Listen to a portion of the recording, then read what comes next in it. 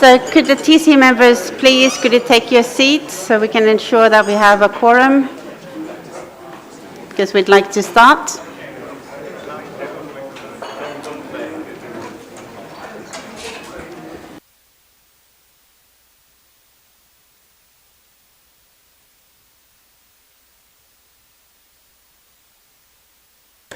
Okay.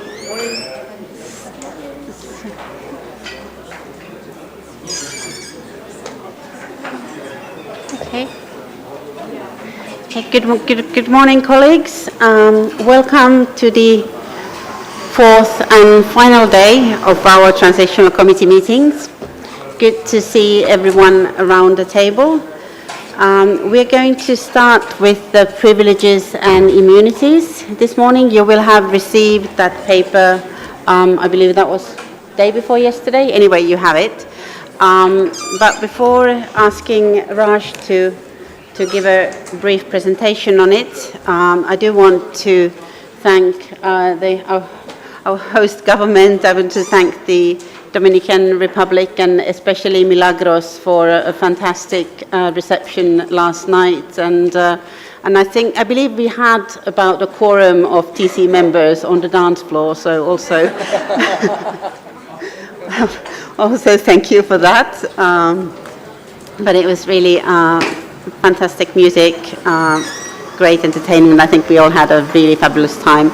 So then turning to the business at hand. So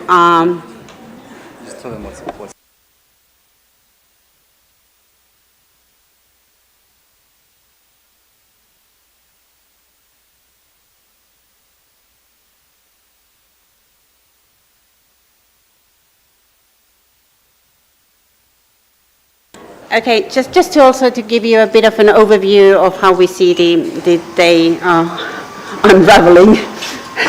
Hopefully not unraveling, but sort of getting through today.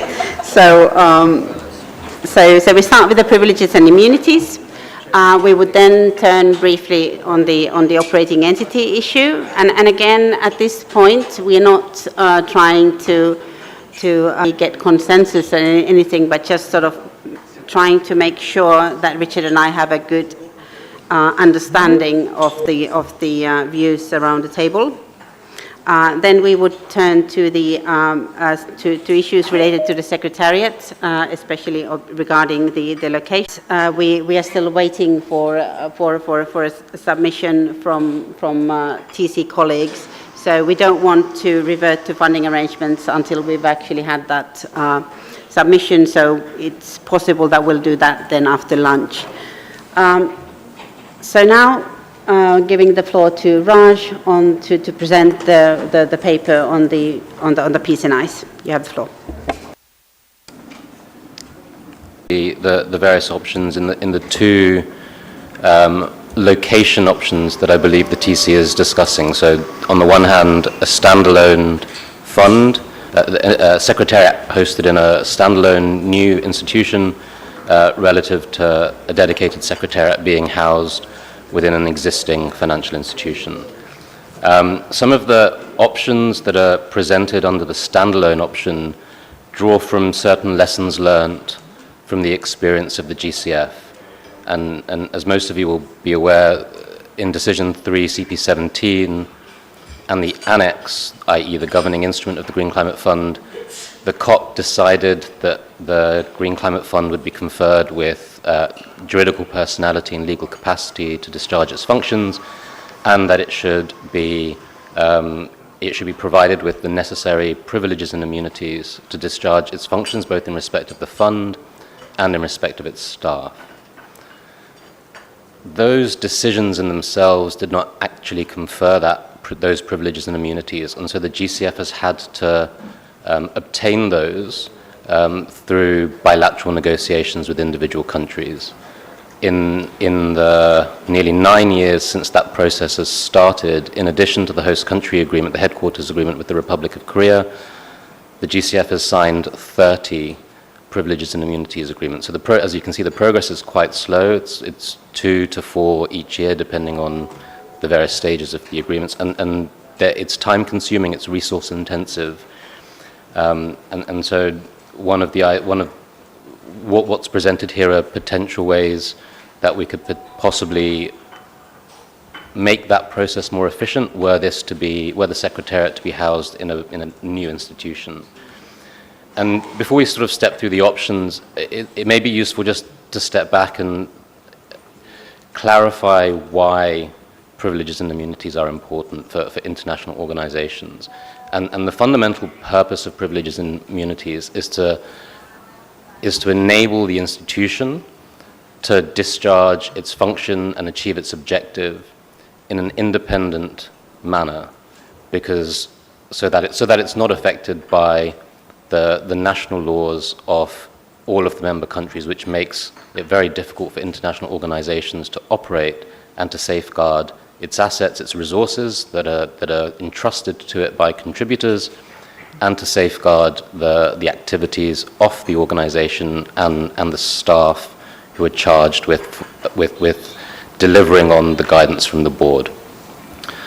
So the four options we have here, and they're not exhaustive, that there could be other options, and they're not mutually exclusive, so they could be paired together in different ways, should either the TC or ultimately subsequently the board decide to do so.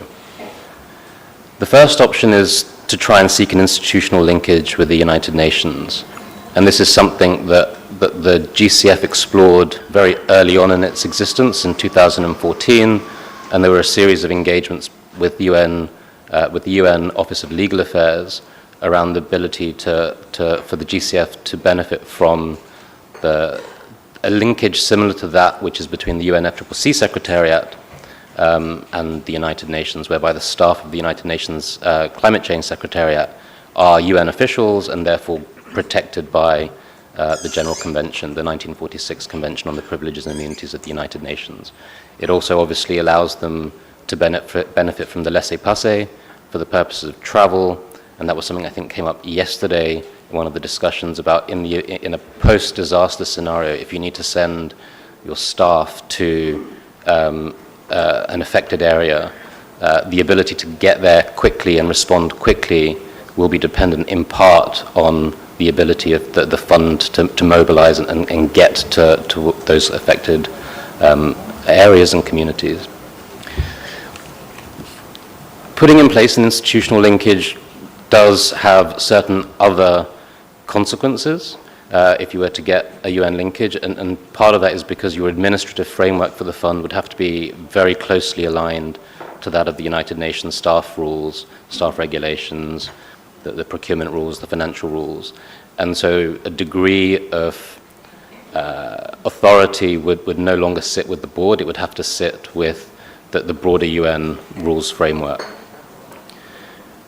In order for this to really be implementable, I think further engagement with OLA would be necessary, and that will also depend on sort of the direction of the design of the fund. Option 2 is very similar to what we have with the GCF, i.e. stating that the GCF will have, that the new fund will have privileges and immunities, but not providing any further guidance around how that should be operationalized, and that would be left to the board. And as I sort of mentioned, that's been challenging with respect to the GCF. The one new thing that's proposed in option 2 is a confirmation of the legal status of the new fund. So one of the challenges that the GCF has faced in its bilateral engagements with countries has been that some countries do not themselves recognize the independent legal status of the GCF, absent an agreement between two countries themselves, rather than the fund asserting that it has international legal personality and the country accepting and taking the fund at its word. And so the idea behind what's in paragraph 1, and it could be rephrased, it could say parties intend for that legal status would to an extent be strengthened, the argument for legal status to be strengthened in order to enable bilateral agreements. This would still take time because bilateral agreements inevitably do take time, the negotiations and the finalization or any ratification in country. So option 3 is something that's been discussed in the context of the GCF, but very in not a great deal of detail. It's also the option, not quite operationalized in this way, but the way in which the Global Fund is now currently seeking its privileges and immunities. So since it was spun out of the WHO, it itself has had issues with obtaining privileges and immunities, and was, other than in respect to the host country and the United States, it was engaging on a bilateral basis, on a bilateral treaty basis with individual countries. And they set up an effort, I can't recall exactly when, but maybe 6 or 7 years ago, to run a multilateral process to confirm the status and the privileges and immunities of the Global Fund, and that entered into force eventually upon the ratification of the 10th member, it must be about 2 years ago now. The process for developing that treaty took some time, but actually the Global Fund had found, things have changed a little bit recently, but had found that having that treaty in place and signed by relevant countries did help them obtain privileges and immunities at the international level. And so the option 3 here, what we've tried to do, there's sort of 2 options within option 3. One is that the COP would effectively say there should be a multilateral agreement in respect to P's and I's, but not for it to be managed through the COP process, but rather that should be run by the fund, by the board, and supported by the Secretariat, in order to try and get that momentum, and that would be similar to what the Global Fund has done. The sort of alternative option there is, rather than having that multilateral treaty being negotiated from scratch, the COP just says, well, you're going to use the provisions of an existing treaty. So we're not saying here that the GCF benefits from the Convention on the Privileges and Immunities of the United Nations, but that the provisions that are contained within that form the basis of a new treaty, and that will be the one that parties should enter into. Option 4 is sort of it's a play on option 3, but it's one that requires no negotiation. It effectively would say, this is the treaty, whether it's the General Convention or the Specialized Agencies Convention, this is the one that will be applicable to the new fund, but it's up to each individual country to decide if they want to go down that route. And if they do, they can simply provide a confirmation to the fund, a legally binding, it would effectively be like an instrument of ratification. It would have a similar effect to an instrument of ratification to the fund, in order to say, yes, we are providing privileges and immunities to the organization. So it would be a unilateral grant of privileges and immunities. There would be no negotiations involved, and the idea would be that this would cut out some of those negotiations and simplify the ability for countries to confer privileges and immunities should they wish to do so. This is quite similar to the approach that's been taken by the WTO, and the mechanism is one which many parties will be familiar with. Not all parties are parties to the Specialized Agencies Convention, but this confirmation process is how the provisions of the Specialized Agencies Convention is made applicable to various of the United Nations specialized agencies. And then just for completeness, were the dedicated secretariat to be hosted, housed, located in an existing financial institution, in that circumstance, the new fund would not have its own legal personality or legal capacity. It would operate through the legal personality and legal capacity of the host institution, so contracts would be in the name of that host institution. The legal framework of that host institution would be what is applied to the engagements by the fund with its partners, and the resources of the fund, the contributions, any direct investments, if any, and the staff would then be protected by the privileges and immunities of that host institution. So I'm very happy to, I'll stop there and happy to take any questions, should there be any. Thank you.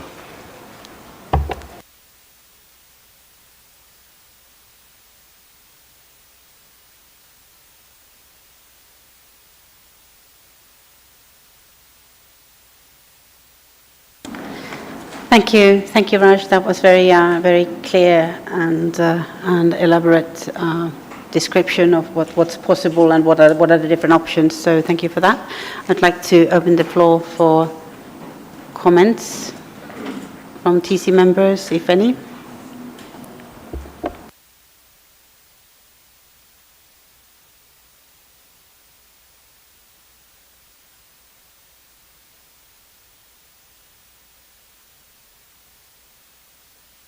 Okay, my co-chair would like to comment.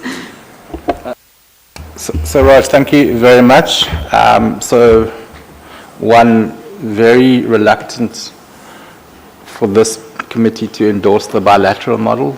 It doesn't work. I think the GCF example has proved it doesn't work. We concluded this, in fact, in the GCF Transitional Committee, that it doesn't work and it won't work. The problem is that it puts all the emphasis on developing countries, and even today we don't have one developed country that's even had privileges and immunities. And there's beyond the basic things that you spoke about. In that case, and in the case of the UNFCCC, to organize meetings, we have to have MOUs or P's and I's, and generally there's a massive reluctance from.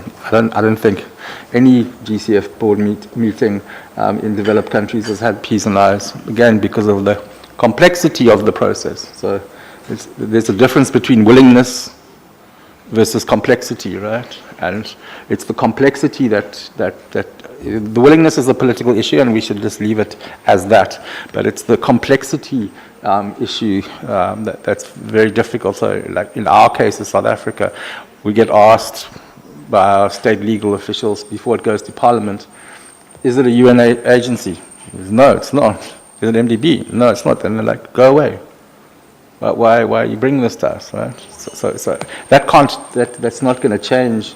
I'm wondering, to what extent do you think that the combination of having, as we did with the GCF, some language in both the terms of reference, governing instrument, and the covering decision, as well as this new suggestion that you made in the TSU paper, that in the covering decision, we consider clarifying its intergovernmental or international status, may help at least get the first hurdle that parliaments are willing to even consider it, because maybe that status is clarified. That's my first question. My second question is also just to upfront quite honestly reject the proposals that place the onus on receiving funds as conditional on issuing P's and I's. That would be in a massive conditionality that would simply, literally, if you applied that to the GCF, then you're only funding 30 countries, right? And then you would force countries to then change their national systems or national laws that are beyond funding loss and damage or funding climate change in order to receive money. I think that would be extremely detrimental impact on the multilateral system and the matters of sovereignty. Is it clear in everybody's minds that, was it clear, and maybe we need to go back to the World Bank and clarify this, that assuming that option, the fund, the Loss and Damage Fund, would be able to fully enjoy the World Bank privileges and immunities, right? So my understanding is that in the case of the GEF, it's the Secretariat that enjoys the World Bank privileges and immunities, but the on-the-ground activities use the privileges and immunities of the UN agencies, which is why, to most extent, the GEF system is a very closed system. I mean, they have let in other agencies, but non-UN agencies, but really it's closed to that. And maybe if you can just, I know you don't work for the GEF, but maybe if you could just sort of clarify what happens then to the assets if it's sitting under UNDP or what have you. And then can you just touch on the taxation matter? Because I think that might be also another important area, because, you know, if the fund is paying for materials that need to be shipped into a country to assist with either its emergency relief, if that's what we do, or for rehabilitation, reconstruction, can you just maybe highlight why it's so important to have that issue? And then again, I just want to say that while we've always been very pro and been championing the P's and I's, we've never ever pushed the issue for P's and I's for board members, right? So I know this thing came up previously in the GCF, and there was a concern that there was a misrepresentation of issues, that this is not about the potential board members having either access to UN laissez passer or UN privileges and immunities. Those I understood are covered in terms of the host. If meetings are in the host country, those are covered by that host country agreement for a board meeting, but it's not about this. And so I want to clearly put this on the record, that this is not an issue about the potential board members having the access to P's and I's. I think I'll leave it at that. There's something that I'm forgetting right now, but I'll come back to it. Thank you.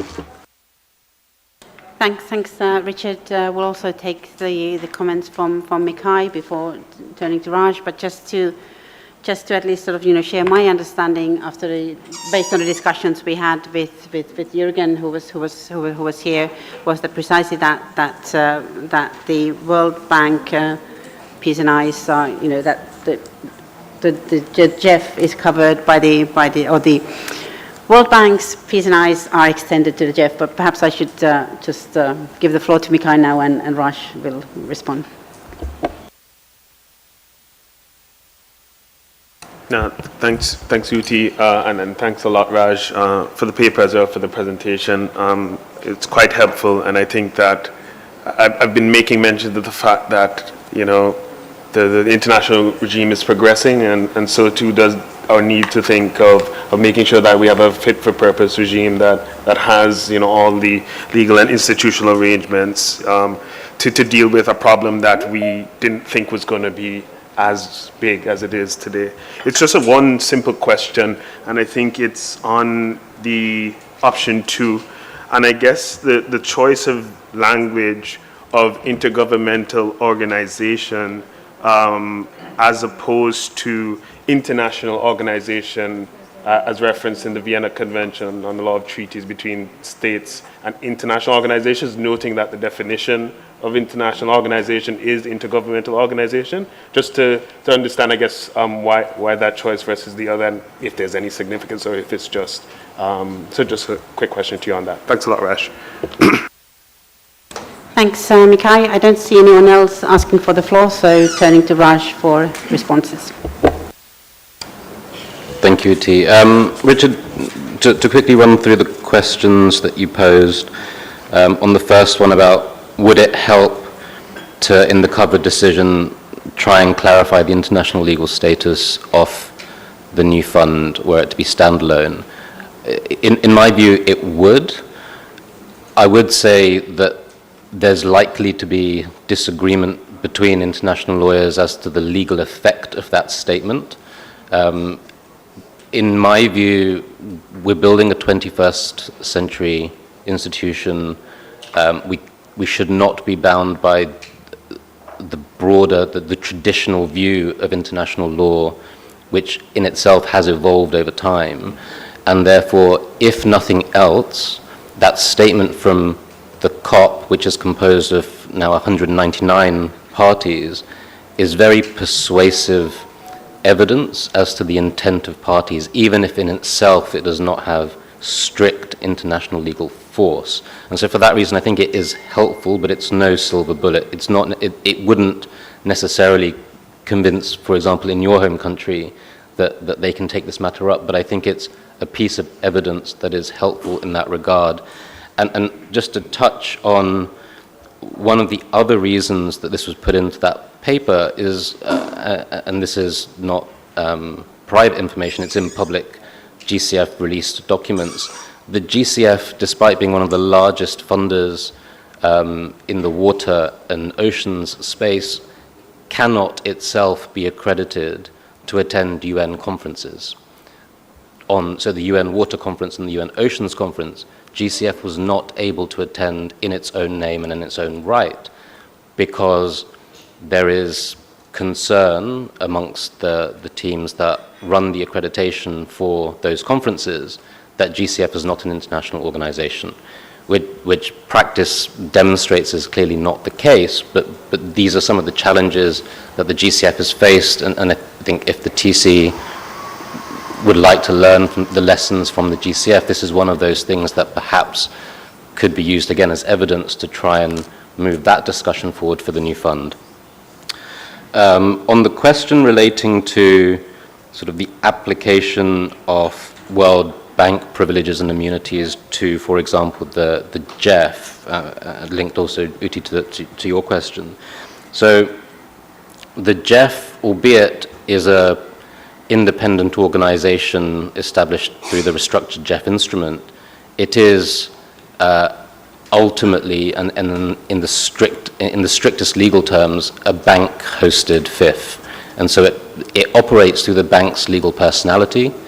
The contracts are in the name of the bank, and therefore that is why the privileges and immunities of the bank attach to the resources of the GEF that are held in the GEF Trust Fund, the SCCF Trust Fund, the LDCF Trust Fund, Nagoya Protocol Trust Fund, the Biodiversity Trust Fund, and CBIT Trust Fund. Because they act through the 17 or 18 GEF agencies, and there are GEF colleagues here who can clarify the number, the moment that the funds are transferred to those partners, legal title in those proceeds transfers to the partners.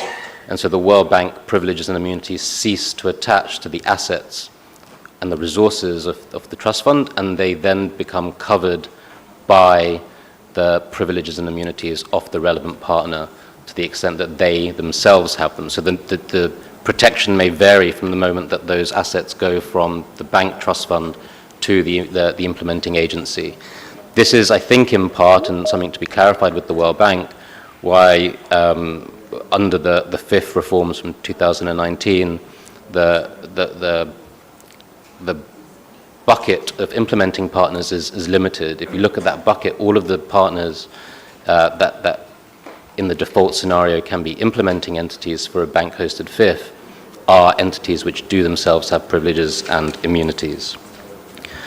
On the taxation-related question, I would broaden that also beyond taxation to customs regulations, sort of touching on something that you said just now and a couple of days ago, as well as foreign exchange regulations. And so one of the challenges that GCF actually has in implementation is that because of the lack of privileges and immunities, there can be issues on getting money into the country and getting money out of the country. And when money is coming out of the country, there's potential for withholding taxes to be applied to those repayments. In respect of project implementation, to the extent that the implementing entity does not itself have privileges and immunities, then some of the proceeds that are put towards the relevant activity could be then used to pay for sales tax in the relevant country, which is something typically in international organizations contributors are not keen on, because it sort of erodes the impact of the contributed funds.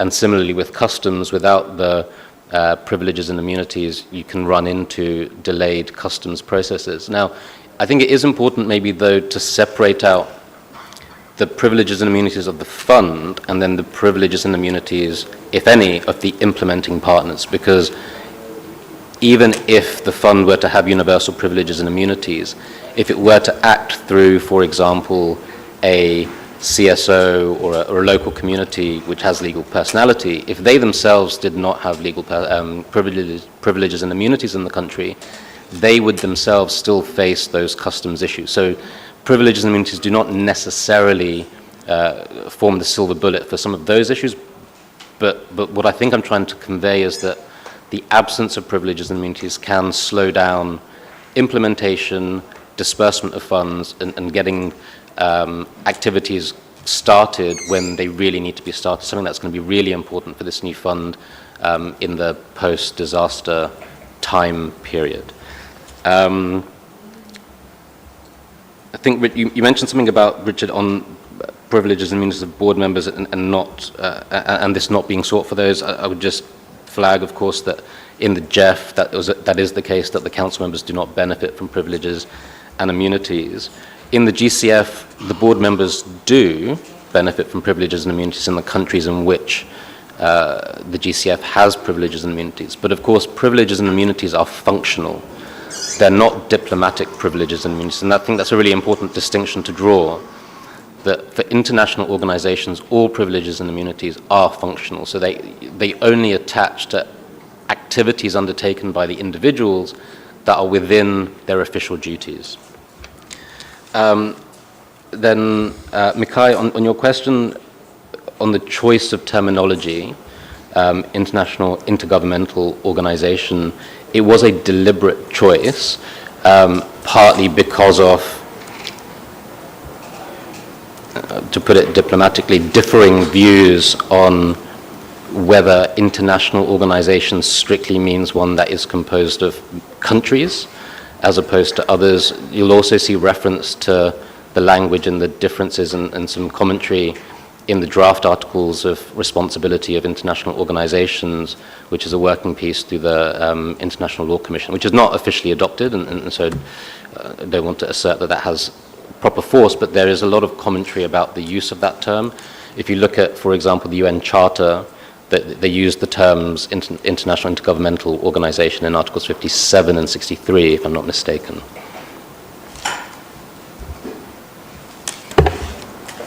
Yeah. Thanks, Raj. So I have follow-up questions from Richard and from Mikhail. So why don't we let Mikhail start?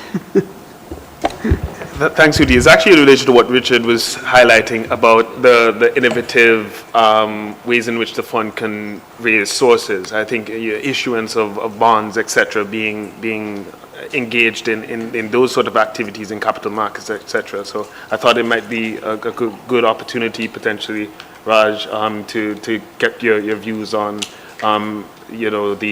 the potential advantages or drawbacks potentially needed for the fund to not only issue grants, etc., but engage in capital markets, and what your view is on that.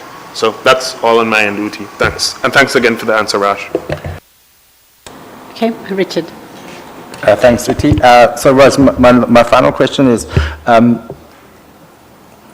if the primary vehicle for the loss and damage fund providing funding to developing countries is through direct budget support, right? Does that model actually change the nature and the scope of privileges and immunities? And could we assume that some issues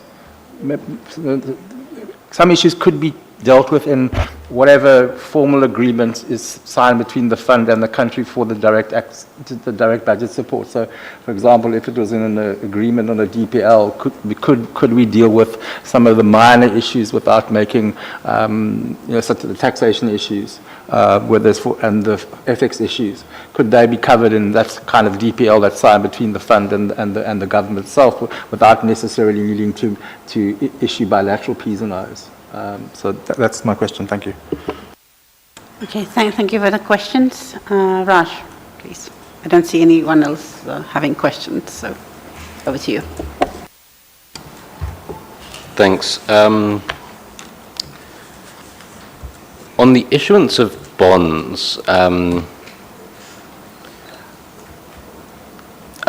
hate to ever disagree with Richard.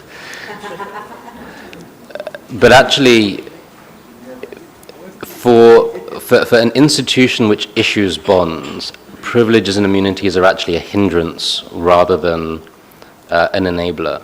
So typically, what you will find in the notes programs of the bank, the IFC, the MDBs, and more recently IFAD, is that the organization waives its privileges and immunities with respect to jurisdiction. So they submit to national courts in the country in which those notes or bonds are issued. So typically in the UK and London, or in New York in the US, which are the two primary markets that the international organizations issues bonds in. That being said, and so privileges and immunities I don't think are relevant for that question. What is relevant is the legal status of the organization, the credit rating of the organization, because that's the basis on which the bonds will be priced. And so when your financial advisor comes in and advises you on what the coupon should be, that's entirely linked to the risk profile of the organization. And so a cyclical replenishment-based organization which provides funding wholly, primarily, or in part in grants will create questions about the ability of that organization to repay a 20-year notes program or even a 5-year notes program.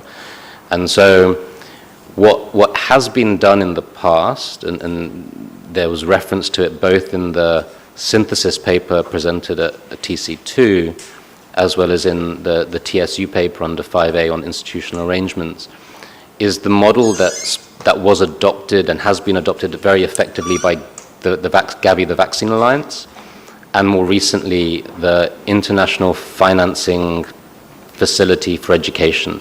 And so under the Gavi model, Gavi it's an international organization, but it's established as a foundation under Swiss law.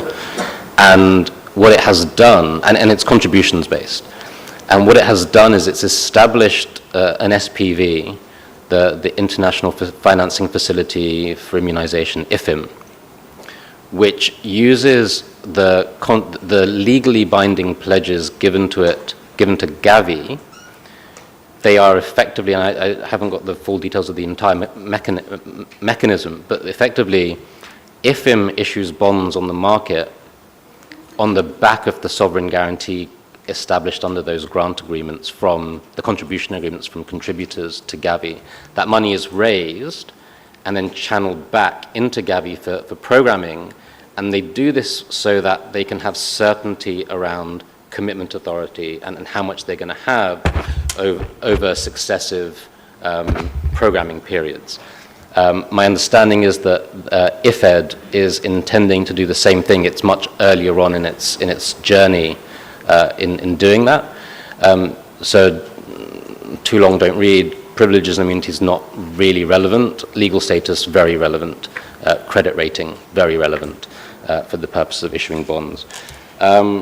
Richard, on direct budget support, I think I'd need to think a little bit deeper about this, but my instinctive reaction is if it's going to be effectively a grant to the country and you're going to enter into an agreement between the fund and the country, as long as the country has the necessary authorities, has obtained the necessary authorities, I don't see any technical reason why the P's and I's for that transfer couldn't be built into that agreement.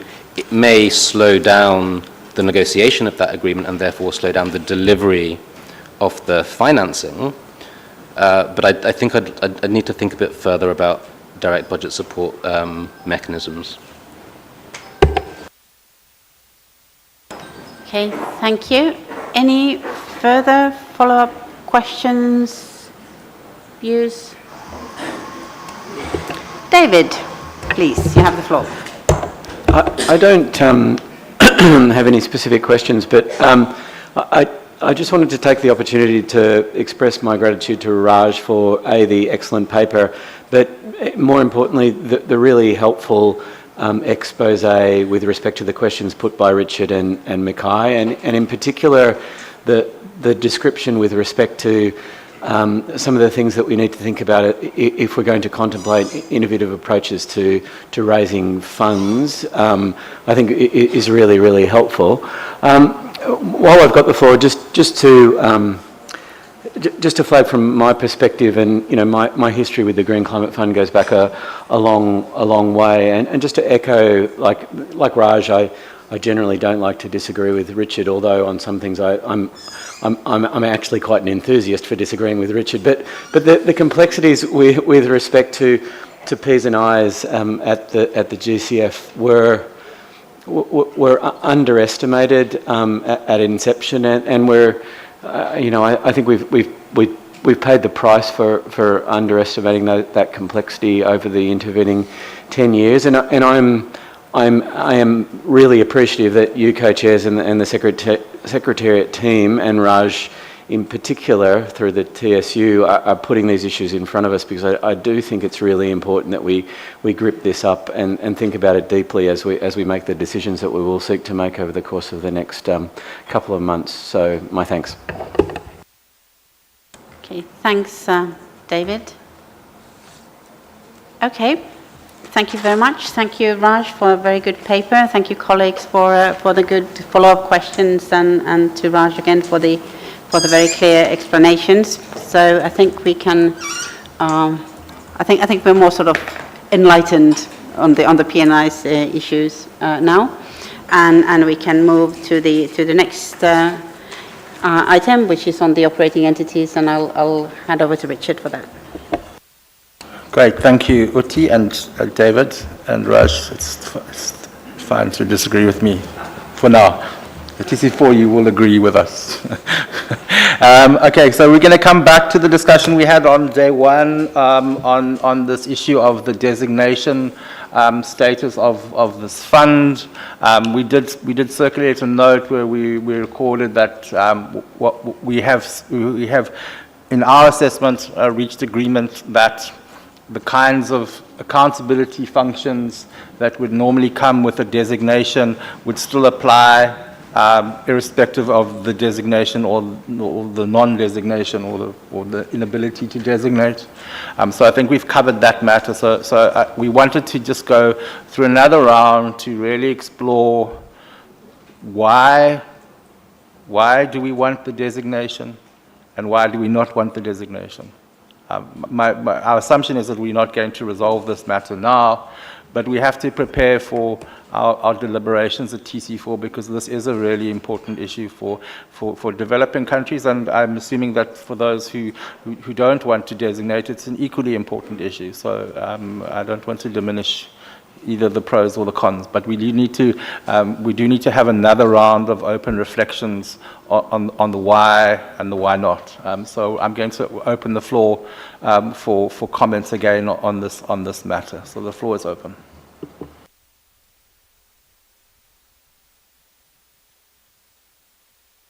Should not try and leave too many things to TC4. We have a lot of work to do. So the less you want to engage now, the less sleep you're going to have in TC4. So please take advantage of the opportunity today.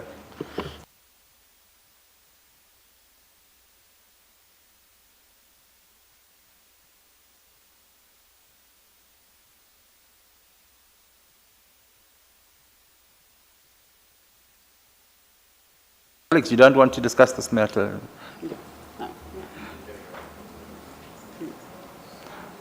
You want 5 minutes to think about it, Jaime? Yeah, Thank you.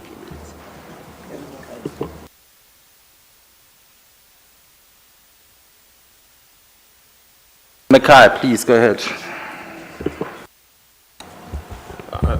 Thanks, Richard. And colleagues would probably know that over the last 4 days, I've highlighted and alluded to the assessment and the importance of Article 11 and then Article 9 and the financial mechanism. I just want to quickly reiterate, beyond, I guess, the symbolic symboling to the world that finally, in the context of funding for the implementation of the Convention and the Paris Agreement, that as Dan put it, we have that third leg of the stool that's now being funded, which is we did the really good first step of both the COP and CMA highlighting the importance of this in the process of funding and funding for implementation.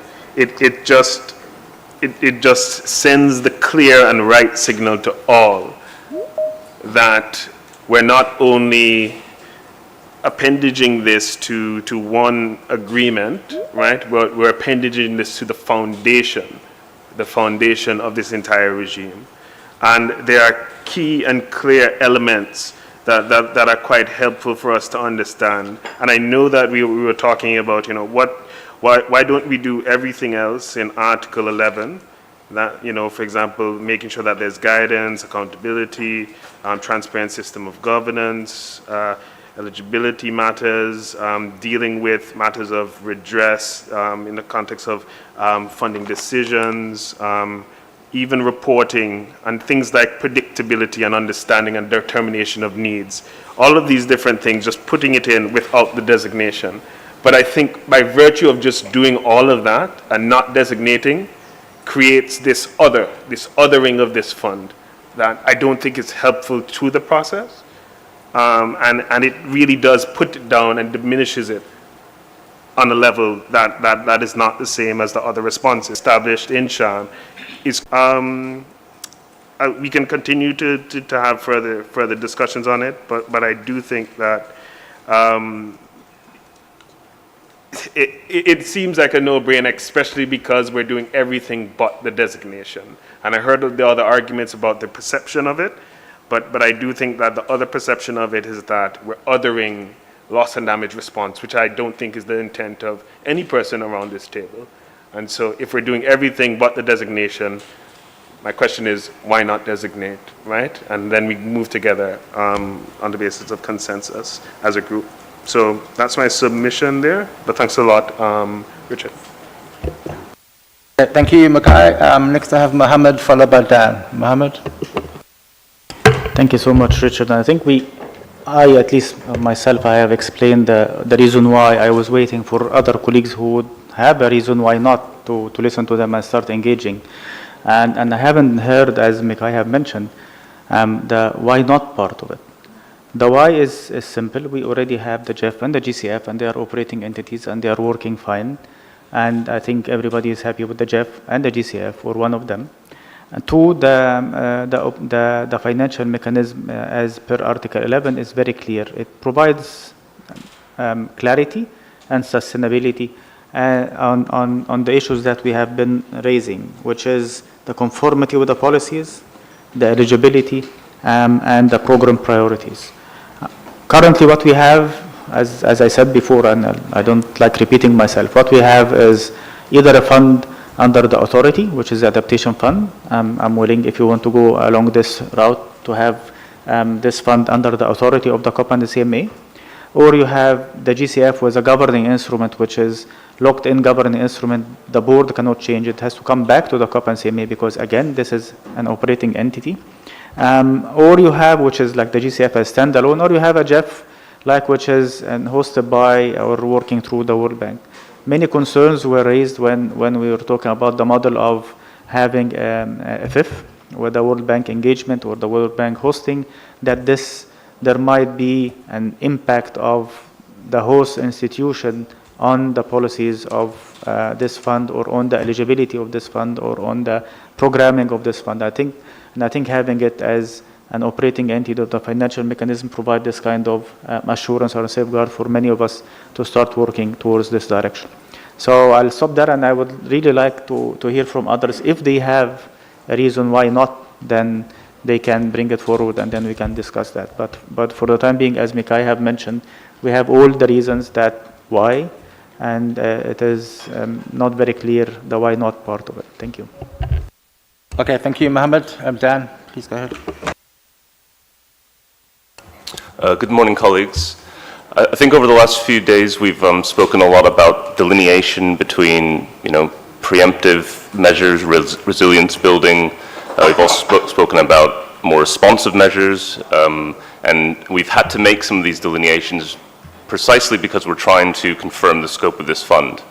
But in practice, we know that when implementing responses to climate change, where response ends, where recovery begins, the importance of building resilience into what we're doing all around the loss and damage interventions is very important. So we don't seek to create these delineations or to cordon off resilience building from addressing loss and damage. That conceptual integrity about how all these things work together is really important on the ground. We talked about fragmentation, how it's really difficult to draw from all different funds to create a cohesive outcome. We talked about coherence, we talked about coordination, and all of this comes together with the sense that we have to be addressing these different types of funding together. So to me, it's kind of antithetical to think from a conceptual or even a political level of separating these three very distinct but important concepts from each other. So I think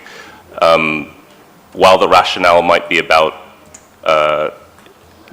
different ways that this can be set up and what's actually required, I think there is something incumbent upon us to try and bring all these things together and to ensure that when we're talking across the different financing streams, that we're recognizing what's happening in other areas. Because what's been happening in this room is often there's things that we're talking about that are more about resilience building, and sometimes the pushback from the developing countries is not that we're not saying that resilience building isn't key. We're not saying that adaptation isn't the main focus for many of us.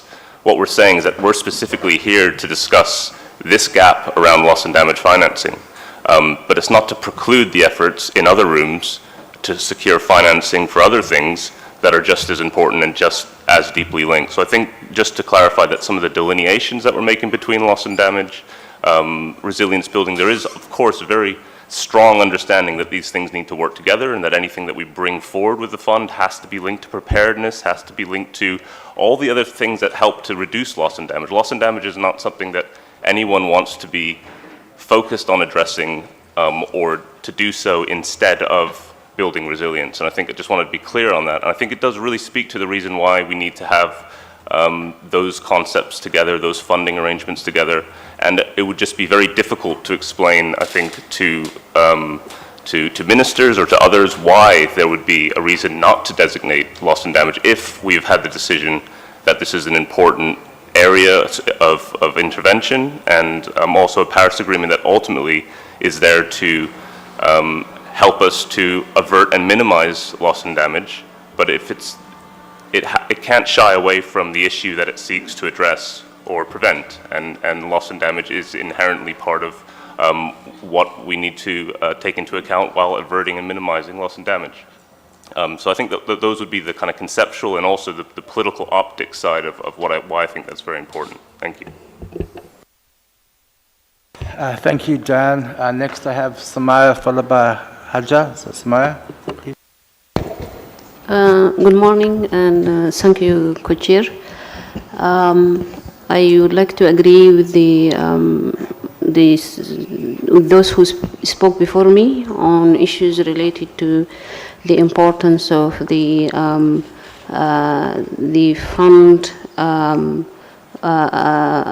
being an operating entity of the financial mechanism, because and it will be accountable to the Convention and Paris Agreement, and that it will design its policies, program,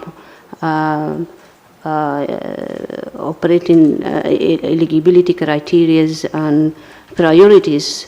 All these agreement between all of us. However, I also want to emphasize the issue of eligibility that Mohammed talked about, because in that context, I guess the issue of all parties being covered by the fund, the eligibility of covering all parties to Convention and Paris Agreement is the fairest point of departure in the context of eligibility, and thereafter we could talk about the issue of the particularly vulnerable. However, the only way to guarantee that all parties will be eligible to funding is through having the fund as operating entity.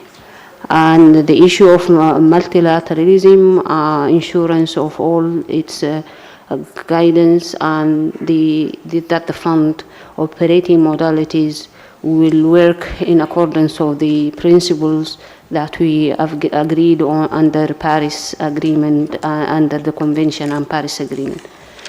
Thank you. Thank you, Samaya. Haja, Heike, is that your? Yeah, we can't, when you, okay, thank you very much.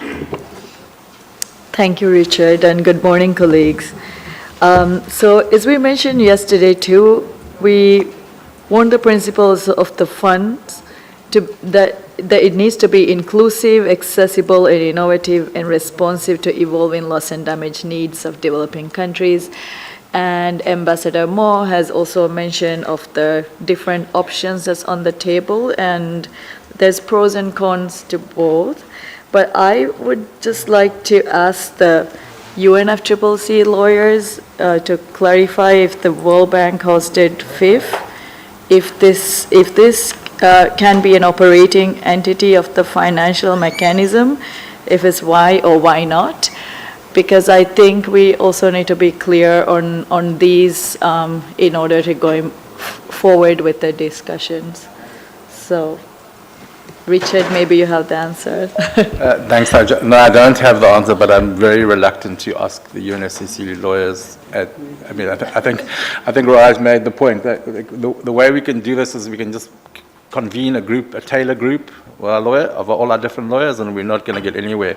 The convention text is very clear on this 111.1 that we can designate existing international organizations. So my sense is the question is actually more appropriate to the World Bank itself. So is there,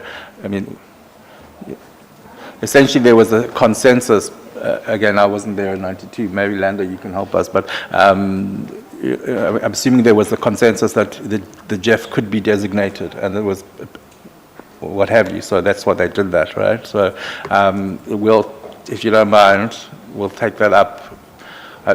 We particularly wanted this to be more of a political discussion than a legal one, but at some time, but we'll take that up if that's okay. Thank you, Haja. Heike, you have the floor, please.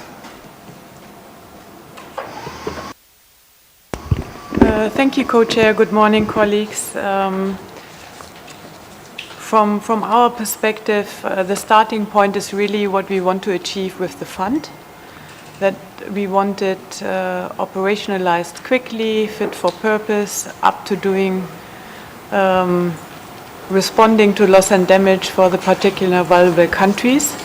And at this point in time, we feel strongly that our discussions within the TC and interpretations in the room around designating it as an operational entity would prejudice some decisions on fund design that haven't been yet agreed, including around funding base, eligibility, and the relationship to the governing body. And we can come back to this issue after those have been resolved. Okay, thank you, Heike. Just to be honest, we could do that with everything. What we're trying to do is advance a discussion. So it's much more useful if you say to us, and I think Christina was quite clear about this other day, that in their view that this doesn't mean that because we're an operating entity that it's the same understanding of where obligations lie. So, we can leave everything, everything is subject to what we agree there, but colleagues, we have 4 days, and what we're trying to do is advance things, and I respect your wishes, and I'm not going to push you on this one, but the more we leave things that are really important and don't have a dialogue, and so I think what we're asking for, let's have that dialogue, so that we can further understand it. But if we just leave everything to TC4 and then it's like a take it or leave it or this and that, or that we're trading off, we give you this, you give us that. I don't think that's useful, to be honest. But I respect your wishes on that one. So Adal, you have the floor. Thank you very much, Richard, and good morning, colleagues. This question is quite important, reason why do we need to designate this fund for loss and damage under the financial mechanism of the convention. Back to COP16, even before, parties discussed about new arrangement for both adaptation and mitigation financial support. I think at the time, colleagues who are following finance discussion, you know exactly why we make separate DCF apart from the existing GF model. The reason was GF didn't deliver fully in terms of financial resources for addressing loss and damage, adaptation and mitigation in balanced manner, and also this link to the let's say guidance and also accountability to the Conference of Parties, how to perform its program, policy, and so on and so far. It should be guided by the Conference of Parties. So that's why we create a Green Climate Fund. And when it comes to the decision of COP27, CMA4, we also established new fund and funding arrangement. Our focus is new fund, right? And new fund will be delivering something for addressing and responding real loss and damage. If we put this under the current DCF is only for adaptation and mitigation, balance 50-50%, right? And then if you go back to adaptation fund, it's not under the financial mechanism like Ambassador Mo said, but this is mainly only for adaptation. But we really need to have grant-based, we really need to have consensual basis as written under the financial mechanism, Article 11 of the Convention. And we also need to deliver the fund. And the fund should be accountable to the Conference of Parties because the decision was made under the Conference of Parties, both COP and CMA. So to have some clear guidance from the Conference of Parties, we need to have a new operating entity under the financial mechanism to be guided by the Conference of Parties decisions, both COP and CMA. So to address real loss and damage rehabilitation, reconstruction, so on and so forth, we have already established deeply in a proper manner. It could be, allocated under the financial mechanism of the convention to implement, to enhance the requirements of the convention and also the Paris Agreement. I think that's the key. That's why we need to put separately from the existing fund. And the decision said a new fund. So this is part of institutionalizing new fund. But let us focus, why do we establish this fund?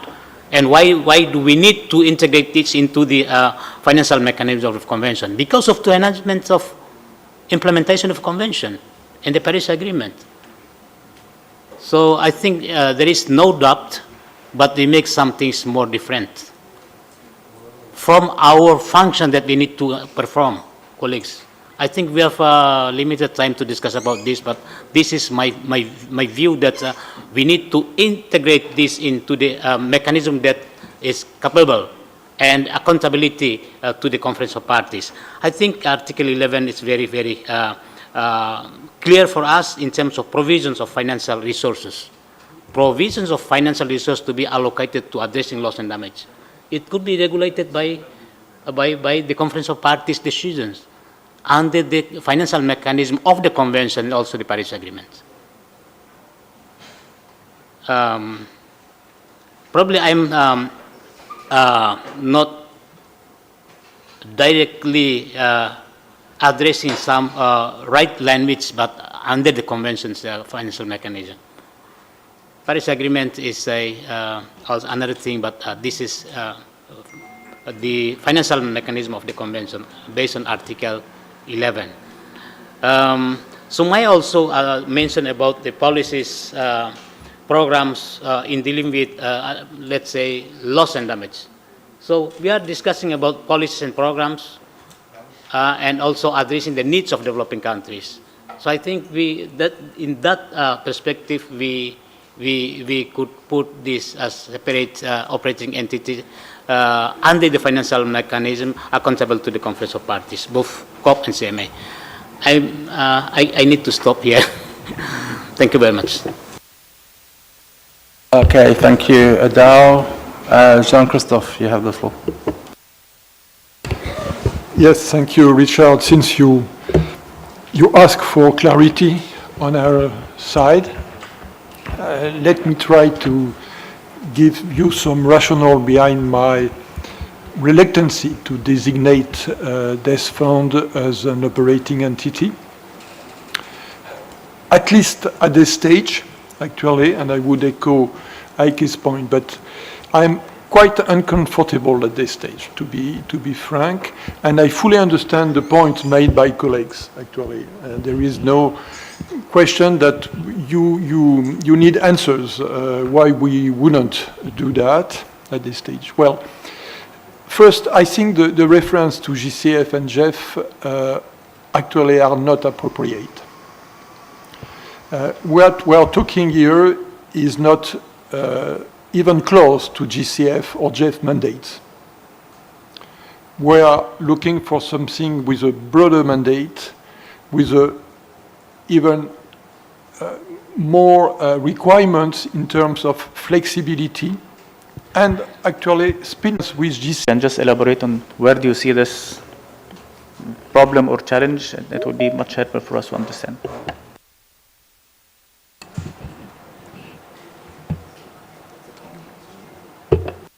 To do multiple things, yeah, but please go ahead, Jean-Christophe. If you allow me, yes, to answer most point.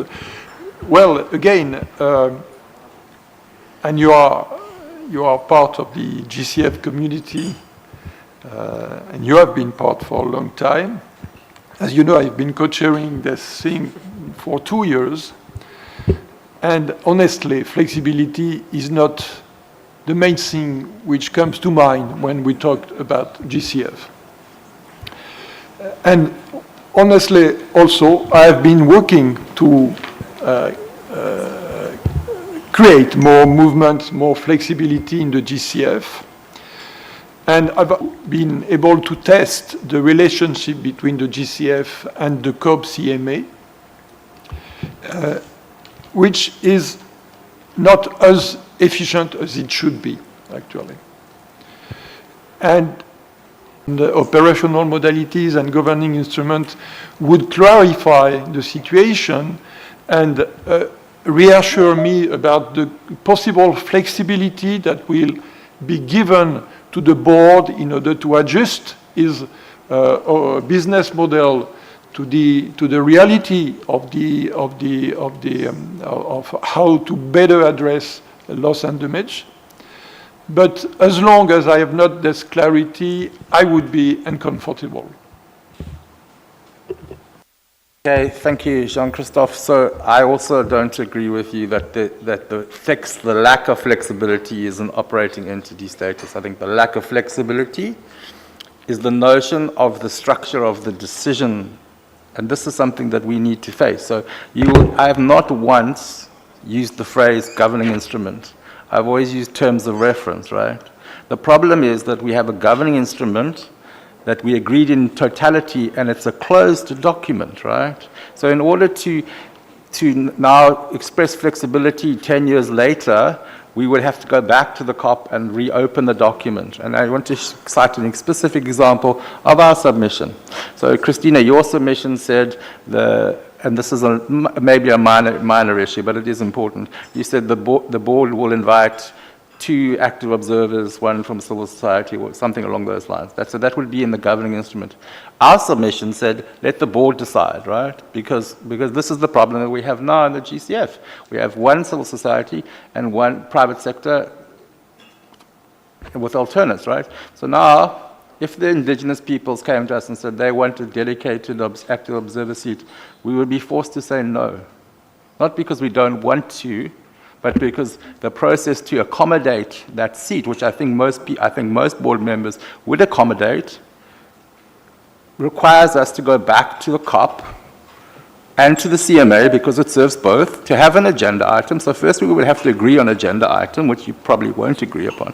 Then we'd have to open it, and then we'd have to say, basically, we're opening this agenda item only to amend one paragraph, which I'm not quite sure would happen. So this is actually a structure of the decision that we need to make, right? And so I think that we, at least as developing countries in our submission, have tried to include the flexibility on some of those issues by leaving it to the board to decide, so that it could be done. So I'm not quite sure that.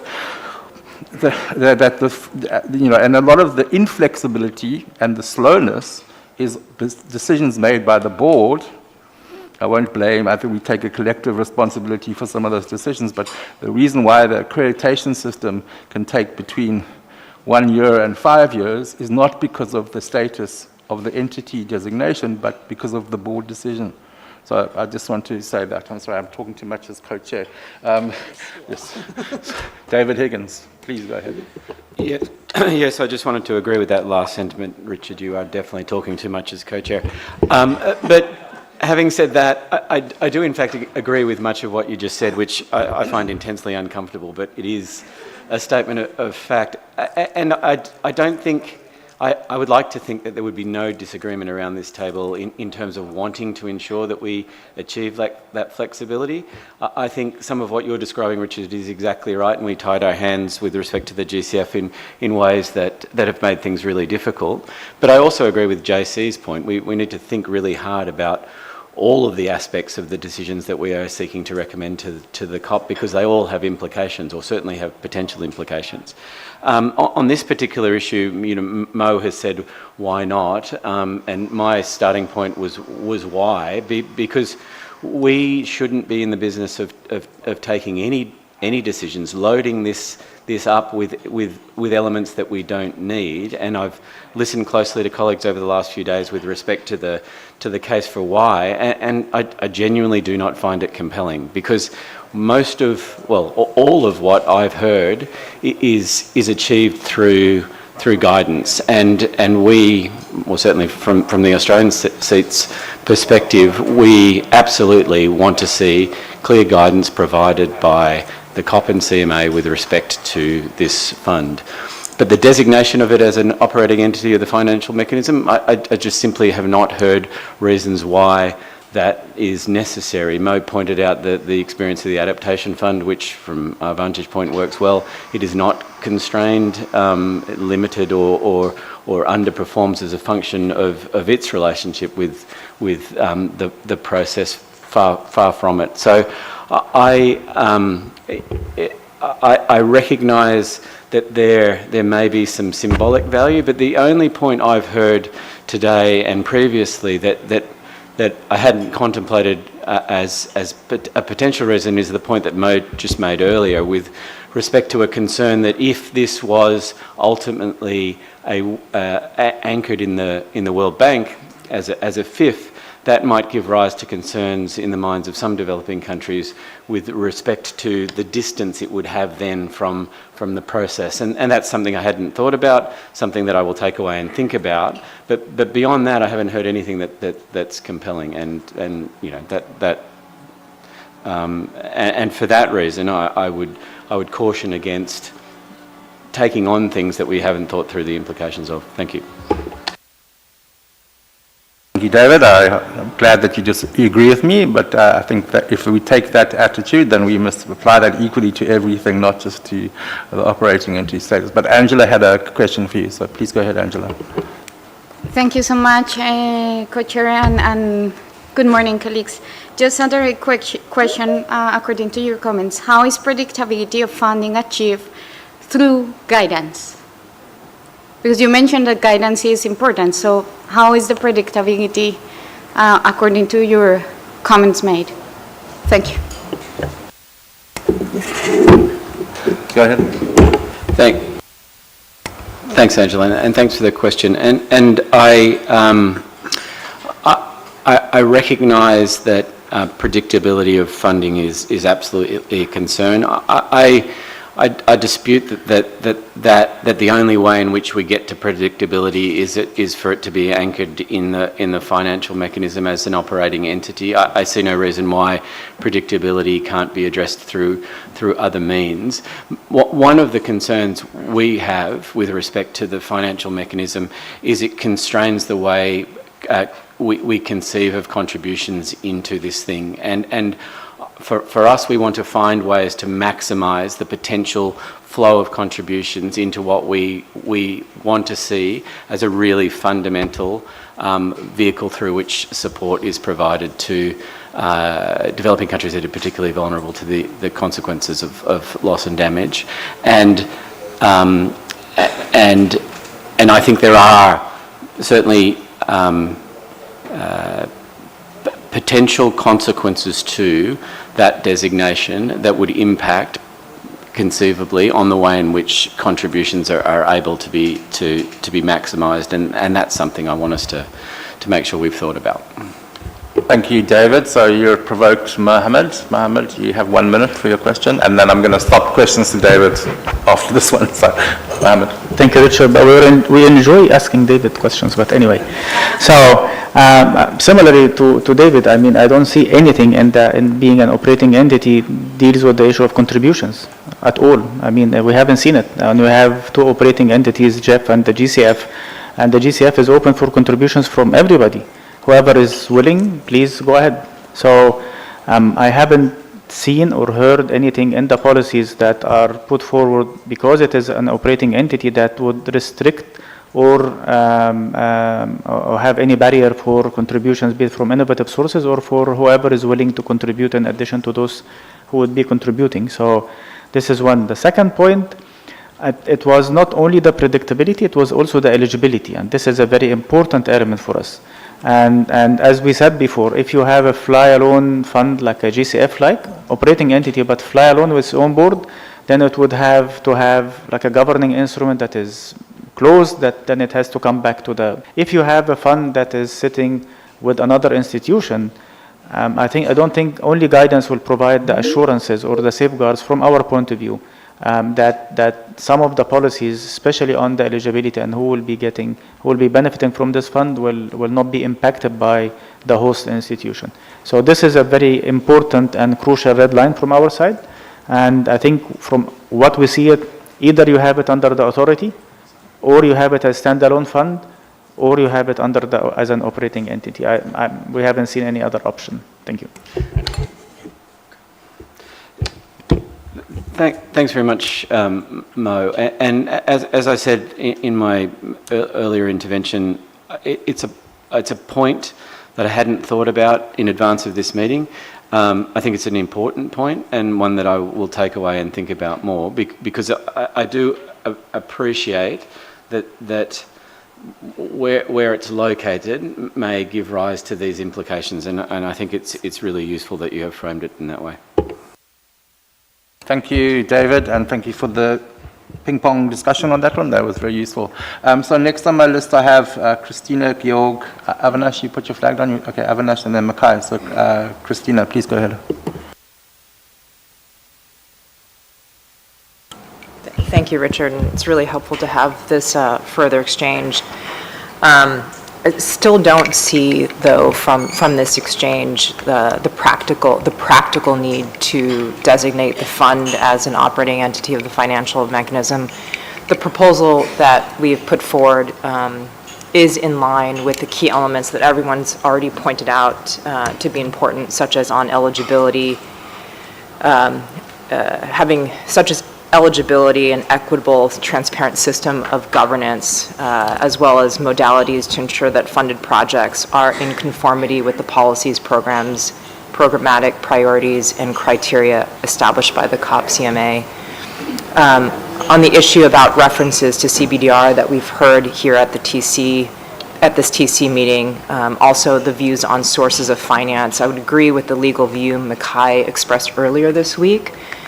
though legal views aside, as we expressed earlier, it's the way that that connection is perceived.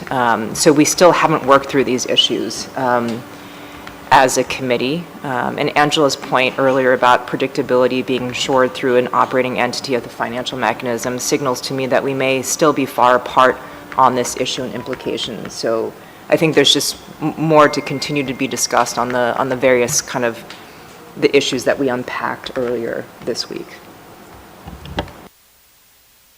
Great, thank you very much, Christina. Georg, you put your flag down, or you want to speak? Yeah, no, sorry, I don't want to prolong this discussion. I think so we can move on to other issues. But I just wanted to say that I also really don't understand the pressing need to designate what we're setting up as an operational entity. As I said earlier, we support. I think it's more important really that we focus on this design of the fund that we're setting up, placement, and so on. And we, for reasons that I've been saying earlier, we support a fifth model under the World Bank. I think it's fully possible to set this up in a way where this will happen with guidance from parties and also full accountability without the designation of operational entity. But I'm happy to discuss this further. But as I said, I think there are other issues that really are more important for us to focus on and agree on in the short time that we have to deliver our recommendations. Thanks. Thank you, Georg. So I'm just going to make a general comment. I'm certainly not picking on you, but it does come after you, so it's not picking on you. I think we should try and avoid interpreting what is important and what is not important. So let's just work on, I'm not picking on you, Georg. Everything is important to everybody here, and let's try and avoid, if it's not important to you, then that's fine, but just say no then, right? It's not, I don't want to, so again. So sorry, I did not mean that it's not important to some in the room. It was my way of saying that I hadn't heard the convincing arguments for why it was important. That's it. Thanks. Thank you, Georg, and I'm just using it as an example as we go forward, because my senses were conversations are going to get a little bit more trickier, a little bit more political, so let's just all and you're welcome to point me out if I'm doing the same, so it's not a co-chair prerogative thing. So next on my list I have Avinash, and then followed by Mackay.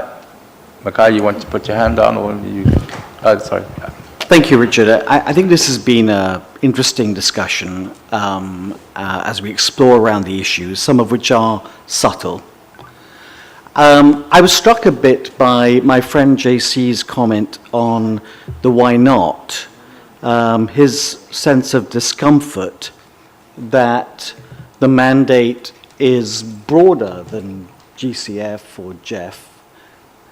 I think that will probably cause discomfort with others too, because in the other way, because I think that one of the things we're trying to say in establishing a fund for loss and damage is that we are very clearly, have got a strong focus, not a breadth, a focus on addressing loss and damage, which we did not have before. And I think what we're trying to say in establishing this fund, and what the agreement at Sharm el-Sheikh was, is that we're making a significant step in addressing that we have this thing that's missing, this focus that's missing on addressing loss and damage. And if we sort of say, well, it's still a very vague area what this is, and I think then we will lose the sense of that we are recognizing that there's something missing that we're trying to fill, something specific missing that we're trying to fill. We need operating flexibility, but there's strong focus on there's something missing that we're trying to fill. It isn't a unclear, broad area.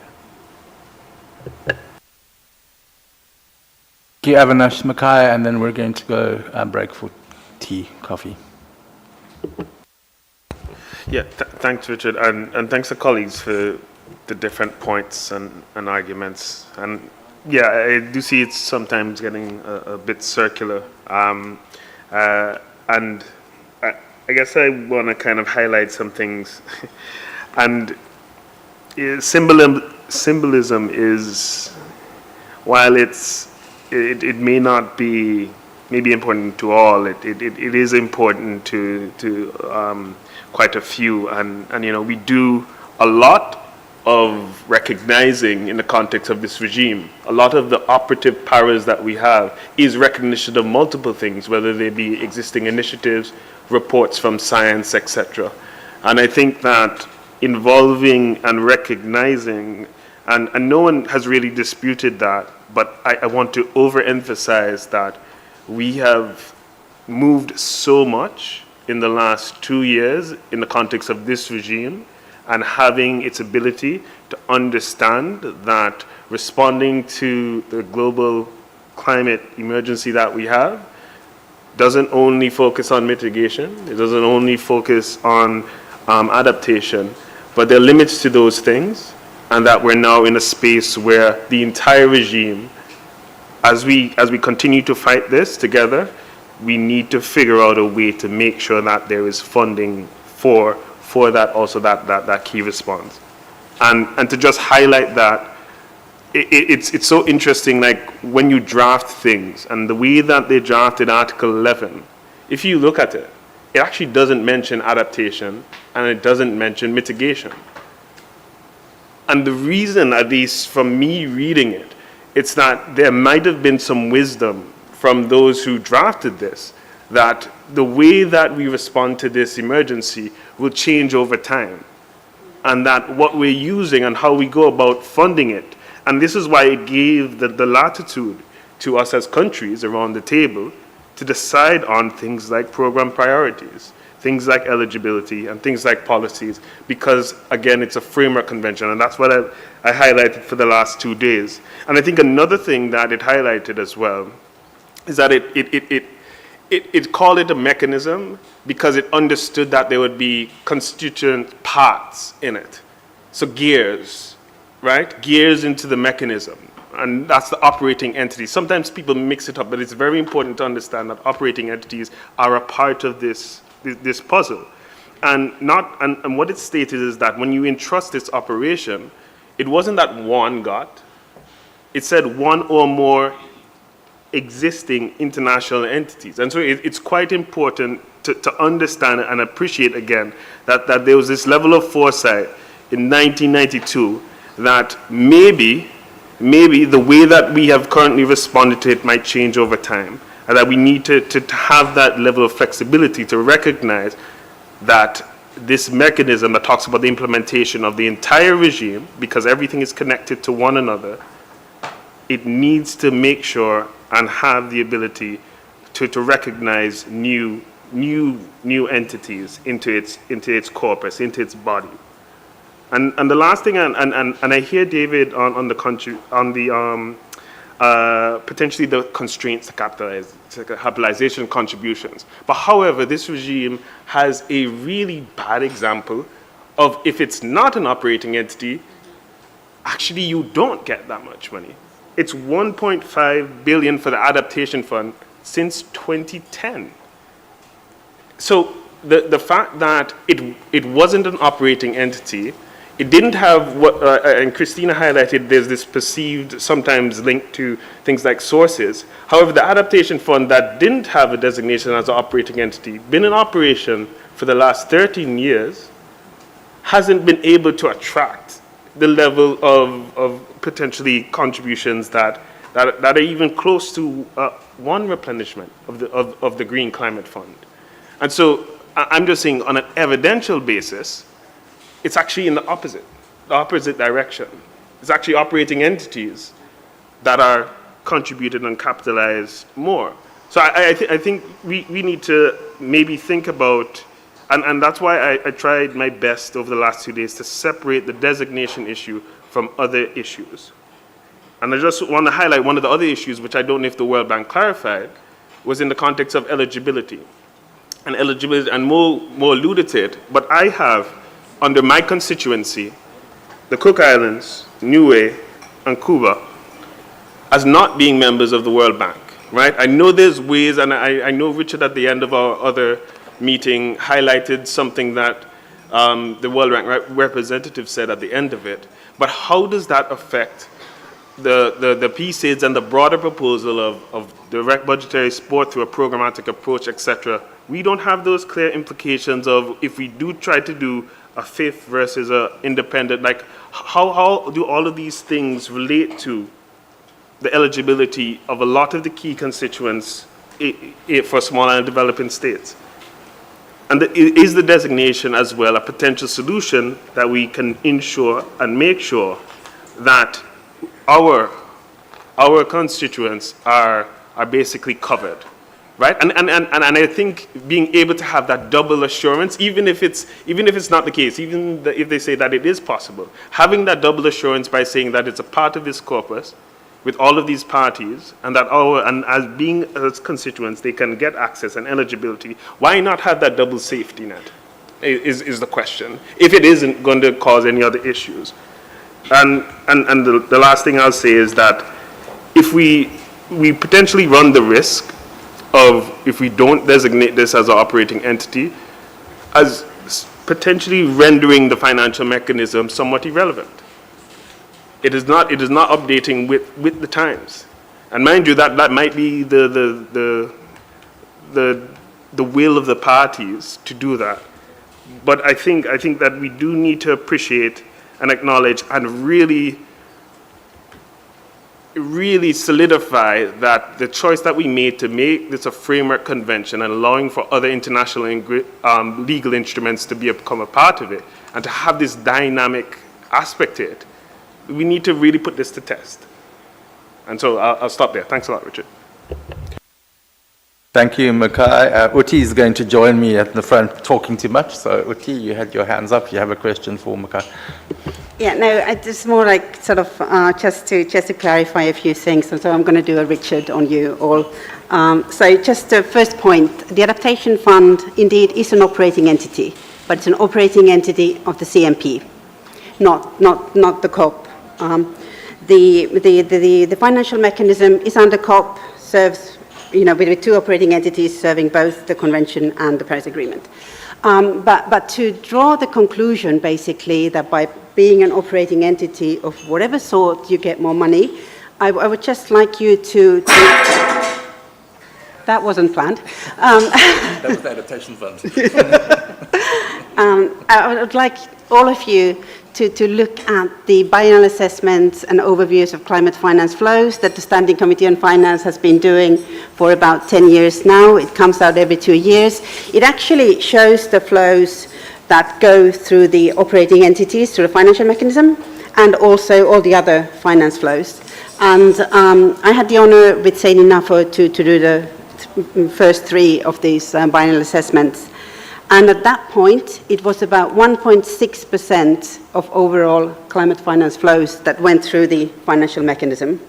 Now, the percentage has since gone up because of the GCF, I believe, primarily, but it's still sort of in the tune of whatever 5%. So to say, to state blankly that by having a designated operating entity automatically get more money, that doesn't apply. So just to, and I'm happy to continue this offline during the coffee break. Thanks.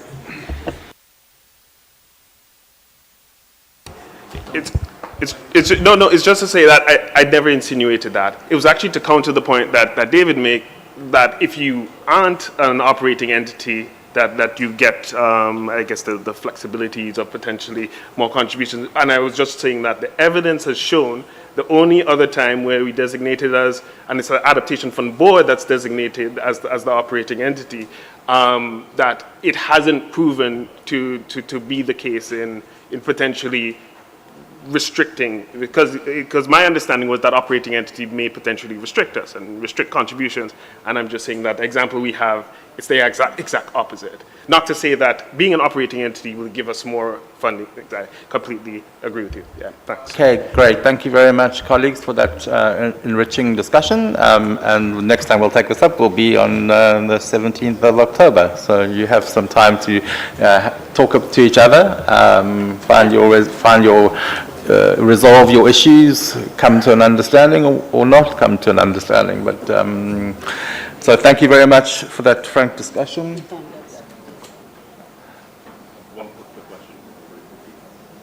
No.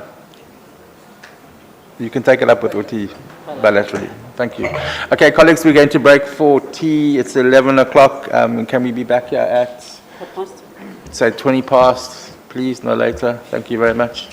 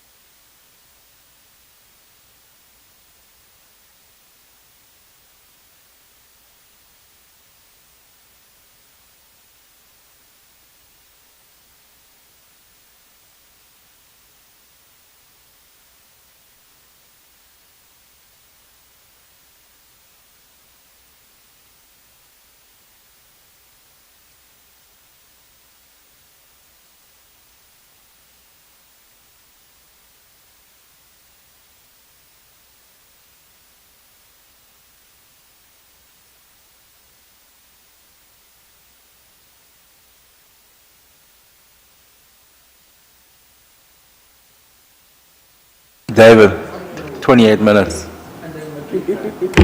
Until first ball. Yeah, you can screen it. We hack the system and screen the, we put it in the background like a little thing on the top.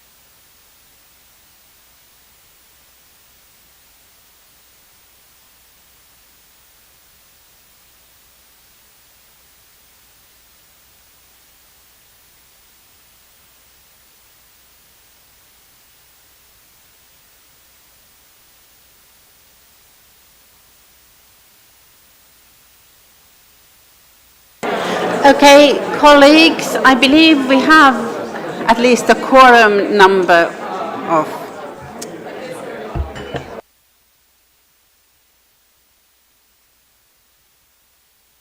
Okay, thank you, colleagues. I believe we have a quorum number of TC members in the room, although, no, we do. They're just not sitting. They're kind of wandering around.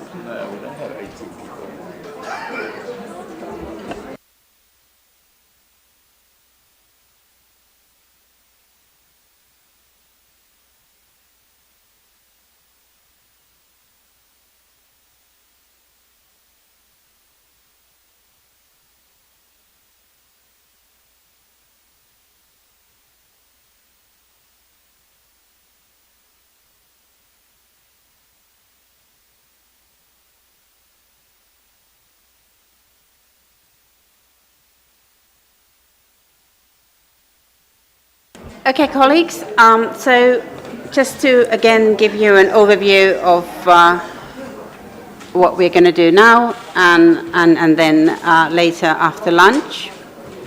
So as you may have noticed, Richard and I have been multitasking while chairing. So hopefully you'll be receiving soon some very informal notes from the co-chairs on issues such as board and others. Again, we're not planning to have a discussion on those. It's more like a recap of what was our understanding of how far we've come along on the issues. But before turning to these, and perhaps what we're going to do now before lunch is to have a discussion on the roles, functions, and arrangements of the Secretariat, which is still sort of one of these items that we haven't had a more sort of an in-depth discussion yet. And then after lunch, we'll also be then coming back to the funding arrangements as we've. We're still sort of missing some TC members from the room. That's okay. It's been a long meeting, final day. Right. Okay. So turning to the issue of roles, functions, and arrangements of the Secretariat, including location of the Secretariat. So again, we don't want long interventions. We don't want to hear long explanations, but we just want to make sure that we have captured the range of views from TC members as it relates to the Secretariat of the Fund. So the floor is open. And again, I mean, if you don't wish to engage in this discussion, if you think it's premature, or if you just wish to leave it to Richard and myself to come up with a proposal, that's fine too. But this is your opportunity, should you wish to provide us some guidance in terms of how we take this forward. So the floor is open.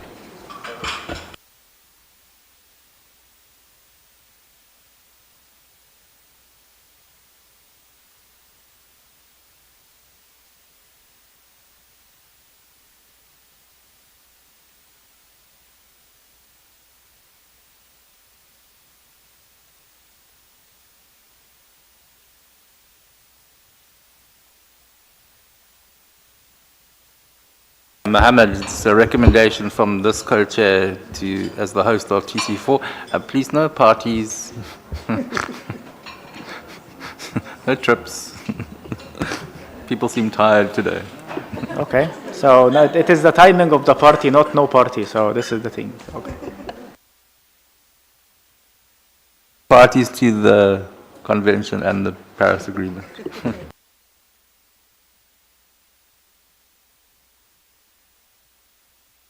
Okay, Christina, please. Thank you.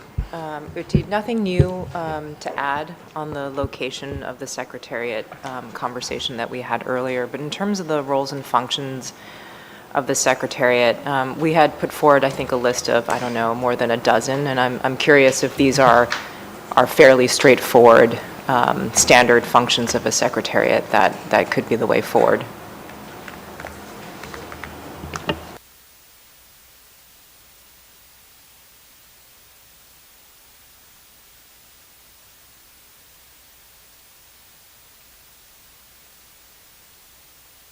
if nobody is going to engage, then I think David Higgins is going to stream some cricket for us to be entertained. So either you're going to watch boring cricket or you're going to engage on with the secretariat location.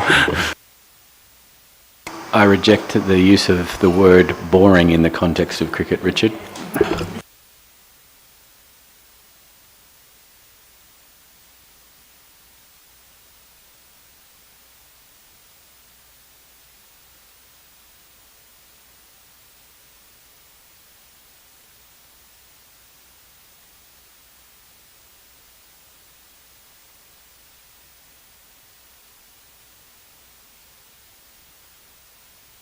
Mo, thank you.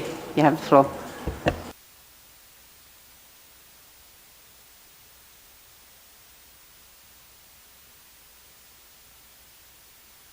Really? Me?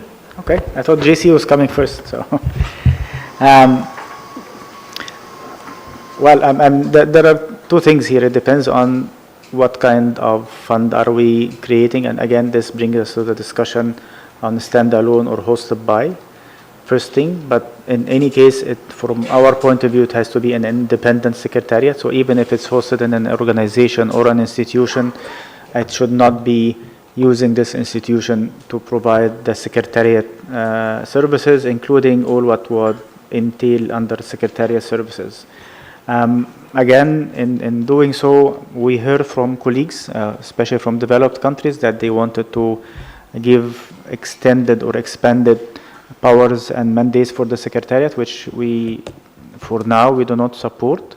We need to understand clearly the functions, the deliverables, and this is where we're going to work on the policies of the fund to ensure that it is influenced, the secretariat is not influencing the decisions of the fund or the products of the fund or elements that relates to programming or eligibility or even the scale.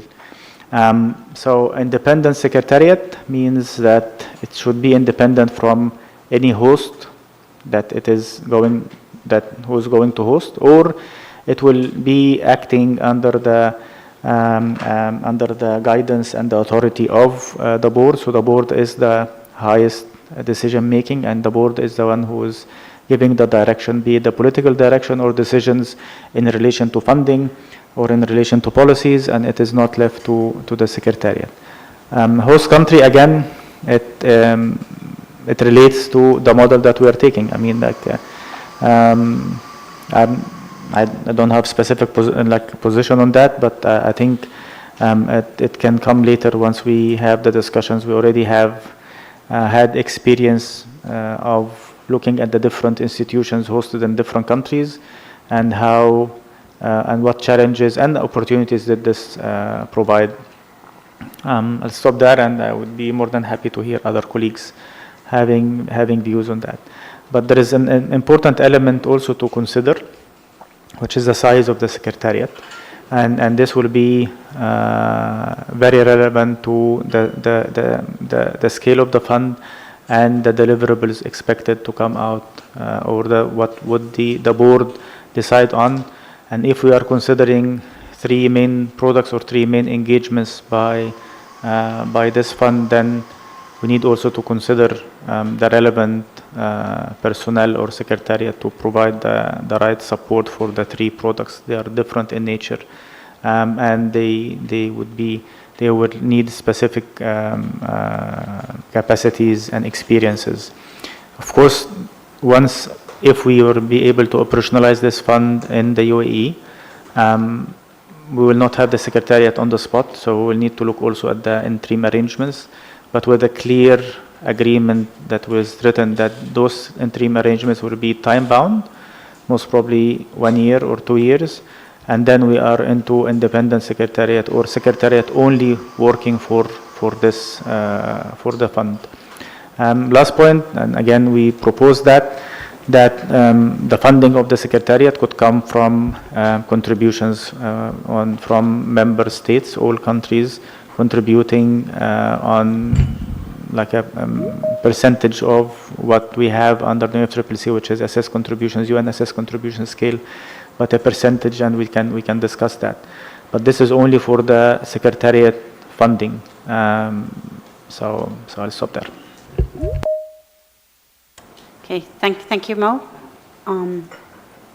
Any other views or willingness to engage? JC, please, you have the floor, followed by Heike and then Laurence.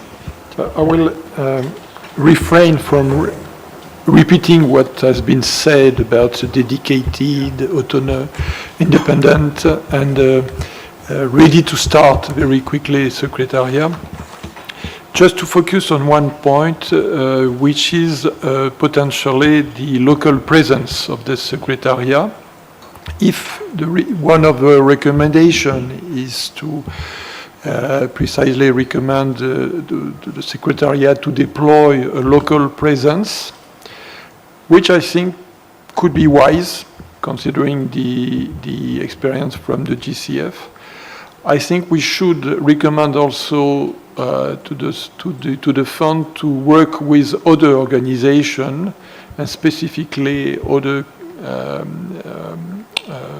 funds working on climate issues in order to implement some economy of scale and also use the expertise of others on the ground and not creating by itself a whole network of correspondents on the ground. I am specifically referring to GCF, since it's going probably to deploy something, or others, Jeff, or Adaptation Fund as well. So that would be wise for us, I think, to recommend for the fund to liaise with other organizations in order to get a real network on the ground. Thank you, JC. Then Heike, followed by Laurence. Thank you very much. Good to make progress on concrete elements that would allow the fund or the operationalization of the fund to be taken up with speed and also with purpose. In this sense, I like the expression that came up a couple of days ago of a dedicated secretariat. I think this resonates very well, also with some points on how the, I'm looking to Mikai, but he's not there, on what the Secretariat should also have as the mindset and competencies that I would like to also build upon. But speaking about the dedicated Secretariat and the speed and the purpose, I think it's important to build on the experience of the host institution. And from my perspective, World Bank would be an excellent fit, not to build it from scratch, and at the same time having the independence and also not just duplication of whatever World Bank institutions or group or departments exist.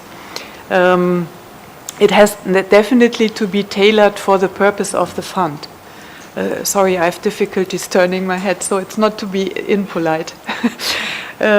So that is talking to the mindset that was mentioned 2 days ago, but also to loss and damage competencies. Depending on the scope, I mean, I think Mikai, if I'm not mistaken, mentioned non-economic losses. So if this is part of the fund, I totally get the notion that World Bank is not only financial competencies, but would not be enough to make up the Secretariat. But this is just the notion of building it tailored for the purpose of the fund. I also liked the idea of Christina of focal points for different regions. That is something that we could envisage. And I think also not only for the Secretariat, it's, from my perspective, important on substance, but also on governance, to have a gender balance in the Secretariat as well. Definitely, I was talking to independence, but also, of course, the Secretariat has to serve the board. I would like to highlight and then stop my intervention one point where I personally don't have a clear understanding yet, but I just want to raise that given the likely scope or necessity also of a secretariat in the context of loss and damage, as far as I understood also colleagues from the developing countries, there is a question of speed. Not only regarding the procedures that are like swift, but also what the Secretariat then can do on its own. So what is the flexibility and decision making that we allow to the Secretariat to have? So not a clear answer yet, but while speaking to the independence and also that the Secretariat serves the board, I think we have to mind the element of being able to act quickly as a secretariat as well, and have this decision-making power that is necessary to do that. Thank you. Thank you, Heike. Next I have Laurence. Thanks, and actually I was wondering if I should keep my flag up after Heike, because she said many of the things that I was going to say. My first word was dedicated. So I think we're on the same page here in ensuring that we have a secretariat that is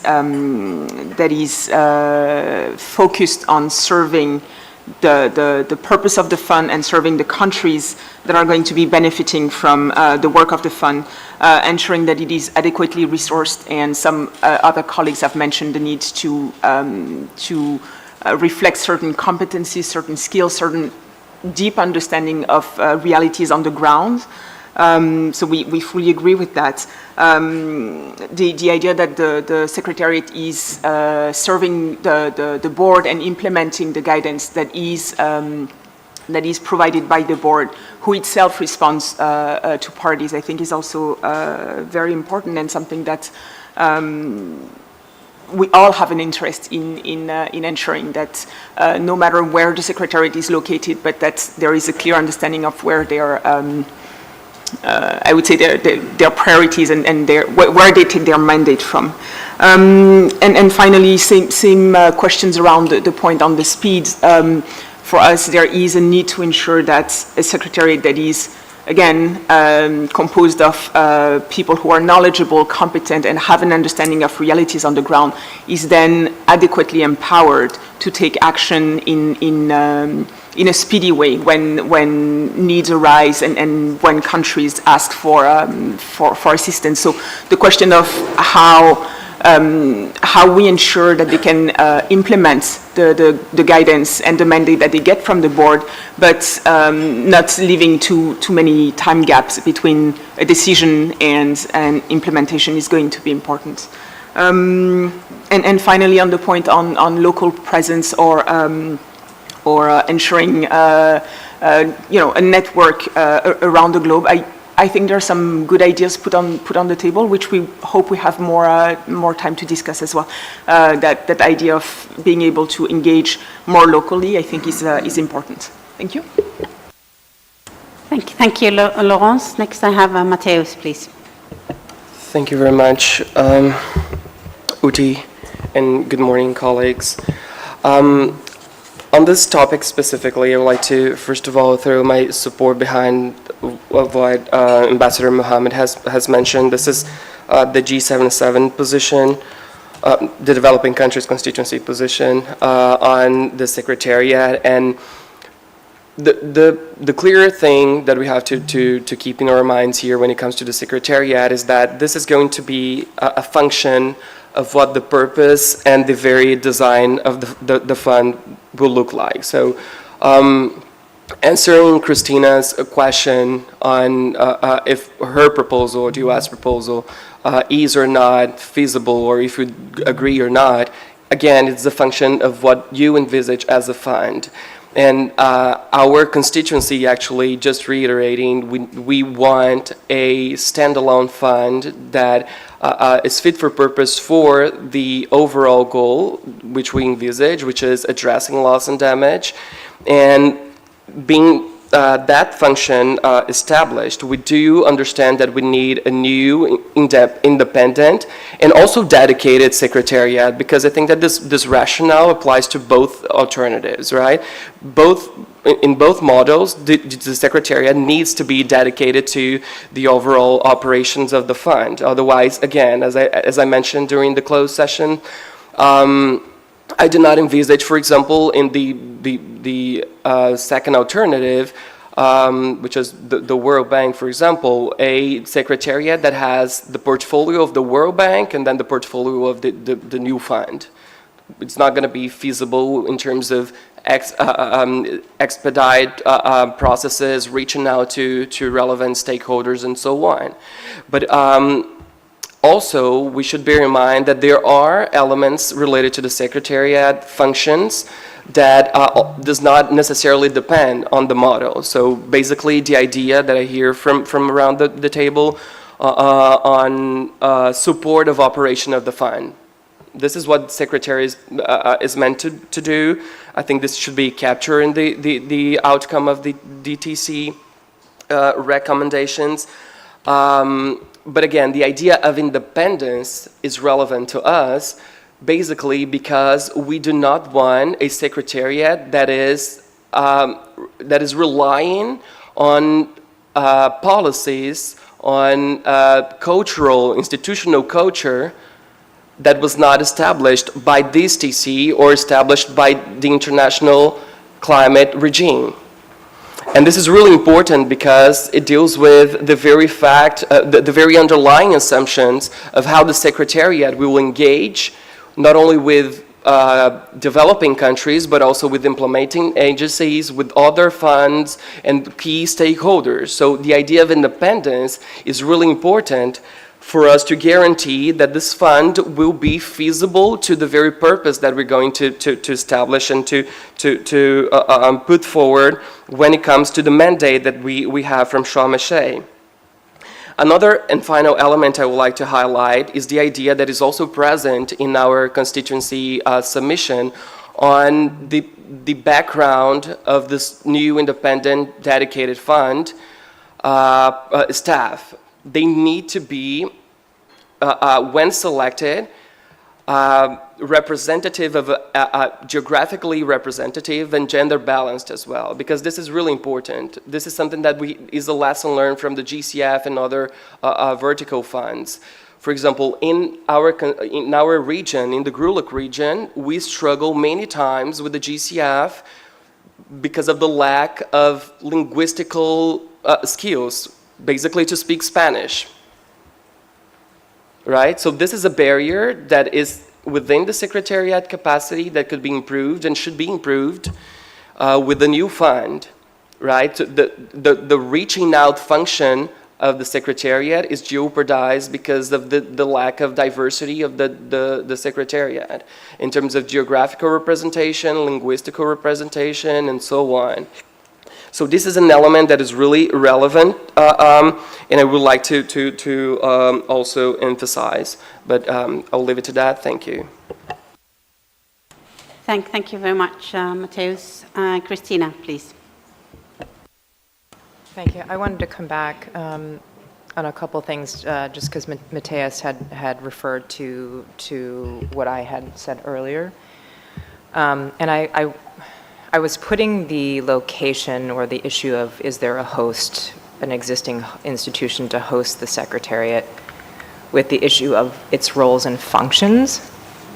And so my question in terms of is our proposal for the roles and functions, I think my assumption is that it can be separated from this decision on whether there is an existing institution that hosts or not. So when I was referring to the roles and functions, it's the paragraph 23 in our submission, and it's, I would hope for the most part, fairly straightforward things like organize and execute all relevant administrative duties, receive and report information on activities financed by the fund, prepare performance reports on the implementation. I don't want to read through all of them, but they feel pretty straightforward. And that was my question. And I think these functions of the Secretariat can be looked at separate from this other issue. So I just wanted to to flag that.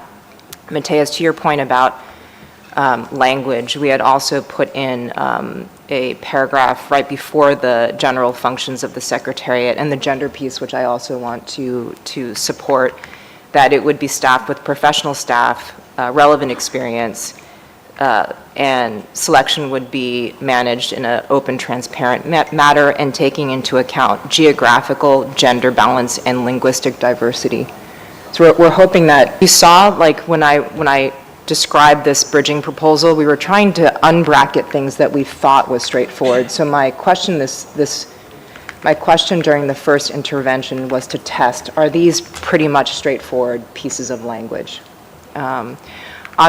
Since I have the floor, I wanted to go back to this issue about an independent secretariat and what we're proposing with the secretariat being housed at the World Bank or the FIF3 model per the paper that we have would be to allow for the secretariat to be independent. But one of the prime advantages of this proposal in our view is that the Secretariat would have access to the resources of the World Bank, including country representatives, technical capacity, and also going back to the P's and I's discussion earlier today. And I just wanted to flag that we also agree with Mo's desire for the board to have decision-making capability and the importance for it to have a professional staff. So the independent nature and the guidance from COP-CMA, I think those are all areas where we would are part of what we're proposing as well. And I think the issue becomes whether it is a brand new as part of the standalone or housed in existing as a FIF3 or the FIF3 model. Thanks. Thank you, Christina. Mikhail, please. Thanks a lot, Uti. And again, as always, thanks for the different interventions, colleagues, and thanks, Mateus, for highlighting that point. And I think over the last few days, we've been highlighting the issue of culture in organizations, in institutions, and we need to figure out a solution, a path that allows for a culture that is obviously different than the current culture, right, in the current institutions that are there, that are potentially there to host this fund. Do we go about trying to, through this fund, reform institution that is decades old, from the 1940s, and how it approaches things? Potentially, that might be possible, you know, the UNFCCC to kind of uproot that type of level of cultural imbalance. However, I think that we do need to keep our options open on the fact of having a fit-for-purpose secretariat that's able to look at our different issues and matters. Just one thing to highlight and double-check that I guess we didn't talk about the interim secretariat, and we're just kind of focusing on the permanent secretariat, but I do see an importance for us to, whenever we do get the time, to spend some time on the interim arrangement, whichever route that we choose, to figure out that as well. And I'm sure we'll be sending submissions on that shortly. One clear question I have is on procurement differentials. There are a lot of assumptions that are being made potentially by having a hosted FIF versus independent, and the difference between, because we all agreed that there will be a dedicated secretariat. So from my understanding, dedicated means that either or will have, if they both have 10 staff, they will both have to procure that 10 staff. And so an understanding of whether giving the independent a chance, what is needed for it to potentially procure that with the interim secretariat, as well, looking at how the World Bank does their procurement as well, what is their time differentials, and for us to actually have an evidence-based discussion as opposed to supposing what might be quicker versus the other. Not noting that quickness is not the only factor, that is a discussion here, but again, reiterating the fit-for-purpose aspect. So I had a question on that, and maybe if the TSU or the co-chairs or whoever the case may be could give us some understanding of what procurement differentials would be in relation to the timelines, that would be very helpful, I assume, for the Transitional Committee. The other thing is on the role of the Executive Director, and the Executive Director, which either option plays a very crucial role in being the spearhead of this organization, And it would be good to understand, is there any difference of how we can select, how we can choose the executive director, where do we get involved, where does the board get potentially involved, not get involved in the context of different routes. I don't know if that was presented as clearly as possible, but it might also provide us with a lot of, again, evidence to make a well thought out decision on this crucial option.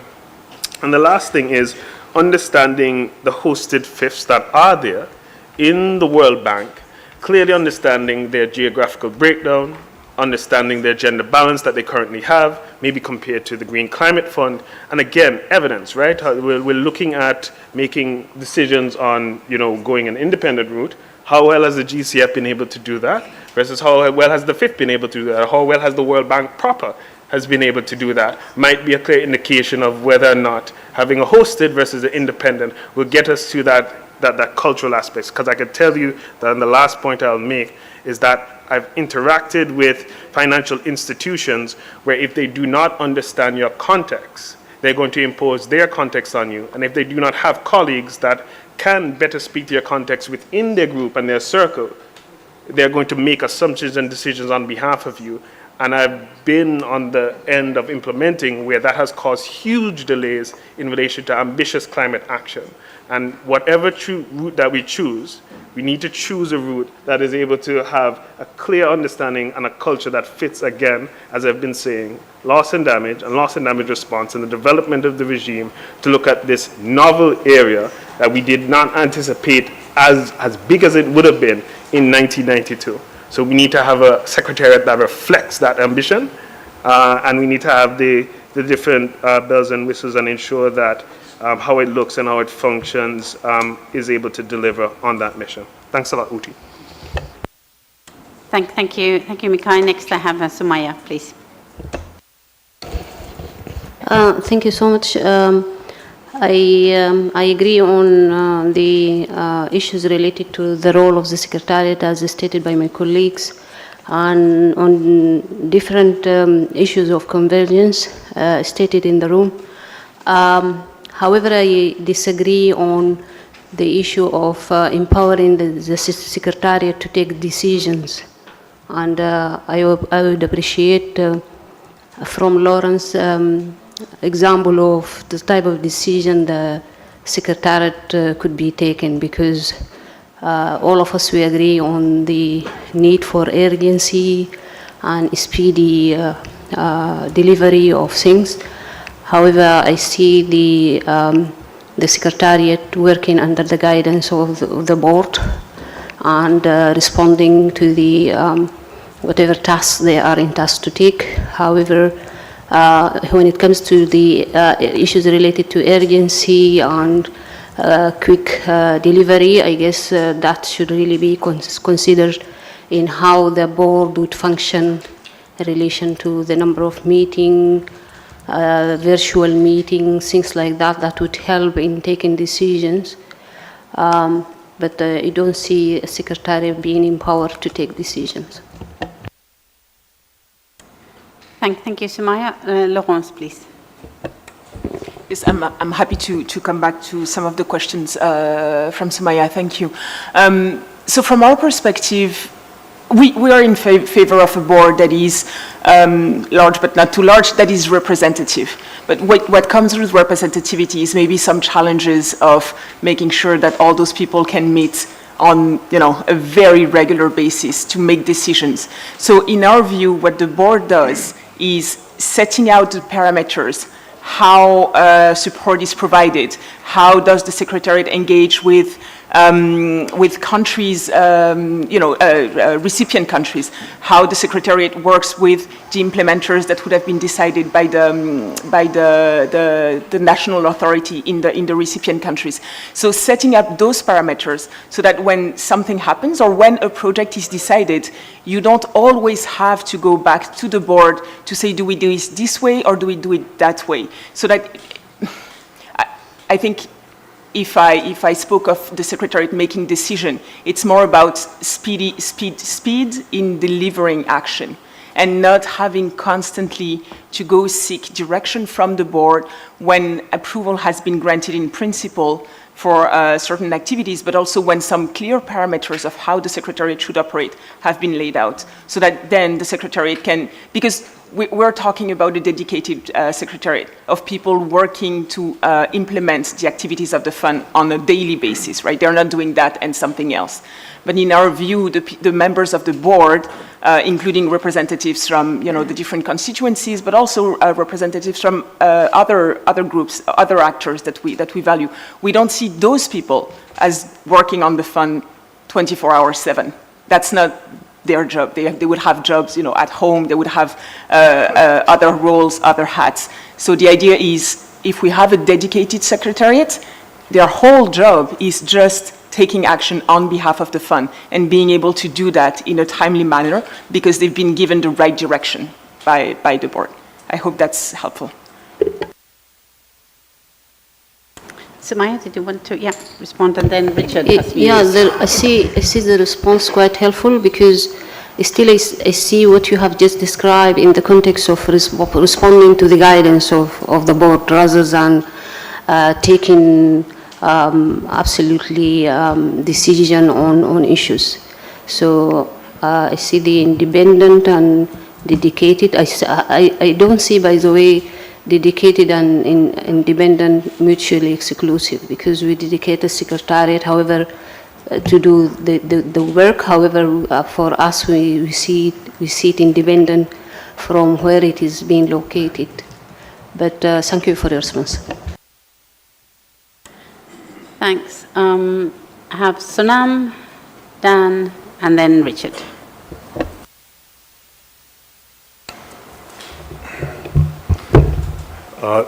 Thank you, Uti. I also echo the views of my colleagues from the developing constituency in terms of how they see the Secretariat as, firstly, as a new Secretariat, a new organization, dedicated and independent. I think those are key, irrespective whether it's the fund is standalone or a fifth, but the Secretariat must have those characteristics. Also, I think there has to be clarity in terms of the head of the Secretariat, the executive director, whatever we call it. That's also, I think, very important. And it must be staffed with people with right competencies. I mean, the right expertise must be there. I think us saying that we put it in World Bank, you will get people from their resources. I think that is not a really factually correct, because we may not necessarily get the people with competencies in this domain of loss and damage in the World Bank. So I think that is also very important, that we need proper staffing. The other thing also my colleagues have mentioned, in terms, I think right from the very start, it's the, in terms of the work culture of the organization, I think that's very important. I think we cannot put our fund in where it's conditioned to another culture. So that's very important, and this is going to be a 21st century organization. A lot of out-of-box thinking required here in terms of doing things differently, trying to learn from our mistakes in the past and trying to better them. So for that, I think it's really important that this new culture is inculcated, exists in this that new organization that you have. Also, I think it's very important in terms of the mandate and terms of reference for the Secretariat. I think we will have to be clear. Of course, we will have to have the board, and they will work under the guidance of the board.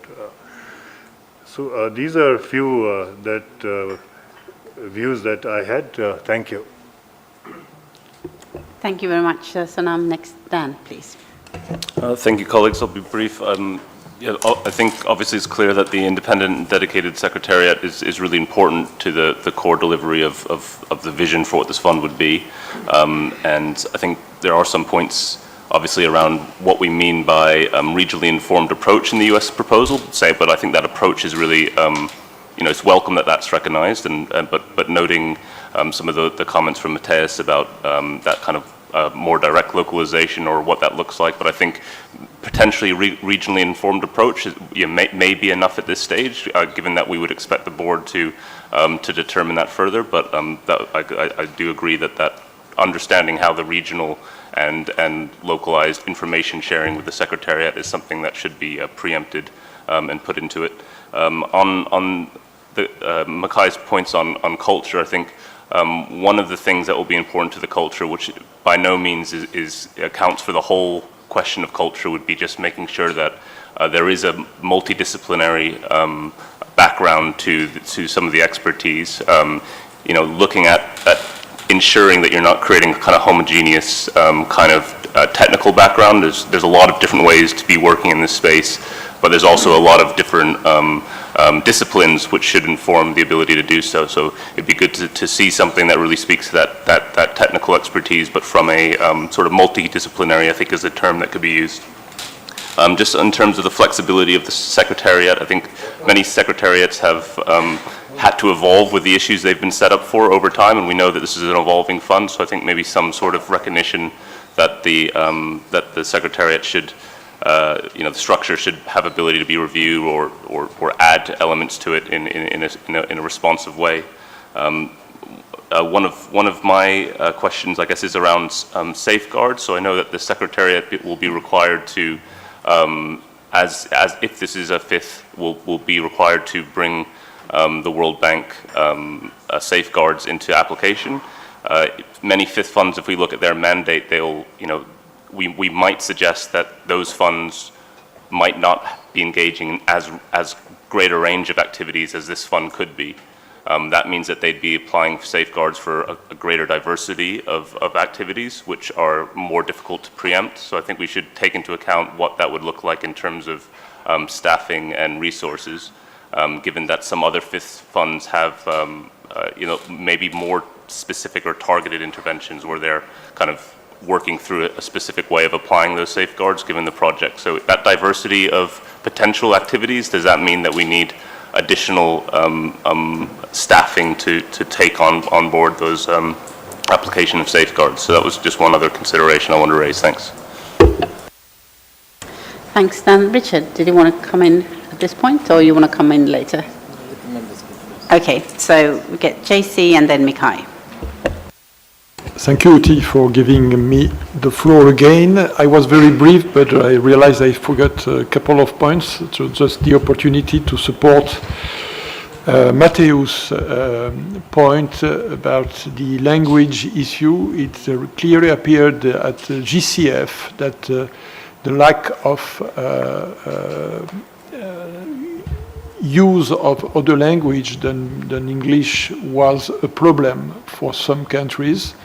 In Latin America, in Africa as well. And so I think it would be good to have some language about language precisely. And I would add my voice to those of you who said that there could be also some language about gender and geographical balance in the Secretariat. Thank you, JC. Mikhail, please. Yeah, Uti, in the same vein of JC, it's one other point that I wanted to highlight, and I know the developing country constituency proposal talked about realizing the very extreme nature, reoccurring nature, and the need for flexibility of the Secretariat, the potential of delegating certain roles and responsibilities to the Executive Director. And I just wanted to make sure that we take into consideration the fifth bank guidance, even though noting the bank guidance is only guidance, right? But however, sometimes we all know in this room, finance negotiators, how guidance may end up becoming the rule.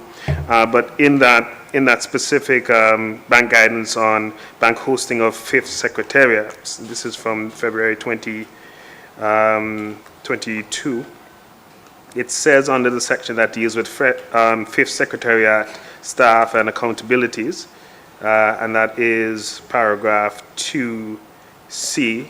And it would be good to just to think through it, right? Because and Laurence made a very good point, right, on potentially having this dedicated rule once so as the board decides to make sure we're very responsive.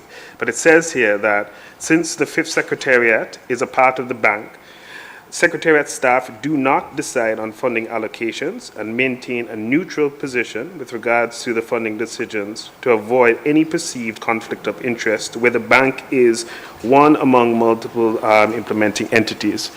So what I hope that we can discuss, and maybe if this is taken out of context, my understanding it comes under the trust fund policy, which comes under the fifth directive, which then comes down to this discussion on fifth guidance of hosting. But it would be good for us to at least, and maybe Richard, you have the answer on this, of what implications this may or may not have in the context of that rapid interaction of the fund with these different funding allocation decisions that may need to be made where the board hasn't met or constituted and there's delegated authority. This seems to be against not only developing countries' positioning, but developed country positioning on making sure that this is a responsive fund. And maybe how can we address this in either option? Thanks a lot, Richard. Uti, yeah. Thanks, Mikhail. Richard, over to you. I don't know if I can give a definitive answer to that, Mikhail, but my understanding of the fifth policies is that the staff that would work for a loss and damage fifth while being World Bank staff, that's all their job is to do. So you're not like a World Bank staff in the climate division, and then you're also working with the fifth on loss and damage. So there's almost as if with the fifth trustee, there's a very clear firewall between the bank staff who do substantive project development, who may be applying for money, versus those that would be just managing the process. That's my understanding. But I guess one of the things that we'll probably have to do in the next week is to compile a list of questions so that we can engage with the bank. I mean, we didn't want to rush off. We have had one or two very exploratory conversations with the bank, but it's been very difficult to do anything because this committee needs to give us, coming into this meeting, we had 5 or 6 options, right? So we were just taking our time and exploring things. My point I wanted to make was I guess in response to Laurence, and this is not necessarily my position or my group's position or constituency's position, but one of the things that we have to be sure of is, because this is a loss and damage fund, we have to make sure that the way in which we approach things, particularly with the delegation of authority, is that we don't allow for political influences into the process, right? So one of the core eligibility, the main eligibility criteria is that you're a party to the Convention of the Paris Agreement and the Paris Agreement, right? So that means all those parties are eligible. Now, we know there is at least one party who is eligible, who is a member of the treaty body, where it's going to be very complicated for even at a board level, right, to take decisions to support loss and damage funding. Now, and then there are others that are maybe a lower beyond that party, but where there will be political considerations that may come into play even when there's an event, right? So we have to be cautious of the reluctance of developing countries to often give too much delegated authority without the political management. So it's not an easy issue to simply give delegation on these things. And we have experiences where we have given delegation and certain members of the board intervene bilaterally or unilaterally, and those decisions are then overturned by external processes, right? A very, very specific example, but that's a reality. So I think we need to understand that governance dimension of the delegation of authority. But again, some of the delegation comes from what is the scope of this fund. So if it's the TC's decision that we are doing what Mohammed's T1, T+1 or T+0, I mean, you can't go into a project cycle discussion. You would need to respond, and therefore I think that at least on that, my understanding, Mohammed, you correct me if I'm wrong, that the T0, day one, whatever, is immediate response to event. The trigger, as we discussed yesterday, would be the declaration of a state of emergency by the party, and then I would assume that there would be a process initiated by the executive director that would lead to a decision, possibly not by the board. And again, this goes back to the complexity of decisions without board meetings, which is in Christina's submission. Essentially, again, when you do that, it's a binary response. It's either yes or no, right? So it's not like yes but or no but. So we have to be we're not dealing with funding proposals, right? We're not dealing, particularly when in response to events, right? We're dealing with the response to event. Now, essentially, we either have to fully trust the delegated authority, and if we don't like it, then we live with it, right? So if the executive takes a decision to do X, then we live with that. So, I mean, these are the contexts that we also need to be aware of. So it's not that simple to just suggest that the answer is a dynamic fund with full delegation of authority. But ideally, it should be to that extent. It's not like the GCF at all, and I think we're wrong, Jean-Christophe, to try and make parallels between the GCF. The GCF is a mitigation adaptation fund. It's project and programs. This is an entirely different institution, and while there might be some kind of comfort that locating in an existing may be beneficial, there's also a lot more comfort that creating a loss and damage fund to do loss and damage is a challenge we haven't done before, and that simply borrowing from existing examples may not be actually the best thing, because if we're going forward and we look at the numbers, and we might not like the number of 100 billion that we put forward, right? And I can understand, I know why we're all afraid of it, right? It's not as if money is growing on trees, but that's a minor number, right? The IPCC was closer to 400 billion, right? And we're seeing the heat waves, the fires right now. It's likely to get worse. I mean, so therefore, maybe we need to just take a step back and say, yes, the easy option might be to co-locate, but actually the better option, the more long-term option, may be to take the slower step of doing, and I think your paper, correct me if I'm wrong, your paper said maybe we put it somewhere for 5 years with the understanding that we would move it somewhere else. And maybe you want to explain to colleagues what you meant by that, because that may actually be a better option. Maybe the third option is to put it somewhere for a while and then transition into this clearer, bigger, better fund that we can't get from co-location. So again, just these are not positions from my seat, just as co-chair trying to understand that we've taken the right decision, right? Thank you. Thanks. Georg, please. Thanks, and I wasn't quite sure where you were walking in your talk, Richard. There was a lot of stuff in there, but I think to me, actually what you were saying for me is, in fact, a stronger argument for putting the fund in, having it hosted by the proper institution and with a dedicated secretariat that can deliver the services that it needs to with the fund. I think there's one thing that maybe in the discussion that hasn't necessarily been brought up when we're talking about the secretariat, which I guess you were touching on now, is I think I also see a board that can operate differently than what our own experience, at least with the GCF, is that it's a board that to a large degree has been and still is, I think, too much of a hands-on board, maybe managing more than it should and leaving too little to a secretariat that can operate and deliver accountable, obviously, dedicated, and they're also independent. So that's also something we need to think about when we're talking about what type of secretariat we want. There's a connection, obviously, with the whole governance structure.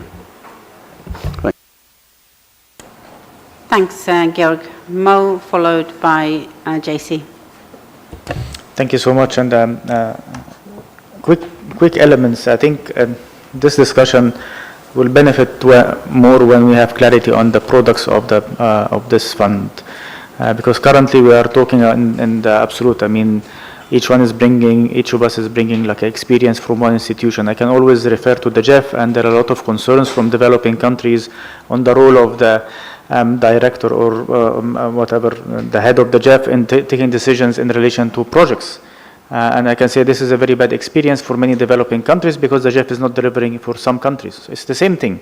So it depends on what kind of product are we talking about. And I think Richard tried to clarify that in some cases you will need a quick action, but this quick action will be based on very clear policy guidance coming from the board deciding that on this specific activity or this specific product or this specific support, it could be done quickly through the secretariat according to 1, 2, 3, 4, 5.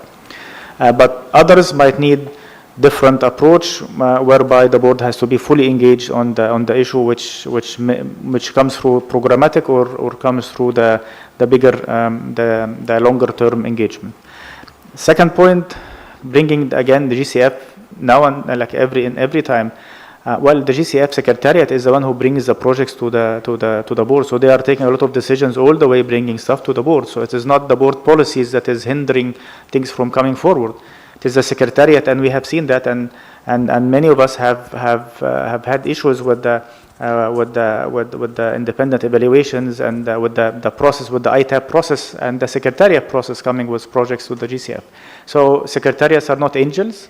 And just thinking that empowering the secretariat will make things easy. I think let's focus on what kind of products will this fund provide, and then what will be the best policy making or decision taking process that we can work on. So because now we are talking about different products on different formats and then different roles of the secretariat. Second point, if we go with the model where it is hosted with the World Bank, my question would be, how can you ensure that this is totally independent from the World Bank policies? And that's why we are saying operating entity. And that then the work of the secretariat on eligibility or on the programs or on assessing the projects or even delivering on the support will be according to what the COP and the CMA decides and not what the World Bank has established policies within. So again, this issue of independent versus, you want to say, dedicated. I mean, dedicated is one thing, independent is something else. I can have 3 people from my team dedicated for the COP process, but they're my team. And I am the one who pays them, and their affiliation is with me. While if I have different team coming from outside and dedicated to the COP process, they will be totally dedicated. They are paid by this outside process, and their work and the way they function is with the COP process. So I think this is a difference where we say dedicated versus independent, and independence does not mean that they are independent from everything. Of course, they work under the board and they are accountable to the board. So this is the second point. So I think we are not far apart, but once we get clarity on the model of that we are working on, where it sits and what kind of relation and operational modalities, it will be much easier for us to decide on elements on the role of the secretariat versus the role of the board. But there is a common element from our point of view, at least, is any role given to any other entity that's outside the board should not be touching issues of eligibility, should not be touching issues of programming and creating different criteria, different sets of criteria that the ones we give the board direction for or the board decides on. Thank you. Thank you, Mo. Next I have JC, followed by Haja, please. Thank you again, Uti. Two sets of comment. One of the delegation of authority, the other one of the point, the question raised by Richard about transitional arrangement. On delegation of authority, it's a complex issue because we don't know yet what is the business model of the fund. This is what you said, Mo. I agree with you.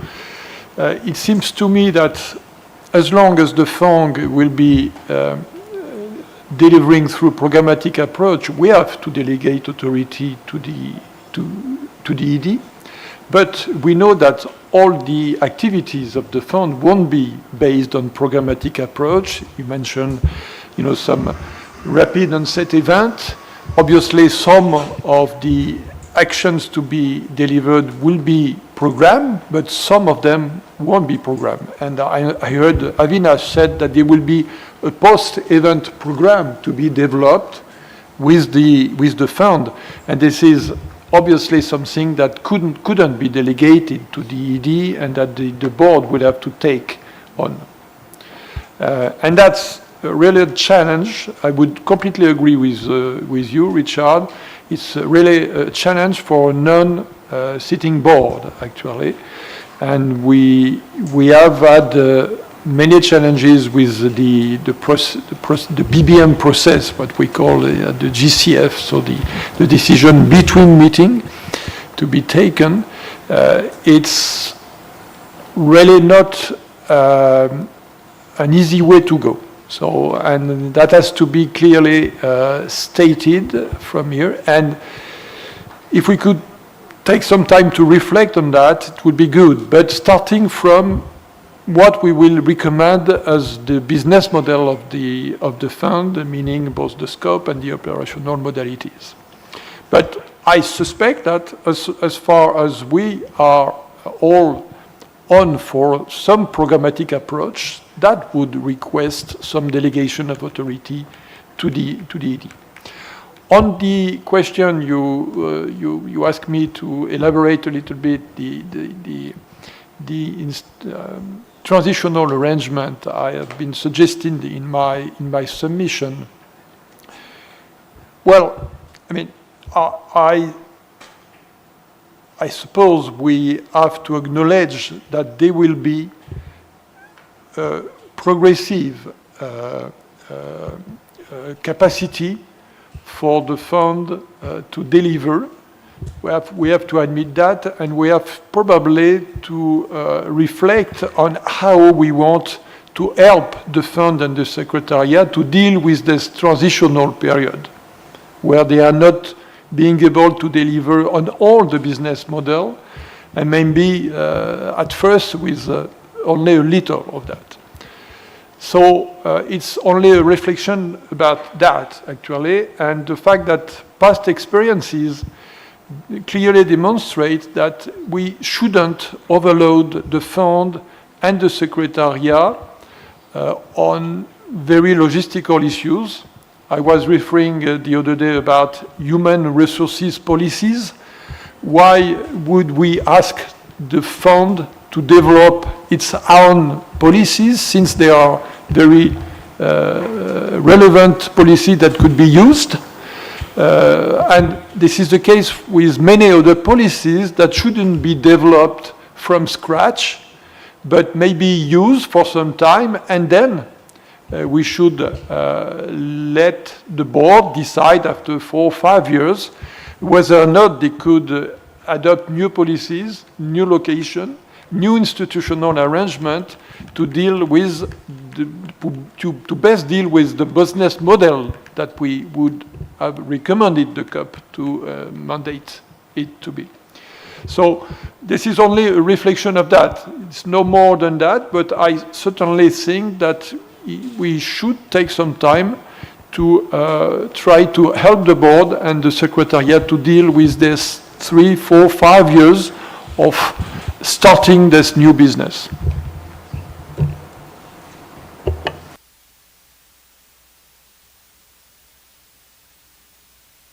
Thank you. Sorry, multitasking. Not doing a good job at that, by the way. Mo, please.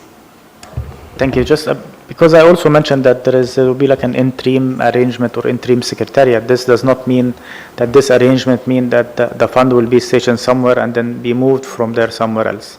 Because let's be very clear. I mean, once you establish something, it stays there.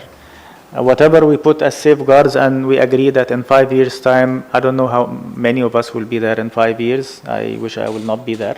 But the institutional memory of what was around this discussion disappears, and then it becomes de facto dealing with this on the spot. And if it's sitting somewhere, this somewhere will not allow it to leave. So those are the realities. But interim secretariat or interim arrangement for a secretariat, we did that for the GCF, and it really moved things forward because it built on capacities, but it was also independent arrangement. So, and I think this allowed independent and semi-independent arrangement allowed things to move forward with the GCF. It didn't provide the best option, but it allowed for the option for things to move forward. So I think this will be taken into consideration in that. But of course, we hope that we'll be able to have a fund that is up and running and delivering on the spot, or at least in a very short period of time, and we avoid like the fund being in a transitional phase, and then this transitional phase is extended, expanded, becomes really tricky on the issue. Thank you.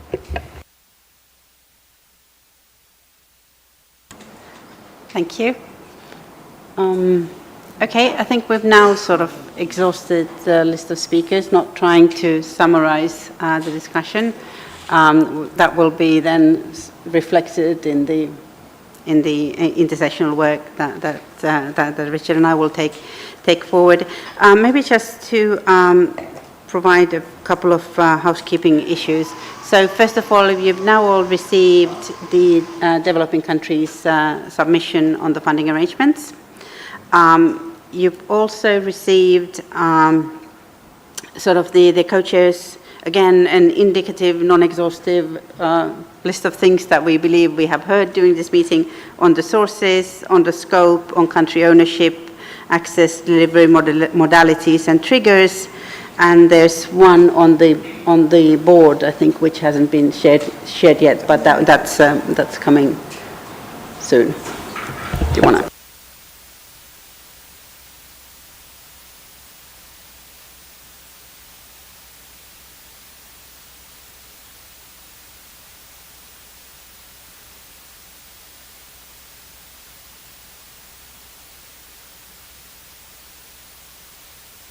We'll be happy to walk through each of these notes as they are shared, and again, I mean for most of them they've been just sort of our attempt to first of all list the list of issues that we have heard in the interventions. There's also on some of them there's been a sort of an slight attempt to capture some convergence and then also the divergence of views that goes certainly papers on sources, scope, country ownership, access delivery modalities and triggers.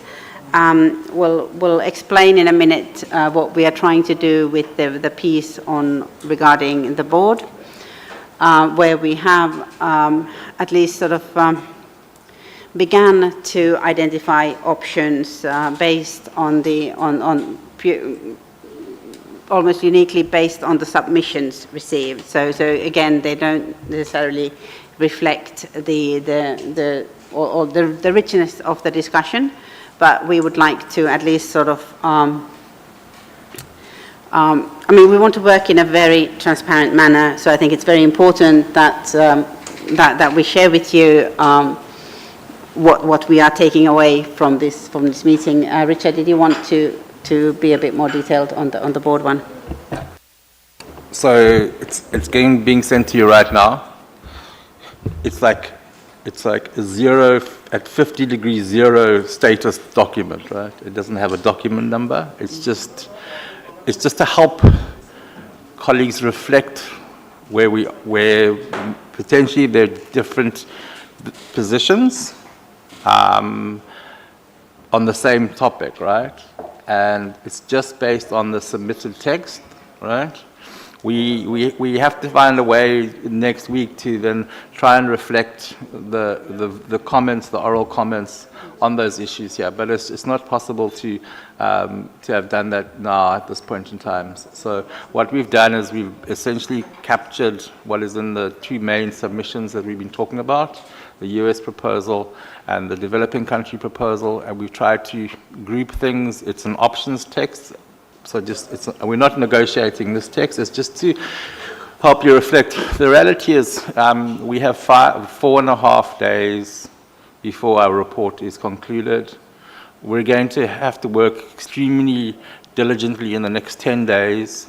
You are going to, as members, have to work diligently to submit to us, and then Uti and I are going to have to then take everything and work together, prepare a draft, and then have consultations with you as we get onto TC4. Because if we don't do that, then we don't have an outcome. And so all we try to do here is to reflect where say there's a position on the board. So there's one proposal, and then there's another proposal. And in some places there's only one proposal and no other proposals. So Christina, what we did is we included your language on the board functions and on the secretariat functions, because as you say, nothing is easy here, but I mean, they're pretty, we know what secretariats do and what board does, and we've put a little co-chair's note saying that it's not that there isn't an option, it's just that nothing has been submitted. This is just merely for you, and we'll give you homework before we close the day, right? It's just merely for you to reflect where we are, and some of it might be, you might say the developing country position is better than the developed country, and we like that option, and you're happy, or you can make amendments. It's just really to help us. I want to be clear, this is not the precursor to a negotiating draft. It's just that reflection on things. It's 0 degree status. Hopefully it's useful. If it's not useful, then don't use it. And maybe also a further addition that I believe that we've had a very rich discussions here over these past 3.5 days. I would not be surprised if everyone's positions have evolved a bit in terms of in the level of detail, in the level of thinking, and so on. So again, what would be I think very valuable to us is that, for example, if your thinking regarding the board composition, for example, has evolved over these 4 days, that you now think it should be smaller, bigger, whatever. I mean, that's the kind of feedback that we would also need. So, and again, like Richard was saying, if it's useful, we're hoping to build on it. If it's not useful, we'll just have to go back to the drawing board, and Richard and I will have to think of a different approach in terms of taking this forward. Yes, Mikhail, please. Thanks, Uti. And just to close out what I was saying, and I was talking to other colleagues on the matter of standalone versus hosted FIF, it may be quite helpful to have some sort of note, not detailed paper, about these trade-offs, potentially to guide our discussion based on evidence, looking at things such as the independence of the Secretariat, whether or not delegation can be done on either or, things that deal with direct access, things that deal with speed.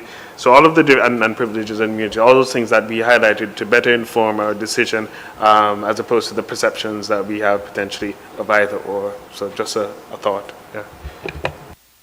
Thank you, Mikhail. That's a very valid point, and that is indeed why we have the TSU still at our disposal. So certainly on the list, I mean, there will be a list of questions that we would transmit to the TSU to make sure that we get answers. Also, as you know, we've had a couple of discussions with Jürgen from the World Bank, and he has promised to come back to us with written answers. We don't have those yet, but again, that will also provide a lot of hopefully useful material in terms of to help build our decision making. Thanks. Let me just consult with Richard.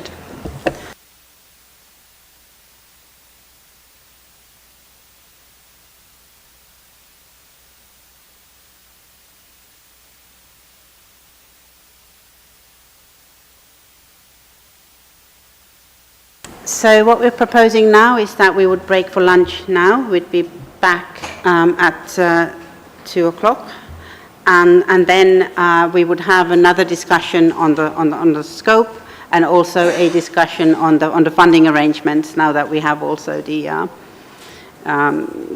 developing countries submissions. So now you're free to go for lunch and be back at 2 o'clock sharp. We're still hoping to close by 5 p.m. today, but as you know, this was a full 4-day meeting, and we're not going to apologize for going all the way to 5 or 6 o'clock tonight. Thank you.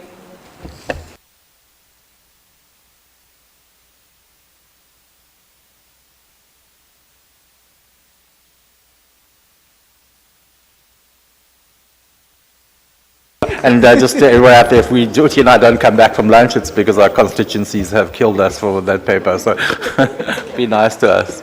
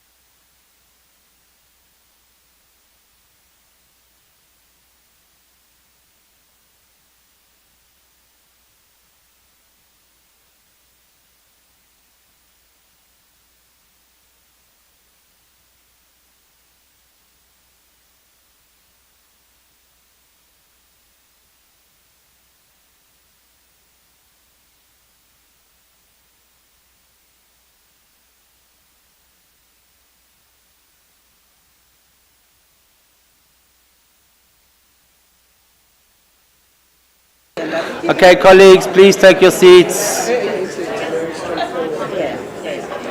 The huddle behind me, you're blocking progress of the meeting. Thank you.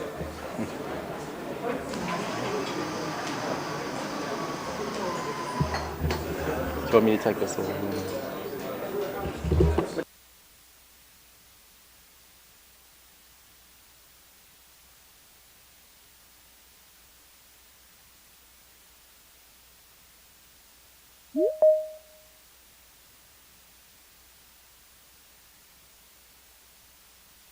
Okay, colleagues, we're coming back to an important issue. We don't have everybody here, but anyway. So we're now going to return to the matter related to the funding arrangements.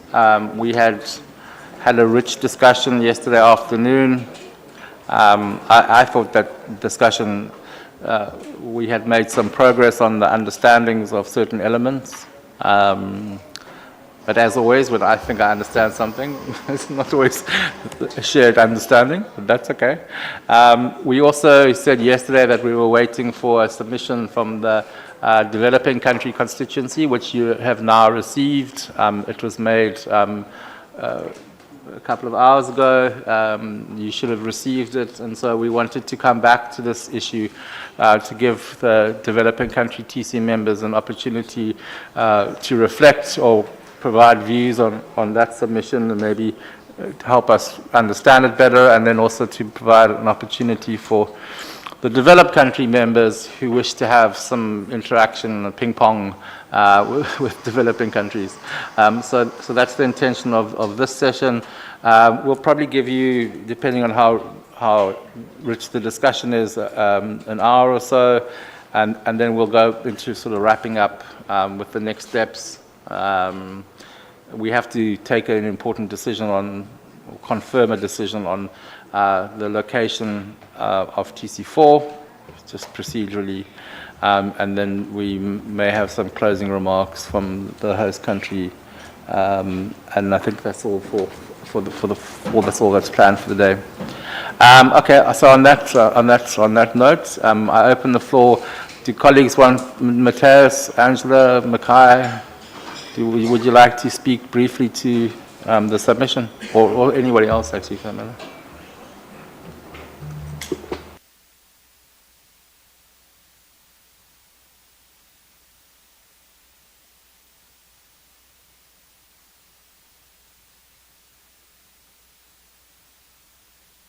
Seeing no, so it's very clear in my mind that the submission is clear, and there's no need to present it unless you want to. Are there any questions from developed countries that you want to seek clarification from colleagues on? I know it's afternoon, I know it's hot, and people want to go home, but let's just try to use the opportunity for a little dialogue.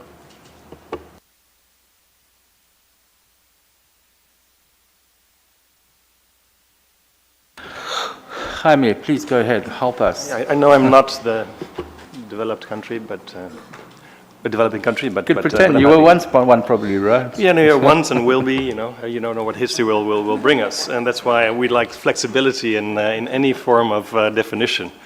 We just don't know, and being aware of history, you just don't know what's going to happen. No, but it's. I just want to compliment actually our friends from the other constituency to have really seriously looked at the funding arrangements as well. That's very highly appreciated. As I said yesterday in my intervention, when we started in TC2, I saw that we were looking fund arrangement to understand what would a fund do, and we've really moved to working towards fund from our constituency, and now we see this reflection on your side as well. So we really, really appreciate that you've come with you've done the work, and we're having this dialogue. And I have a couple of comments. First. The proposal that you bring talks a lot about coordination, and we agree that it's necessary to have coordination and coherence going forward. And the fund has a role in strengthening funding arrangements and coordination, so that we think that makes sense. So at least for my seat, let's see what the rest said, but we didn't have time to discuss it amongst ourselves. And And the High-Level Council can further ensure a continued global dialogue among the key funding arrangements inside but also outside of UNFCCC to influence them, enhance them, resource them better, and to make the whole system fit for purpose. And our TC recommendations, which we'll bring all of together to the COP, should reflect this to serve the particularly vulnerable developed countries. So we don't want to leave any potential resources behind.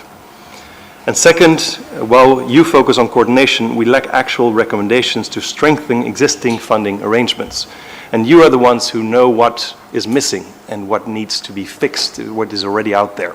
So we can, what JC also said, move fast or as fast as we can. And we don't have false expectation that these are golden mountains, but we do know that there is a lot of money and expertise and knowledge out there that can go your way. So, and I know that your constituency is a very broad range of actors with very different sizes of economies and challenges. So we'd love to hear from you where you see that there is low-hanging fruit, which we could move forward. And either that's written in a text or we know what it is and we can then action after the COP. But I think it would be very useful to have your insights there.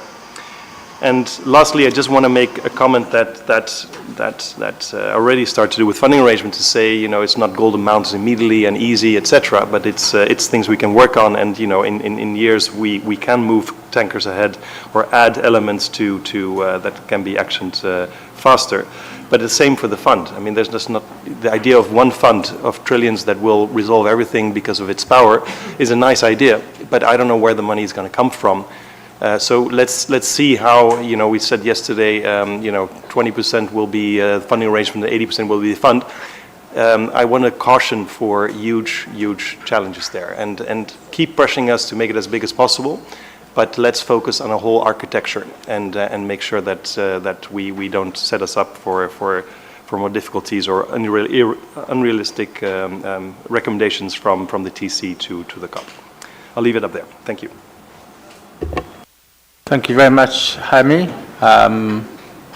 So I think we should recall the conversation yesterday on the specific sort of like the substantive recommendations. I think Avinash made a very clear comment about the lack of involvement with countries, right? And it wasn't clear. There was no real answer to that comment. So I think the reason why developing countries aren't engaging on that because for us the principles of country ownership are quite sacrosanct, and it's not clear where we've seen.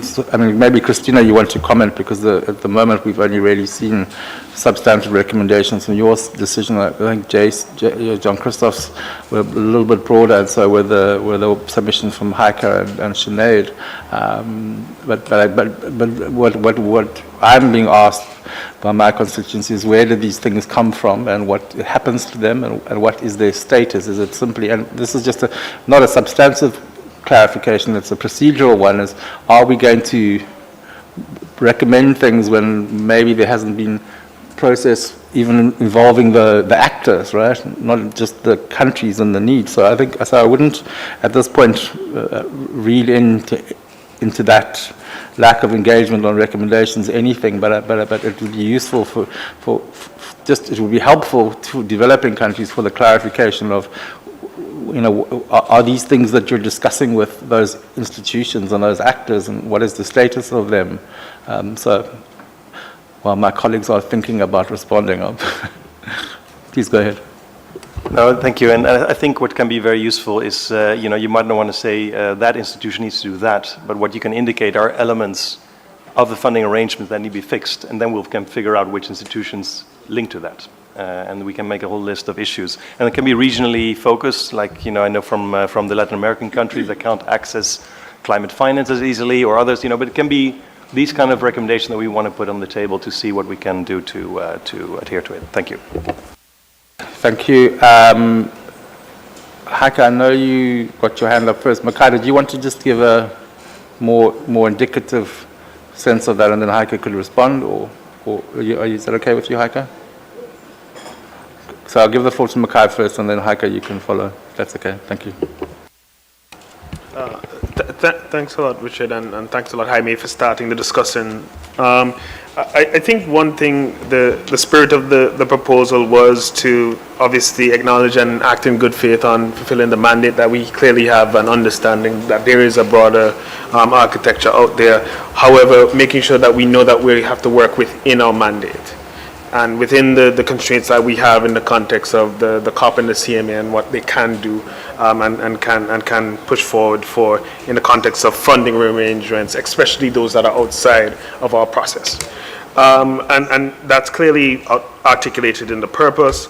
But I do think one clear thing that we provide in the paper itself is to establish a place in which we can work with existing or new funding arrangements and regularly meet on two different levels, and as you can see. And so we presented on the technical level a discussion with the board, right? And the board has a clear role and function as the center of the architecture, especially from technical side. And we spoke a lot to it. We spoke to the Secretariat, and the Secretariat having the ability to look at the broad range of loss and damage, both from the response areas as well as the different aspects of human and natural systems that it faces.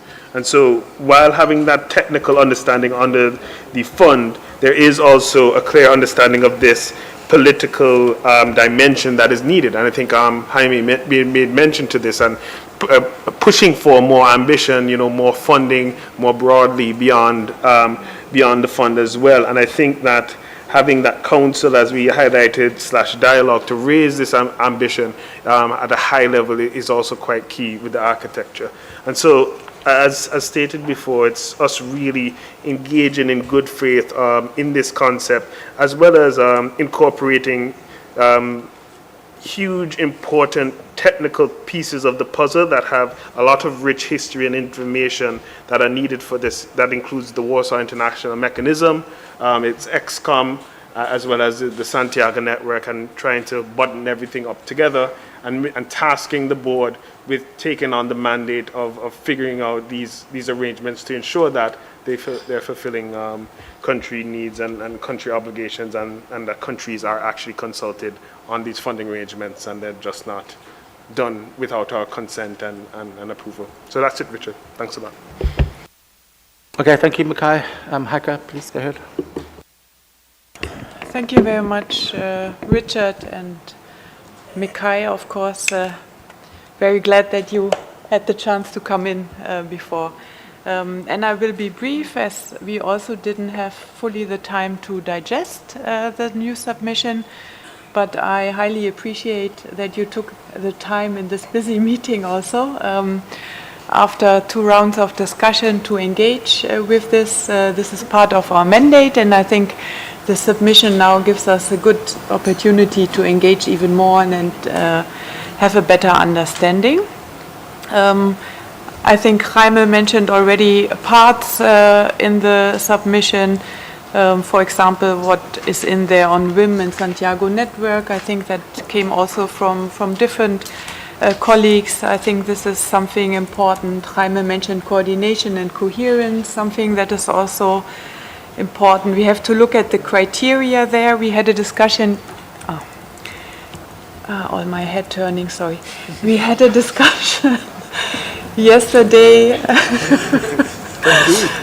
I will only look in this direction now. We had a discussion yesterday on country ownership and not increasing indebtedness, but we have to look closer at that. The one point I would like to mention now is concrete recommendations, because our co-chair also was asking the question of how does it relate to the countries affected. So 2 remarks on this.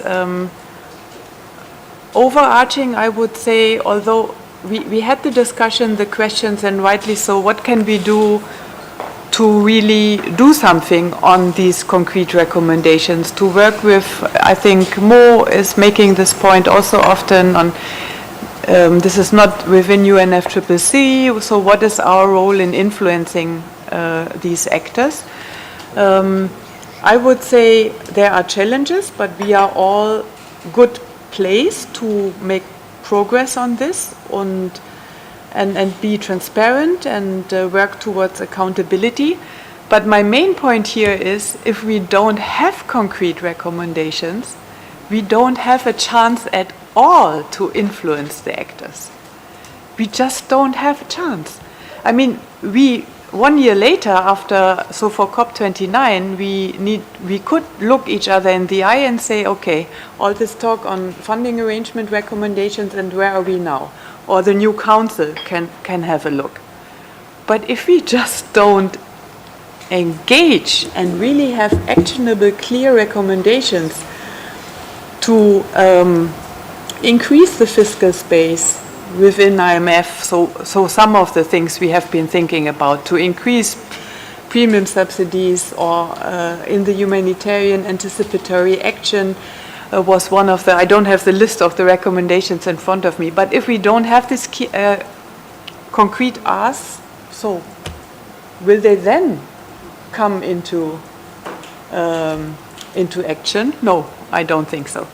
And to link this to, and this is my last remark, to the point that then Richard made about involvement of all countries and specifically developing countries in this, I'm just wondering and asking, without speaking to my colleagues on this, if the co-chairs could create opportunities for this kind of interaction on concrete recommendations that we try to put forward early on in the process, but in the intersessional work maybe we can create opportunities to increase this engagement so that everybody feels more comfortable with more concrete, robust recommendations. Okay, thank you, Heike. Without speaking to Uti, I mean, we're happy to try, but we have a month, and we did suggest at TC2 that we should try and convene a meeting. We've tried to invite people to workshops. I don't think those processes actually led to us having a dialogue with those potential actors. But I mean, I'm happy to discuss with Uti what we think we could do. But it's kind of late. I mean, it's like we don't have, not kind of late. It's we don't have a lot of time. But I'm happy to advance that discussion if it's going to help us conclude our work as a TC with a package of robust outcomes. So from my side, I'll give you that commitment that we will try. Thank you very much. Next on my list I have Hadja, followed by Avinash, followed by Christina, Matthias, and then Debbie.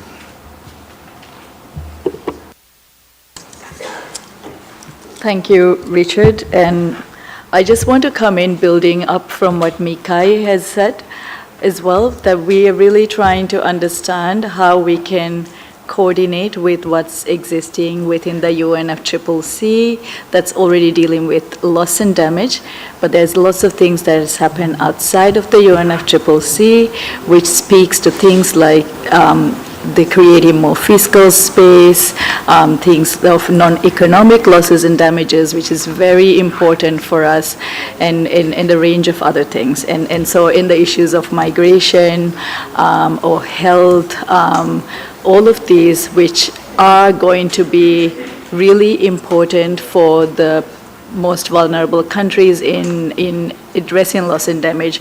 So for this, I think there's a role for the fund, there's a role for the Secretariat, and then there's a role for us in advocating for the outside space to ensure that we have this level of coordination and that we don't duplicate efforts, and the countries are actually able to access the funds, and we are able to have the most impact. And I think it's really important here that we work on these different levels, and so we need time to figure out some of these details is of what exactly these institution development, but most importantly for their populations to have the well-being and exist in these climate uncertain futures.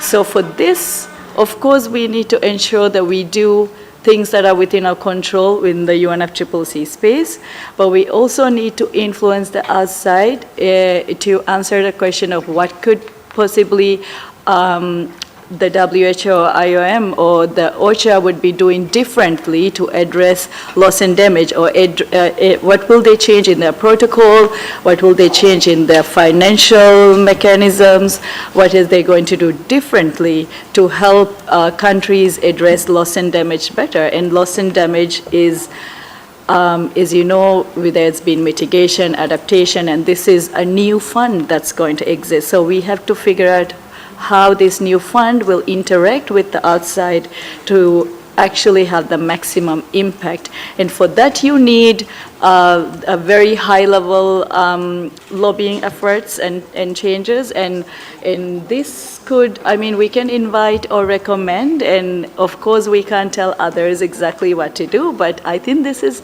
necessary for us to actually collectively make the impact that's necessary on the ground. So I think that in relation to what Heike said, we need to be a bit more specific and work out some more things. But I think there's a very big role for all these actors and for us to ensure through our fund and the board and all to really get this maximum impact in addressing loss and damage. So thank you.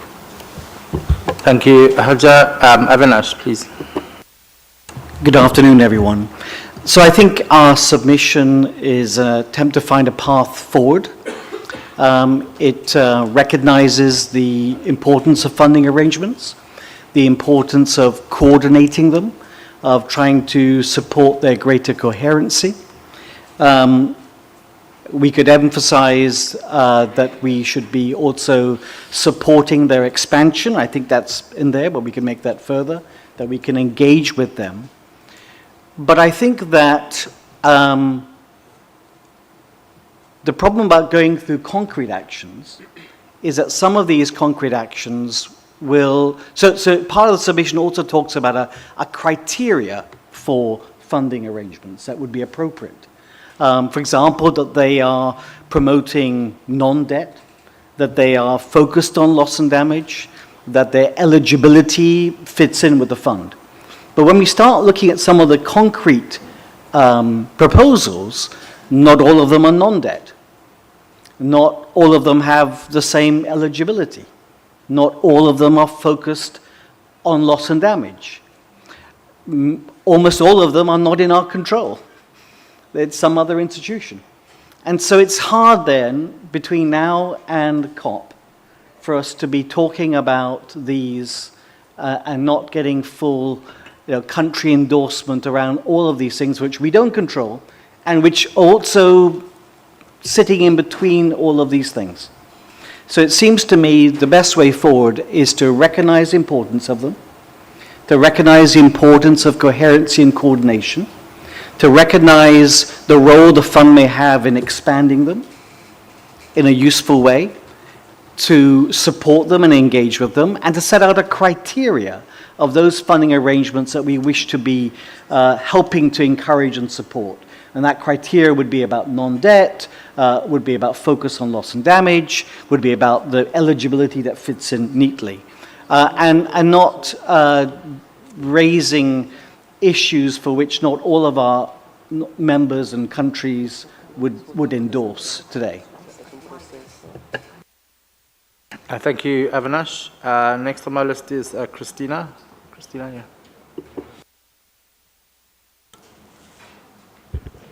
yeah. Thank you, Richard. I raised my flag as Heike was speaking because I just wanted to come in and really fully endorse the points that she was making about using the mandate that we have from Sharm from last year to identify those clear and actionable recommendations as they relate to sources, funds, processes, and initiatives under and outside the convention in Paris, to really try to complement what the fund is doing to address gaps. I mean, we were saying this in Sharm and stand by it, right? The fund is critical, important. It's part of, I mean, it's not the silver bullet for everything, right? And so I just wanted to I raised my flag to just come in and reinforce the point that Heike was making. But since I have the floor, I wanted to also try to address what I think the question was to me about how the recommendations reflect country-drivenness, and maybe to try to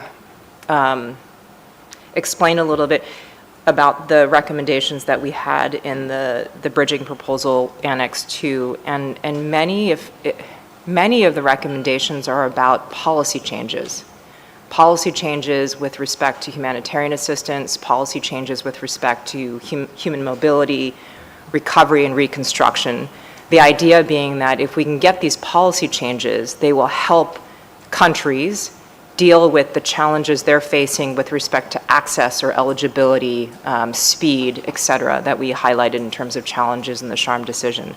Now, I want to give one example of a policy-related recommendation, and that is the one on systematically including climate-related disaster clauses in loan agreements. So the idea is to change the policies at the banks so these clauses are included, systematically offered and included.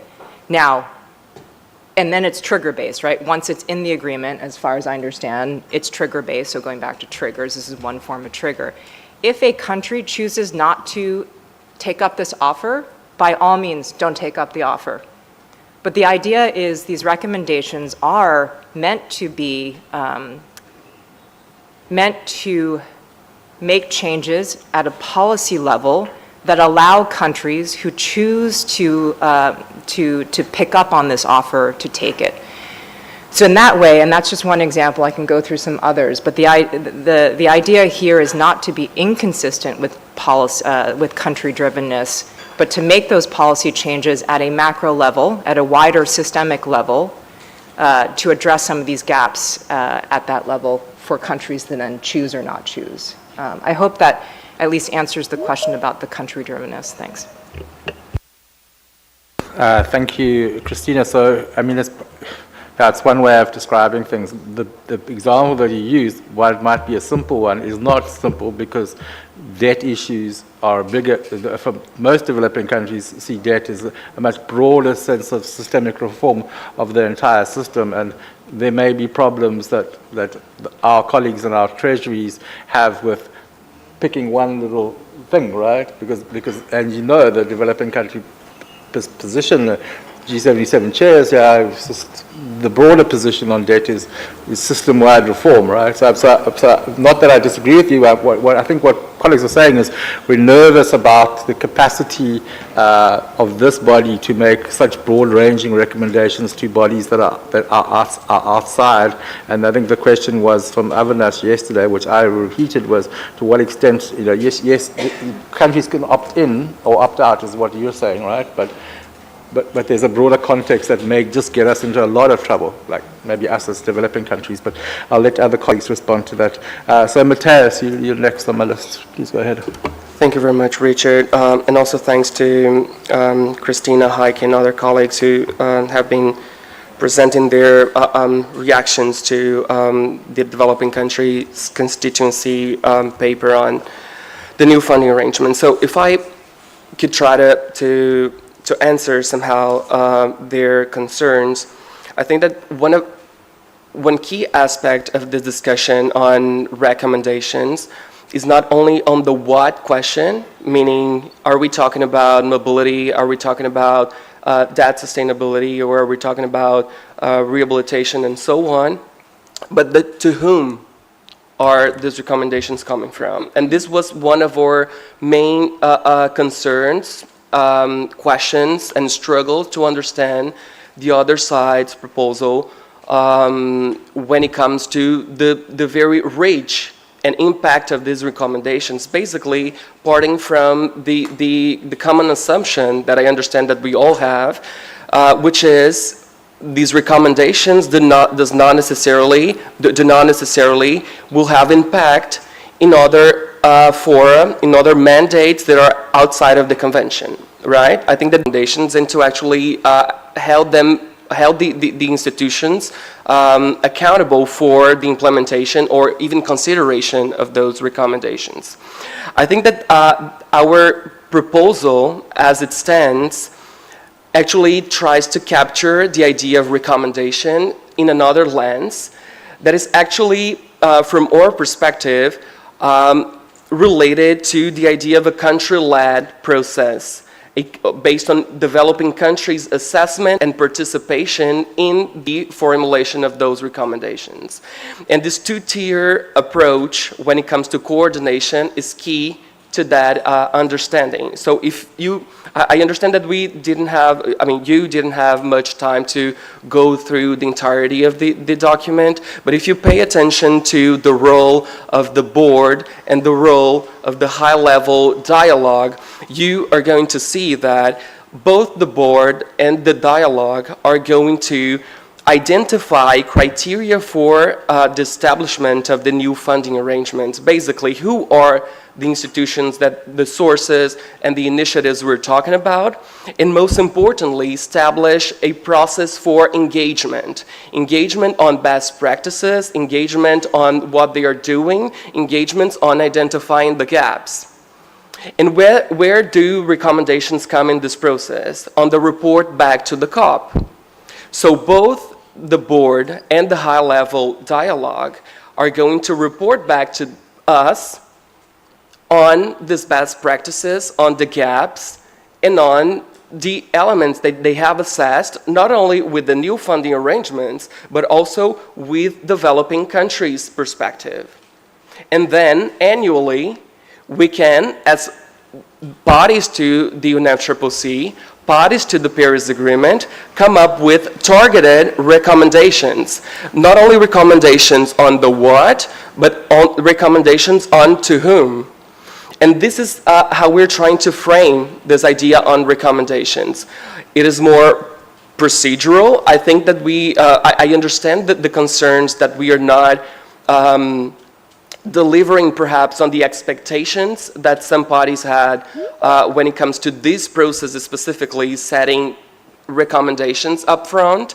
But we do believe that there's lots of added value to having a more of a bottom-up assessment of what these recommendations could look like, and most importantly, have a targeted approach to whom these recommendations are going to.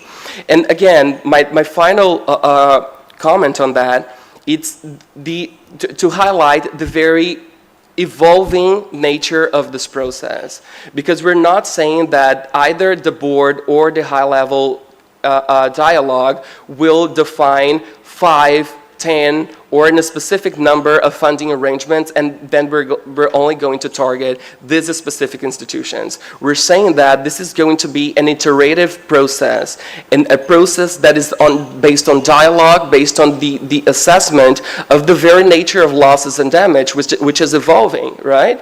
So I would like to give this background and this specific elements of the developing countries proposal, just to clarify that we are keen to having recommendations, but we also see the value added from having this in a very structured and well thought out manner, and basically coming from this bottom-up, country-led, developing country-led approach. Thank you.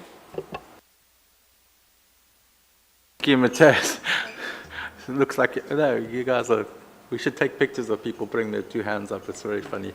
I have Jaime and then David, please.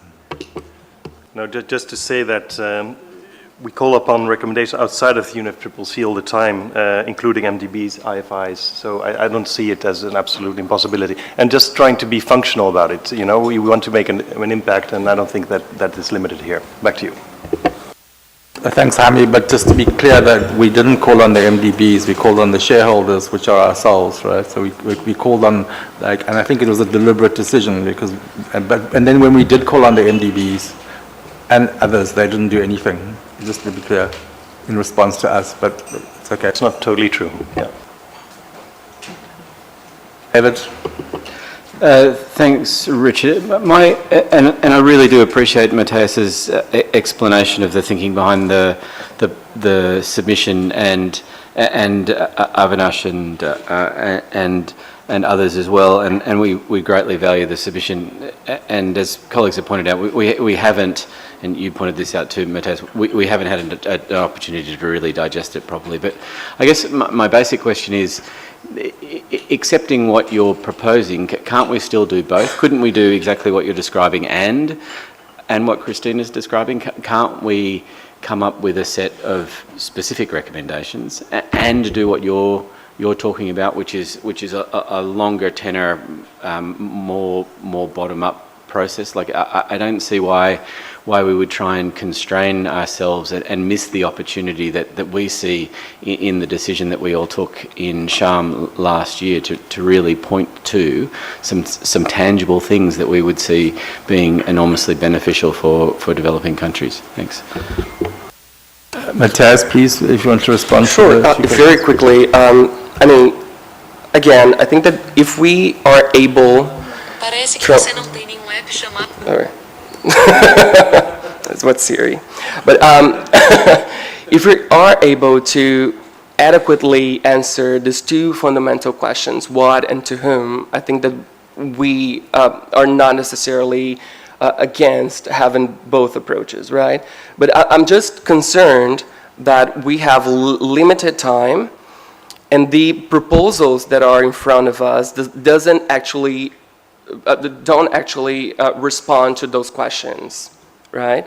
And basically another layer of this concern is that they were not determined or identified by developing countries. I understand that you were trying to capture what was discussed during the Glasgow dialogue and all of the opportunities that we had, although limited, to touch on the gaps idea. But I do understand that if we do have time to do so, this would be interesting. But I'm very concerned, and perhaps our co-chairs could help us with that specifically. But I think that our proposal is a way to somehow overcome this limited time and to basically allow us more time to consider and to make impactful recommendations on the processes that we want to influence. But yeah, I think this would be my stance at least, and happy to hear from others. Thank you, Matthias. You satisfied, David? I'm grateful for the response. I still like the example that Christina drew from the US submission. I think is a very sensible one, and I don't understand why we wouldn't want to take up that specific opportunity. I did hear your response, Richard, which I frankly didn't follow. So I may well be missing something, but I do not understand why we wouldn't want to do exactly what the US has suggested there, in addition to building the kind of approach going forward that Matthias might be signalling. I'm just confused. Thanks, David. You're lost then. Avinash had his hands up, and then Christina. These proposals are contentious. So the idea, a great idea that JC has, that maybe the fund could reduce the interest rate on a loan and therefore make it a very low concessionary loan, is increased debt. And we'll have an issue around that. There are some issues, well, certainly we have an issue around that. We've all agreed that one of the key things we're trying to do is to try and deal with countries who are suffering a major problem without making them fall over into high levels of debt. We're already seeing a debt crisis all over the world today, already. So then the issue, for example, of types of insurance where premiums are being paid, it's suggested that premiums will be paid. It's not funded. No one has got a budget where they're saying, here's 10 years of my allocation for funding. So are we going to be endorsing and recommending unfunded solutions? The IMF doesn't allow us to do that. So we have to be careful that we don't have time. There is contention and debate. These ideas are not bubbling up from countries they're coming sort of down from the top. There's clearly a process. Some of them have, some of them there's been engagement. But do you want between now and then for us to reach full agreement on instruments which may involve debt, may involve unfunding, may involve different eligibility? I think that's the kind of thing the board needs to be debating when we have this established. Okay, colleagues, we're now getting into like doubles ping pong, triples ping pong. I don't know what that is, but I'm gonna allow it. But then we're gonna get back to the speakers list, and then we'll finish because we don't want this conversation to unravel the progress that we're making. And I have a concern that maybe we're not seeing each other's positions in this one, and we're trying to convince each other of their positions. So I had Christina, Heike, Makai, and Jaime, and oh no, I just said no, Angela. Then you put your hand up. So and then Angela, and that's it, colleagues. But let's just be respectful of. No, you're on the list. I'm coming. You're on. So Debbie, Jean-Christophe, and Dan are on my list. We're now going in ping pong style. Okay, so and I have Christina, Heike, Makai, Jaime, and Angela, and then no more two hands on this one. I know you. Richard, were you giving?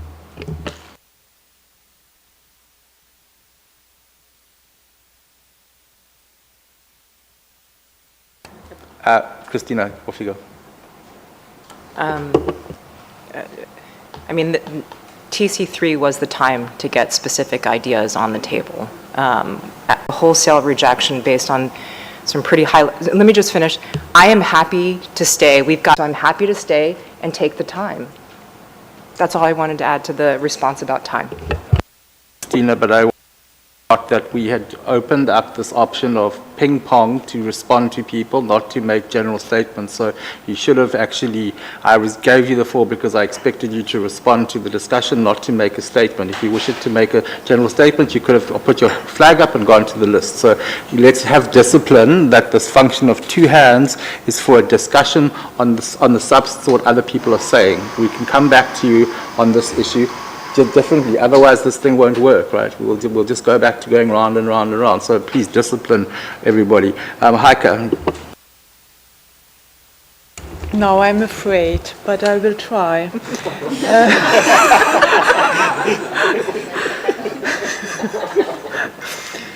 I wanted to come back to Avinash and other colleagues' important point of country ownership also regarding the concrete recommendations.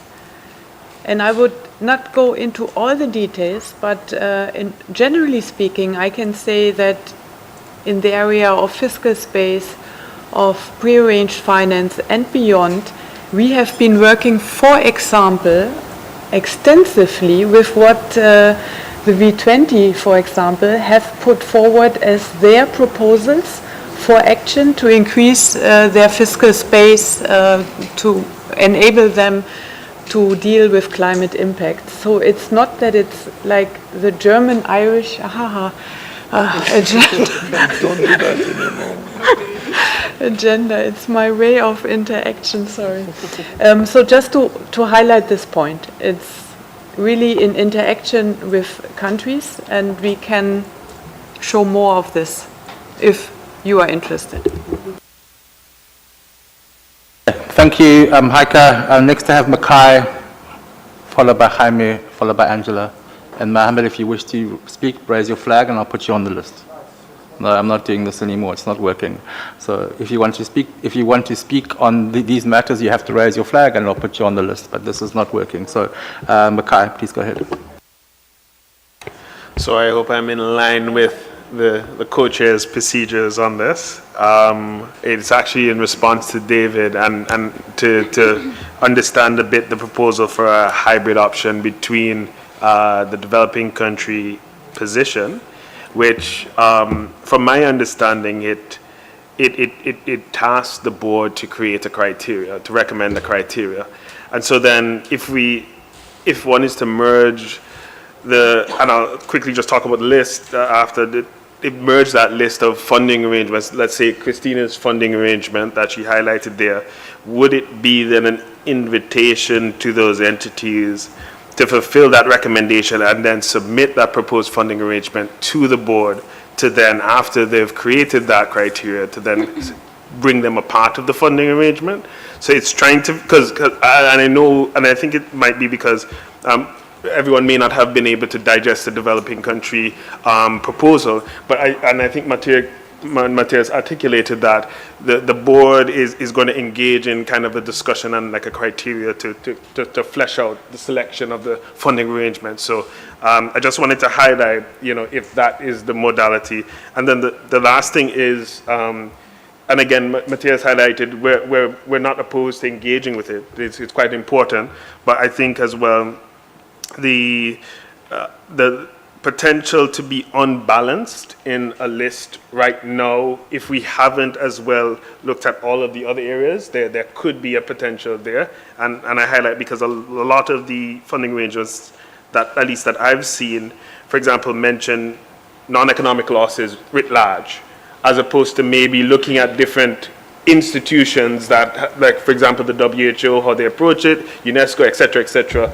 and so we because it might give potential prevalence to this set of funding arrangements versus the next set that might come around. So I guess it's just questions on because you're right, this is the moment. So if only X amount are primarily economic focus, then potentially next year, if a set comes after, are they able to be, a part of this kind of the initial funding arrangements, etc.? So I guess just trying to as well counteract a potential imbalance. And as usual, our seat is very willing to work as long as it is needed to get something right and be practical and be pragmatic. But I just wanted to do a thought exercise on that. I hope that was in line with the rules, Co-Chair. Over to you. Thank you, Makai. Next on my list is Jaime, followed by Angela, and then I'm going to go back to Debbie, who's on the original list. No, thank you. And I just respond to Avinash. You had a big list of what is not possible, but I would love to work with you on a list that is possible, because that's there out there as well. So maybe today or late in the night today would be a good option. Thank you, Jaime. Angela. Thank you very much, Chair. This is a general statement, but trying to engage. No, if you want to make a general statement, Yeah. then keep your flag up and I'll put you on the list because I have other people waiting. As I Okay, said, that's fair. the double hand ping pong is to respond to a specific issue. So I'll put you at the bottom of the list. Thank you very much. Okay, colleagues, now coming back to those who've been patiently waiting. Debbie, followed by Jean-Christophe, and then Dan, and then Angela. Thank you, Mr. Chair. So it's a really useful debate, and I want to just open up a little bit and start by saying great thanks to colleagues for a very constructive submission, as others have said, which I haven't digested in full, but I can certainly see some elements that I'd really like to support in that submission, including on the high-level council and the role that it might play. So I am really keen to get in and discuss the specifics of this, including the links with the WIM, XCOM, and the Santiago network, etc. I think there's a lot in there, which I hope we can find a way to engage with. I'm conscious that, as we sort of pan out on funding arrangements, the whole thing is complex. Loss and damage is complex. The spectrum of responses kind of cuts across a lot of different sectors and a lot of different systems, and that complexity is difficult to deal with. But there is for me an imperative about thinking around the system as a whole and thinking about how the system as a whole is received by countries in need and by people in need, and doing our best to ensure that we are absolutely tackling the gaps and scaling up, but also ensuring coherence. And just to kind of give a little bit of a sense of that, just with respect to sudden onset events, I look back at the synthesis report, and it listed 75 entities in terms of funding windows and programs and facilities that are operating in the sort of sudden onset space. So it's a big, complex system, but also it's shifting huge amounts of money.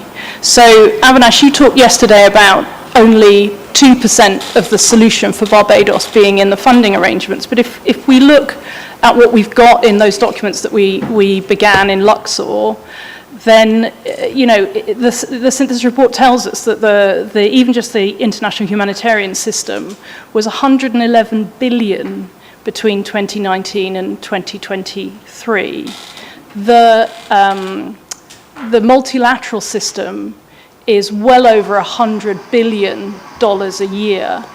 And then, compared to that, and colleagues, Richard, you and others will have far greater understanding of the GCF, etc. But the GCF's about 11 billion at the moment. So if you look back at those figures, we've got about 3 billion a year being approved, dispersed by the UNFCCC funds in total.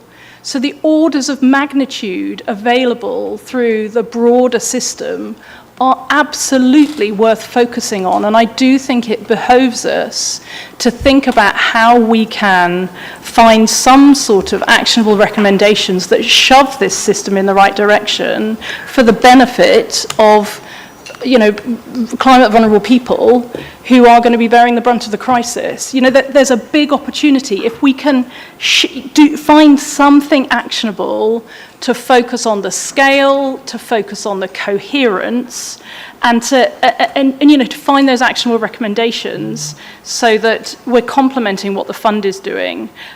We've got to use the fund to be catalysing the rest of this system, leveraging the rest of this system, and bringing that coherence. Because ultimately, as I said, if you are a climate vulnerable person in the eye of the storm, you want funding to arrive, and you want it to arrive in a coherent, efficient, and rapid fashion. And I do think that's the task ahead of us. So it would be great if we can drive forward to actual recommendations, including, personally for me, I do see value in some sort of annex referencing the critical parts of the system, like humanitarian, like the climate resilient debt clauses that Avi, you highlighted as being really useful, and indeed saying where we want enhanced action. But of course, we've got to keep that list non-exhaustive, because we do need to be humble about what we can genuinely drive forward here. Thanks.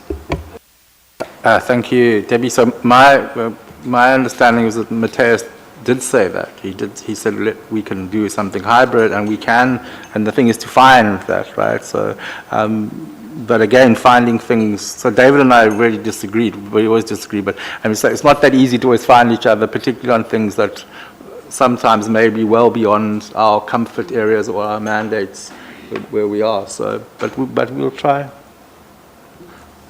Rest assured, we'll try. Okay, next is Jean-Christophe. Thank you, Richard. If I may try to orientate the conversation in a slightly different direction,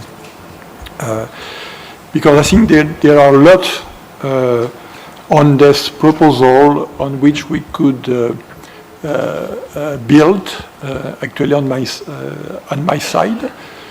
I see a lot of good elements, and certainly I share most of the premises. Maybe not on all the recommendation, because I think there is a mix of level of impact that we're talking about. This proposal, this submission, talks a lot about coherence, coordination, and complementarity, and I think this is rightly so. This is what fund and funding arrangement discussion is all about. Making sure that we will be coordinate, complementary, and coherent. And I share also what you say, Avinash, that there are mandates of these funding arrangements, and we have to take into consideration these mandates. And we have to be at the same time pragmatical and ambitious, meaning that we have to do the best within these mandates, and at the same time being able to make clear at one point and on a regular basis what are the shortcomings of these mandates in relation with responding to loss and damage. And I think there is a mix of level of impact in your proposal. And just, I don't want to be too long, but just to express my views on how to use this proposal. I really think there is a great role of coordination from the fund at country level. And when I see your points 7, 8, 9, 10, I really do think they are appropriate at this level. I think the fund should sit at the side of the country and making sure that its program, its intentions are really covered in the proper way, meaning in the way it has decided it to be done. And the fund should sit at the side of the country in order to make sure that all the other funding arrangements which will be part of this program, well, will comply with that. And that's an important role that is not played today by anybody. So this is a gap. And your point 7, 8, 9, 10 should target that. And then, within the mandate of these other, or this funding arrangement, we have a level of design of the response to the needs of the country. And this is what I have illustrated in my proposal within 3 areas, you know. And I think the role of the fund there is clear in terms of complementarity to go towards, this is what you said, to go to this funding arrangement, trying to build with them some kind of institutional arrangement in order to be able, together, the fund and the funding arrangement, to better respond to the need of the country. That's the second level. And there is a third level, and this is, I lost my screen, so I don't remember the number of the paragraph. But when you are talking about a high-level meeting or rendezvous, a bit like Ejam mentioned, I do think we can't discuss at this level technical issues or even operational issues. This is not what this high level should be about. It should be political, discussing how well, to what extent the mandates are responding, are allowing these institutions to respond to the needs, with not the intention to necessarily modify the mandates, but to make clear that if these institutions want to answer the needs of the country, well, they have to take into consideration that. So it's kind of a countable process in order for all the participants to be able to realize what is the impact of their action. And the fund there should play a role to ensure the secretariat of the high-level meeting, to bring information on how it works at local level, on the design phase, and maybe also to face the reality of shortcomings of mandates, which we know all they are. And that's the third level really shouldn't be technical, it should be political. So that would be my suggestions to improve this submission, which I think bring a lot of good things to the debate. Thank you, Jean-Christophe, and thank you for talking to that submission. Dan, followed by Angela, and that's all that's on my list, so please go ahead, Dan. Thank you, Richard. Good afternoon, colleagues. I think the developing country submission captures the essence of the mandate that we received from COP27 by recognizing the need to create a cohesiveness and a relationship between the fund and the funding arrangements. I think through the description that we've had, I think we believe that the Council becomes a vehicle for tackling sort of the duplication, maybe the inefficiency, or maybe the shortcomings within those arrangements, and it also becomes the means to maybe rearrange those funding arrangements properly in recognition to what the fund would then do. So I think what we found when we set off on this journey together was that we got to the end of the response phase, and it just sort of drops off. It's not really a gap. There's nothing on the other side. By adding the fund, we actually then create the gap. We can see between the the resilience building, that disaster phase, the response, and then the fund. So there's then a gap, that drop off in options after response. We actually have the opportunity to really fine tune those funding and expectation that those funding arrangements can do more than they should be able to do. They do what they say on their tin. If it's going to increase fiscal space, it increases fiscal space. If there's possibility to increase more space, then that would be fantastic. But I don't know if we have the ability to determine whether increasing or giving larger contingent financing grants is going to be possible for all eligible parties, because I suspect that the levels at which CAT DDOs are set, I suspect that some of the way that these arrangements are placed are done for very particular reasons. And I don't know if we can prejudge the policy implications of being able to make those adjustments, but do think that they're important, and do think that we are talking about the right types of changes, and I think we have to be cognizant of what's available and how it will interact with the fund. I think we also, we have a better comprehension of some of these types of instruments. We also have a better comprehension of challenges that are being faced that are unlikely to be incorporated into insurance, or unlikely to be incorporated into MDB policies, things that require much more robust solutions that are very challenging to address. And I think that's fundamentally what we want the fund to do. So what we're really trying to do is set the scope of the fund and being aware of what funding arrangements are available. And really one other thing that I think we have realized, and I hope this is what's coming out, is one of the main operative tools for addressing loss and damage is debt.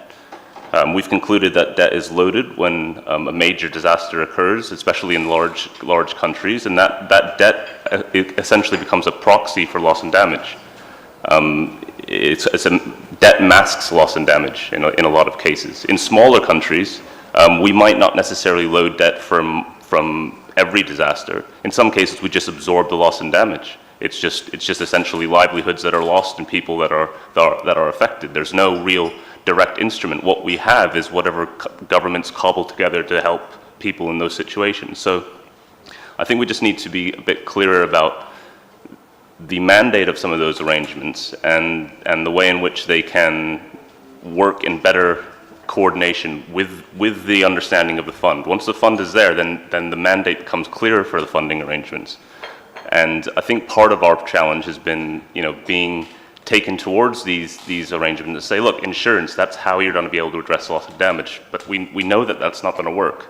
And that's kind of been an ongoing issue with this idea of risk layering, because you can have majority of the available layers, but you still have a major problem beyond what those payouts and additional disbursements that you can get under your IDA allocation. Those types of things have a certain role to play, but they're not necessarily part of the full picture. The importance is to recognize them and create a vehicle for arranging the funding arrangements and engaging with them, and I think that's what this council does. The challenge would be to create specific policies or expectations within what we're recommending that then don't necessarily amount to a sort of comprehensive look at the funding arrangements. So I think there's more potential for a comprehensive approach to the funding arrangements and a real engagement with them through the creation of a council that brings together those actors and requires them to make sure that they understand what they are doing collectively and how all their different pieces add up. Because there are some things that are duplications, there are some things that can be changed or upscaled, but it's pretty difficult to understand that from where we're sitting right now without the knowledge of, can we actually have those decisions would be turned into a solution. Thank you. Thank you, Dan. Angela, then followed by Adele. Thank you very much, Co-Chair, and thank you, colleagues, for your comments. I think this discussion is very useful. And let me start by saying that we are generally in agreement, and we want these recommendations to go forward, and we want a continued interaction with the humanitarian world and the disaster risk reduction world and the finance world in general, and we want this to be an ongoing and future-oriented discussion that establishes regular recommendations. But we need to be frank that when we talk, for instance, about humanitarian assistance, the objective is not to use the humanitarian assistance for loss and damage. The objective is to create new finance for loss and damage. Of course, the idea is to keep in mind that we have other institutions working on it, but just to be frank with you, most of them, they are not dealing with loss and damage. So they have to create new model work, new criteria to deal with loss and damage. And the objective is not only to coordinate, it's also to create new funding, new arrangements. And for these new arrangements, we need to have discussion. And this is an evolving discussion. We cannot set everything here. And this is an ongoing process. So in that sense, I think that we have a general agreement. In my understanding, I heard from all of you that we want to have a coordination mechanism. And I think that this is a general agreement that we have here.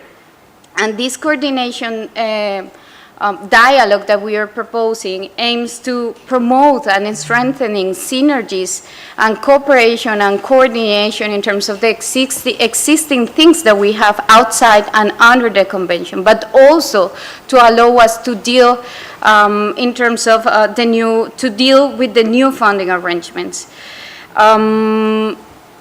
Also, I would like to highlight that, as was mentioned by Dan, we have high expectations with this, but we cannot have language for these recommendations that actually tells them what to do, because we do not have control on those processes. So the recommendations that we will be provide needs to be general and not prescriptive. We are trying to create spaces that will give them recommendations, and this could be done through yearly concrete recommendations, as we are proposing in our submission from developing country constituencies. We have proposed two-tier approach that was explained by Mateus. And what we want with this is to generate accountability, promote learning, increase ambition, and of course with these yearly concrete recommendations we can engage and provide more detailed recommendations. But we also have this technical approach or technical layer that supports the funding arrangements in reporting and reorienting loss and damage. So what I'm trying to say is that our proposal allows for a dynamic and constant engagement. So we are not trying to set something specific, and we do appreciate, for instance, the proposal and the comments made by US in terms of how to engage with others. But we see with concern that we are not in charge of providing detail-minded, because we are not the owners of those institutions. So what we can do is provide general recommendations in terms of that we want to see increase in terms of funding for loss and damage, that they engage in this process, but we cannot go into detail. Thank you so much. Thank you, Angela. Adele. Thank you very much, Richard. I do see some critical points have been discussed around the table with regard to funding arrangement itself. And of course, I always go back to our decision and linking to our work. Our work is based on decision 2 CP27 para 2, new and additional, that was also raised by Angela. And for addressing this new and additional, Christopher also discussed about coordination issues. But in fact, our proposal, I think it captures some coordination issues, but not only coordination, engaging the entities out there to be part of the process, bringing them, as you can see, it's para 16, how to engage, let's say, World Bank, how to engage others out there to be with us. Christina also mentioned about policy change, but how to change the policy. From UNFC side, we don't dictate the organization out there, or organizations out there. So by having developing country contingency proposals, I think we can engage them to be part of the process that we are discussing about. By having this, they will be fully engaged to be with us, to add more or scaling up new and additional. I think things are there. I think from para, 12 up to 16, these are still close related to how to scale up, how to engage the organizations out there, outside the Convention and Paris Agreement, to be with us. But just saying a broader issues with regard to policy change, I think that's quite difficult. So I think a proposal that we just put on the table, I think that's something that can engage organizations and multilateral development banks and then financial entities out there to be with us, to at least firstly understand the loss and damage, secondly why do we need new and additional things for responding in addressing loss and damage issue.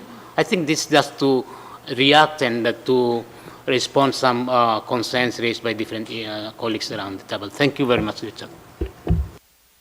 Okay, thank you, and thank you, colleagues, for that the interaction on the developing country submission and proposal.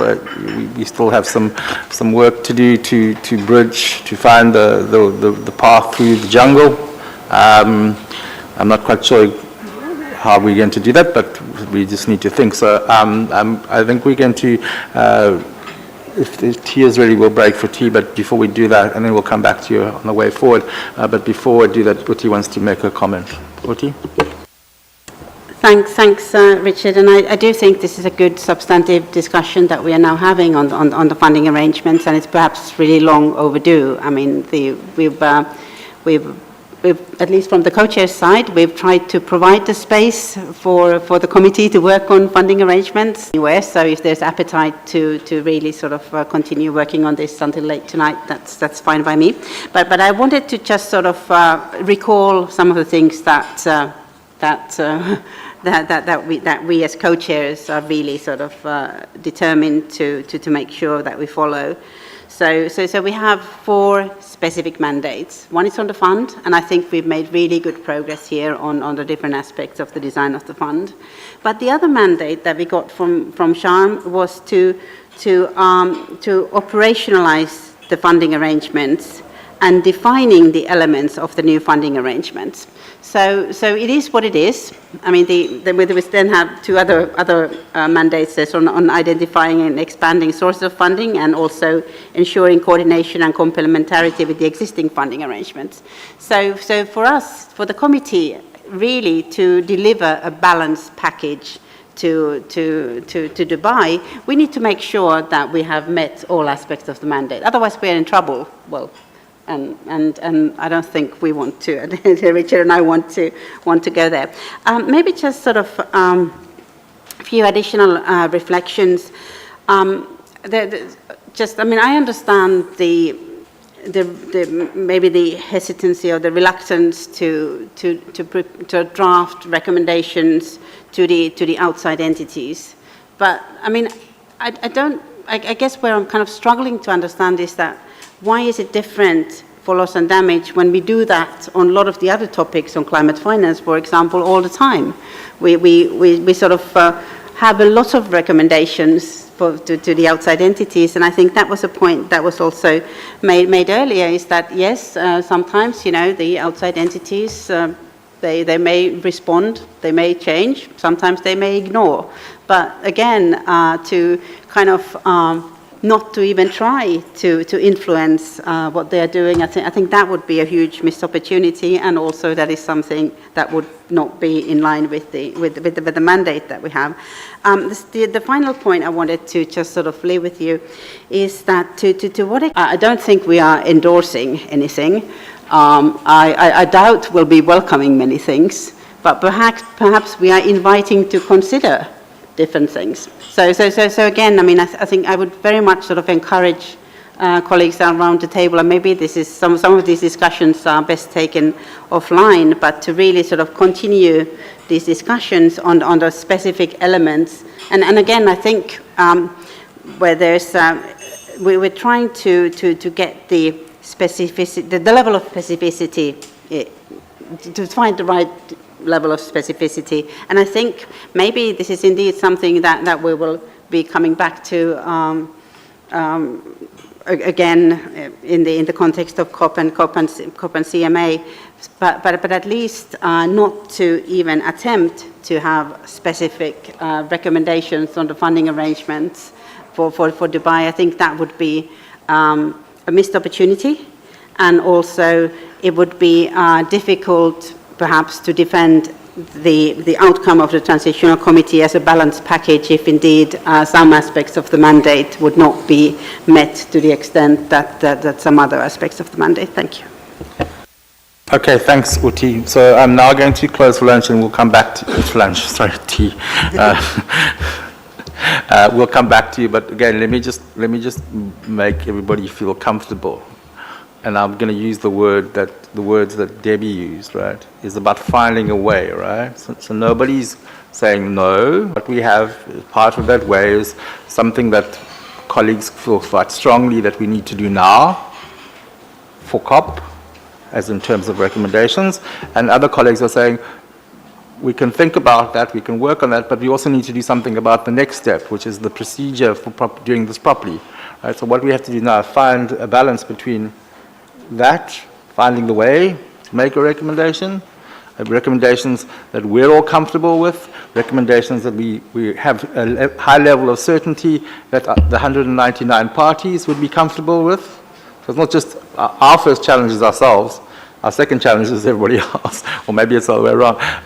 So let's just rest assured that that's the course that we're on, and we're not deviating from that course. And if colleagues like David get lost in the pathway or don't understand, then we'll drag them back and we'll keep you on course. So let's just be clear. Yeah, there's no misunderstanding on that, and that's what we have to do.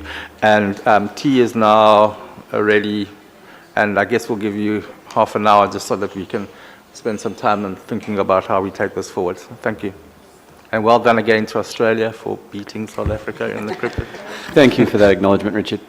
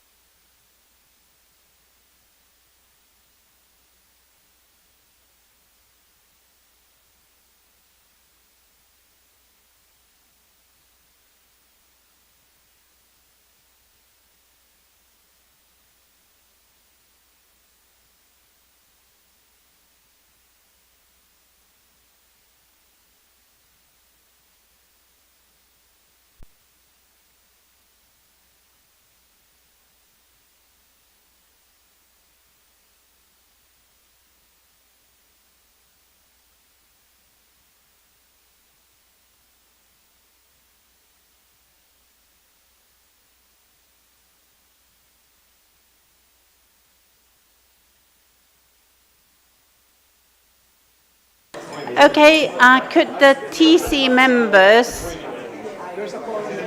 Yeah.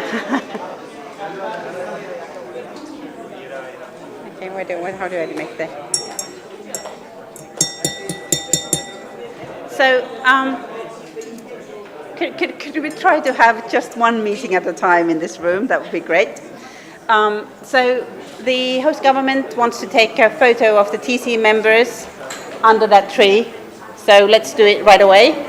All TC members, get up, go under the tree, and then come back. Thank you.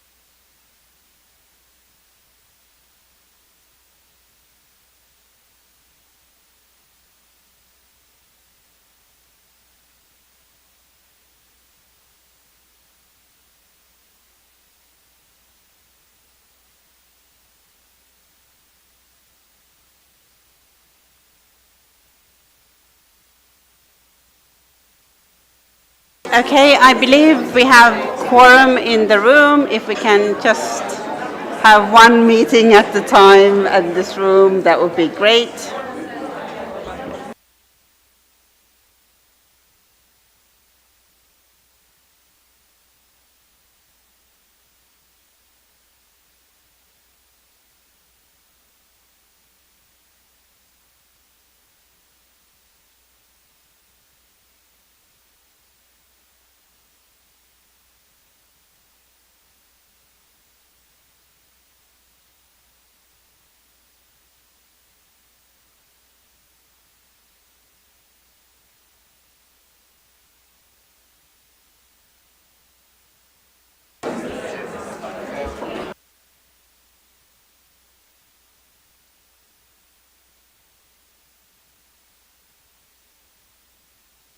Okay, colleagues, welcome back. This is now our last session at TC3, so let's get going. And if those who are not TC members, could you please not have side meetings? Thank you. Right, so at all of our meetings, we always have an exchange of views with non-party observer constituencies, and we've done that also this time around. However, when we had that discussion, we did not have an opportunity to hear from Yango. We're very pleased to have Rafael here representing Yango, so I'll give you the floor now. Very happy to have this possibility to also hear the views of the youth. You have the floor. Rafael. Thank you. Honorable Chair, distinguished delegates, the Children and Youth Constituency brings forth a set of priorities to address the pressing issue of financing loss and damage. Our collective vision emphasizes a needs-based approach for the Loss and Damage Fund designed to provide financial support to vulnerable countries to climate-induced loss and damage. We propose payments to and accessibility arrangements that grant direct access to the most vulnerable communities, thereby establishing a mechanism for community-led proposal. In alignment with the principle of intergenerational equity, youth groups emerge as critical stakeholders in mitigating loss and damage. Their role spans awareness creation, education, and intervention strategies, particularly in highly affected areas and vulnerable communities. Thus, we advocate for the establishment of the Loss and Damage Fund as a distinct fund within the UNFCCC, featuring strategic partnerships to ensure efficacy. Furthermore, we use the LDF to collaborate with existing youth constituency to co-design a robust and sustained youth engagement mechanism. This mechanism should address past funding accessibility challenges, foster capacity building, and facilitate microgrants program for youth-led projects at the grassroots level. Our vision aligns with previous youth-led efforts in climate action empowerment, extending the reach of climate education to remote areas. Inclusion is pivotal for us, and the institutional framework for loss and damage reduction, we underscore the importance of integrating youth and marginalized groups in this process to combat climate change, reduce gender inequality, and promoting equity. Policies and guidelines with the LDF must safeguard the rights of all children and youth. For prompt support to the most affected communities, we propose a grant-based funding approach as a significant method for accessible funds. The LDF focus should extend to reducing the debt burden of affected countries. Furthermore, the funding mechanism should ensure also increased loan-free and debt-free investment for developing nations, enabling them to advance their adaptation plans beyond irreparable losses. Recognizing existing finance mechanism, we acknowledge gaps in addressing loss and damage that current funds has failed to cover. We stress the urgency of this matter and consider alternative paths, including integration with the Green Climate Fund. However, such integration must entail distinct elements, such as climate justice, swift accessibilities, independent administration, and a dedicated secretariat.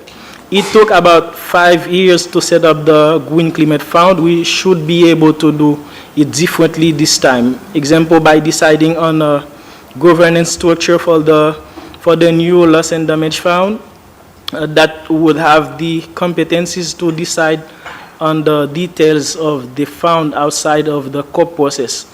A youth advisory component should consistently champion the interests of children, youth, and marginalized groups globally.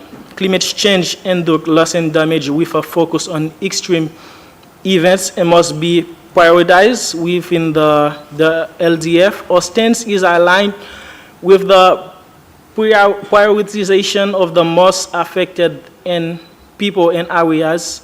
Importantly, non-economic loss and damage should not be quantified monetarily. Resources must flow into affected communities for recovery programs and projects. In conclusion, the Children and Youth Constituency urges the third meeting of the Transitional Committee to recognize the urgency of financing loss and damage and consider our proposals in shaping a comprehensive and equitable strategy. The way vulnerable countries and community can think forward for a better future is to have hope, and the loss and damage fund can bring hope if it is focused on their needs that have been a long time ago an emergency situation. Thank you so much. Thank you very much, Raphael, and thank you for your patience for not being able to address the meeting until now. Thank you. That's very much appreciated. Then moving on to the next item on the agenda. So outcomes of the third Transitional Committee meeting and further work at the fourth meeting of the Transitional Committee. So just a very brief recap. We're leaving this meeting several steps ahead of where we were when we began. I think we've all worked really hard over the past 4 days. And this is indeed the result of members' readiness and willingness to engage constructively with one another throughout the meeting, including through the various submissions prepared. At the same time, we have just one meeting left and a great deal of work that remains ahead of us. Co-chairs' informal summaries. Again, just to stress that these summaries have no status, they are non-exhaustive, but it is our attempt to see where there is emerging convergence on some issues and where the views are still quite far apart. Again, and certainly since we only got to the substantive discussion on the funding arrangements only just this afternoon, we will certainly be updating that note to as it was recognized that it wasn't exactly balanced, the version that you received earlier. But even then, the updated version will have no status, but it will again be our attempt to capture of where we are at this, how far we've reached.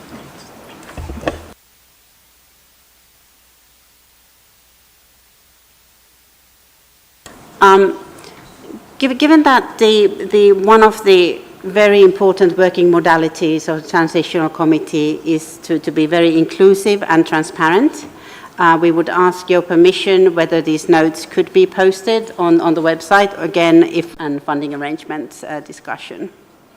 I'll come back to that in a minute. I'm just sort of putting that question out there, and if indeed there's an objection, then we will not proceed. But from the outset, we believe that would be a good way of ensuring that we continue to work in a transparent manner, even in the case like it has been here, that we had a closed meeting for the first 2 days. Now, I know that a lot of you, I'm sure a lot of you have views on these non-exhaustive, non-status co-chairs summaries. So again, and I'm sure you have still a lot to say to follow up on the discussions of where we've landed here in the 4 days. So we ask for those of you who have views or reactions to share based on what we've been discussing at this meeting, please share these with us in writing by the 10th of September. And I'm sorry, we have to be very strict with the 10th September deadline, because we need to now, Richard and I, we need to go away and think as to how we are going to make sure that when we start at TC4, we have a good basis for the work. So we'll be using your input to prepare the documents ahead of our 4th meeting. We will also be convening webinars to facilitate the exchange of views on these documents.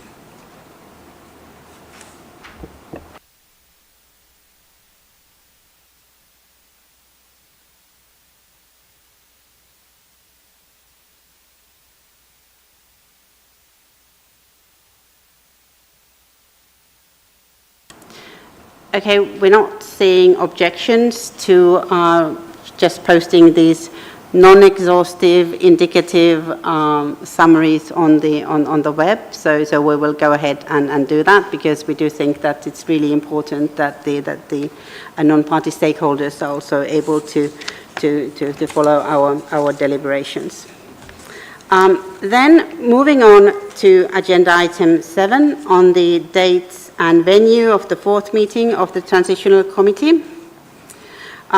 So according to the work plan we adopted at our first meeting, the 4th and absolutely final meeting will take place from 17th to the 20th of October. So these dates remain unchanged. With respect to the location, we have once again received a generous offer from the government of Egypt to host this meeting. We propose, therefore, that the TC agrees to host its 4th meeting from the 17th to the 20th of October in Egypt. At this point, I would like to invite Mo to inform us whatever you want to tell us. You have the floor, Mo.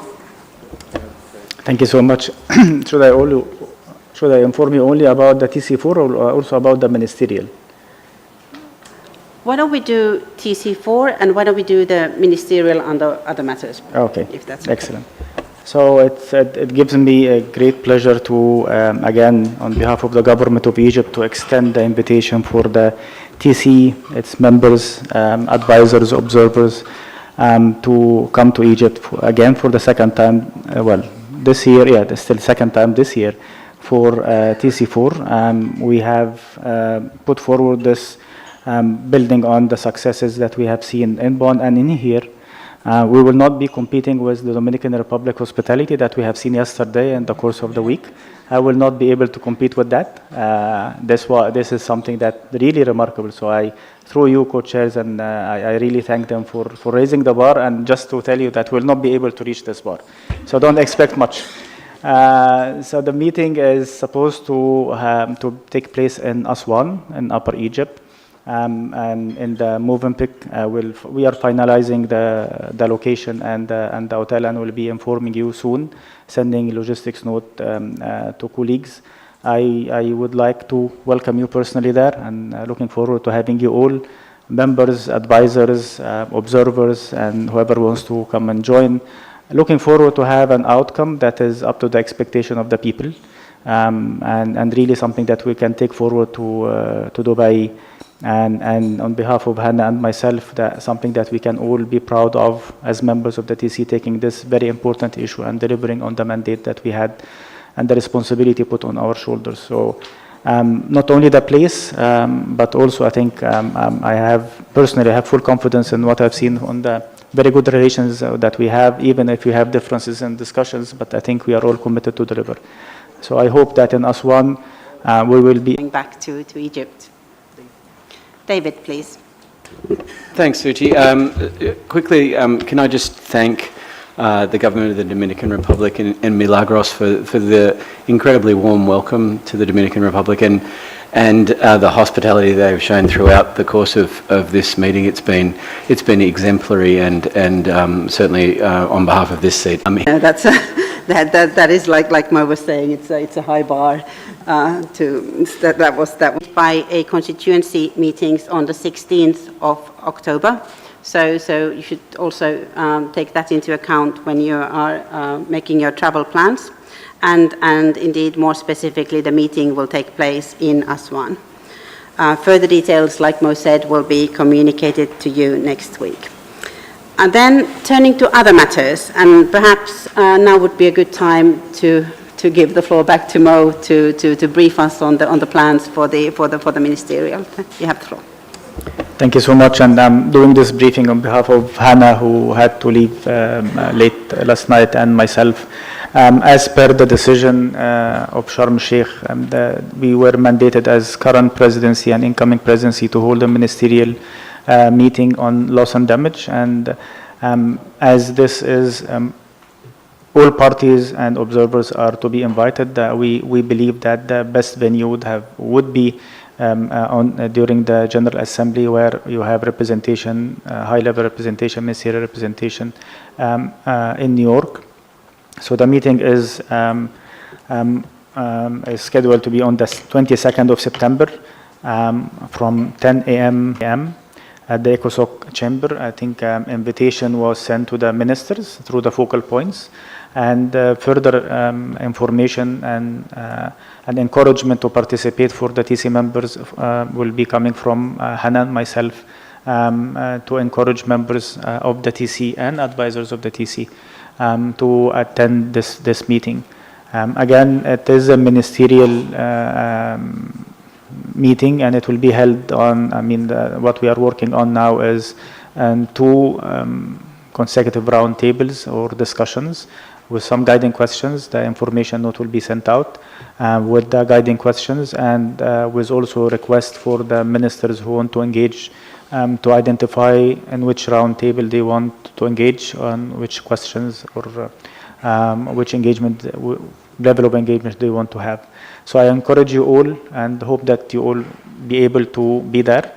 And this invitation or encouragement and with an information letter will be coming from Hannah and myself to all TC members. Thank you. Okay. Thank you, Mo. Laurence, please. Thank you, and thank you very much, Mo, for those additional information. A quick point, as you mentioned, an encouragement for TC members to participate. I was just wondering if there was any virtual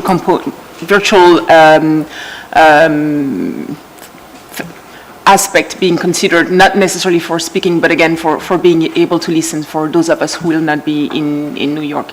And just before I leave the mic out, again, thank you for your invitation to come to Aswan, and thank you very much to the Dominican Republic for this wonderful hospitality.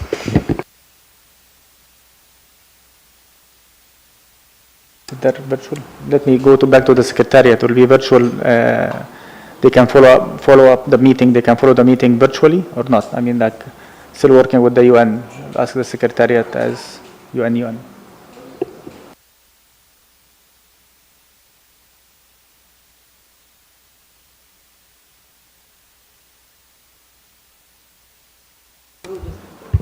We'll send information on the website, but quick answer is yes, but the links will be published on the website, and we'll make sure you have that in advance. Thank you. Okay, thank you, Paul. I see there are no other matters, so we will therefore now move to the closure of this meeting. Oh, sorry, apologies. Mikhail, please. Thanks, Uti. Just a quick, clarification point on paragraph 11 of the decision that we made in Sham to double check on the convening of the IFIs. and I guess to understand potentially how their views will be articulated, just to get a bit of information on that and how that could, we literally had a discussion on funding arrangements, maybe that could potentially feed into the process of in some sorts, but it'd be good to get some information on that paragraph 11 activity, even though I know that the TC is not a coordinator of that activity, of the IFIs. Okay, thanks, Mikhail. I think Heike, and then we'll provide some information.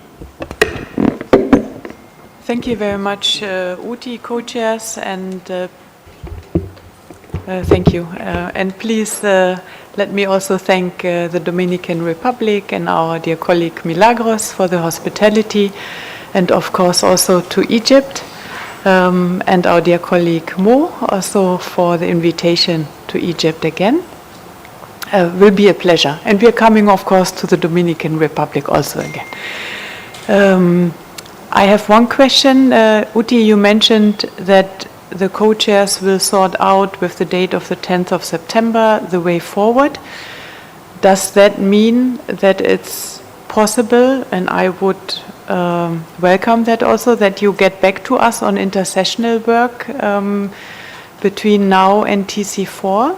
Or how do you envisage that? Thank you. Okay, thanks, Heike. Happy to the Secretariat yet, but we kind of seek your indulgence. Just provide us your feedback, comments by 10th of September so that we can get a prompt start with our work in terms of preparing the documents, and we would then sort of have the possibility to engage intersessionally. More, please, on the ministerial. Thank you so much. And yes, the Secretary General is inviting the IFIs on the 20th after the Ambition Summit that he's having, and the focus of the discussion will be the IFI support on and funding for loss and damage.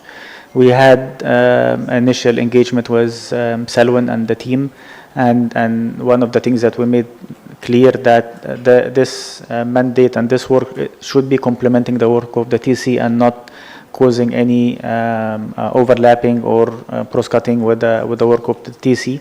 I haven't heard back from Selwyn yet, but we'll be engaging with him in the coming days to see the formulation and what exactly would be like the outcome of this engagement of the Secretary General with the IFIs. Thank you. But it is on the 20th, my understanding is on the 20th in the afternoon.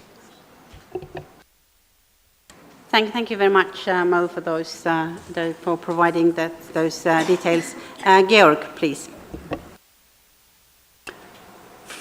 Thank you. Yeah.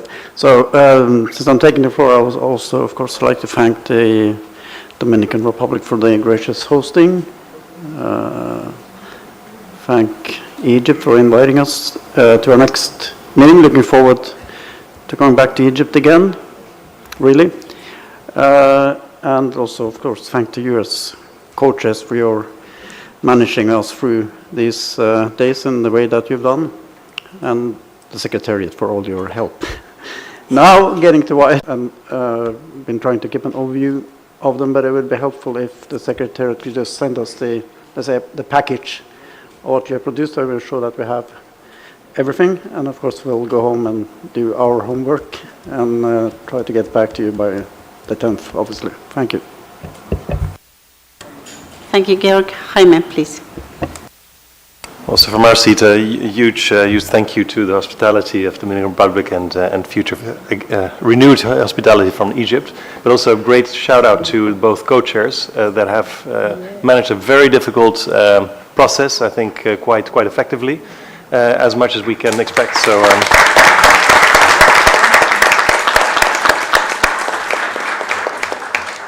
And I want to say, me, Jean-Christophe, and others have to leave now to the airport.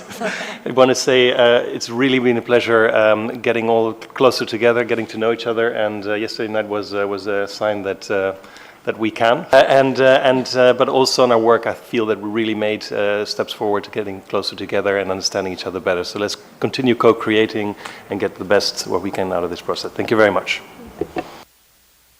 Thank you, Jaime. Ying-Chi, please.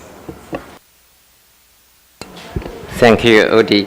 I would like to join my colleagues to express our sincere gratitude to the Dominican Republic for hosting us, and also appreciate Egypt's efforts and warm welcome. And we look forward to the TC4 in Aswan. And also I thank the co-chairs, man co-chair and mid co-chair, and the secretary's great effort. It's really a challenging job. And our goal is very clear, and to fulfill the COP27 mandate and advance our TC negotiation. We are really eager to see, and we can give this life to the Loss and Damage Fund as soon as possible. And please remember, the challenges also brings opportunities. I stop here. Yes, thank you. Okay. Thank you very much. So now moving to agenda item 9, closure of the meeting. So we have now reached the end of our third meeting, and I do want to thank, on behalf of Richard and myself, all members and observers for the extremely productive, sometimes heated, sometimes a bit tense meeting, but still sort of, it kind of just shows that it is a difficult issue, but everyone is very focused on making sure that we deliver on all aspects of our mandate for Dubai. Also, I want to thank the Secretariat for all the help and everything that you've done to make sure that this is a successful meeting. But I really want to thank again Milagros for the really warm welcome and hospitality.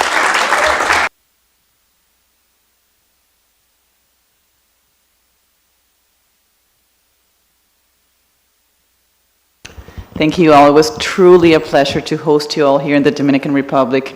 We really enjoyed having you here, and I hope you enjoyed as well a little bit of our culture, and we tried to provide a space for relaxation and informal exchanges, and I hope it was successful in bringing us closer. Thank you also to Egypt, to our colleague Mo, for offering to host us again. We're very happy to be back in Egypt, a country that I personally love, so very happy to be there again. And thank you. We hope to see you back to the Dominican Republic at some point, either through one meeting, another meeting, or with your families. We'll be happy to host you here as well. Thank you.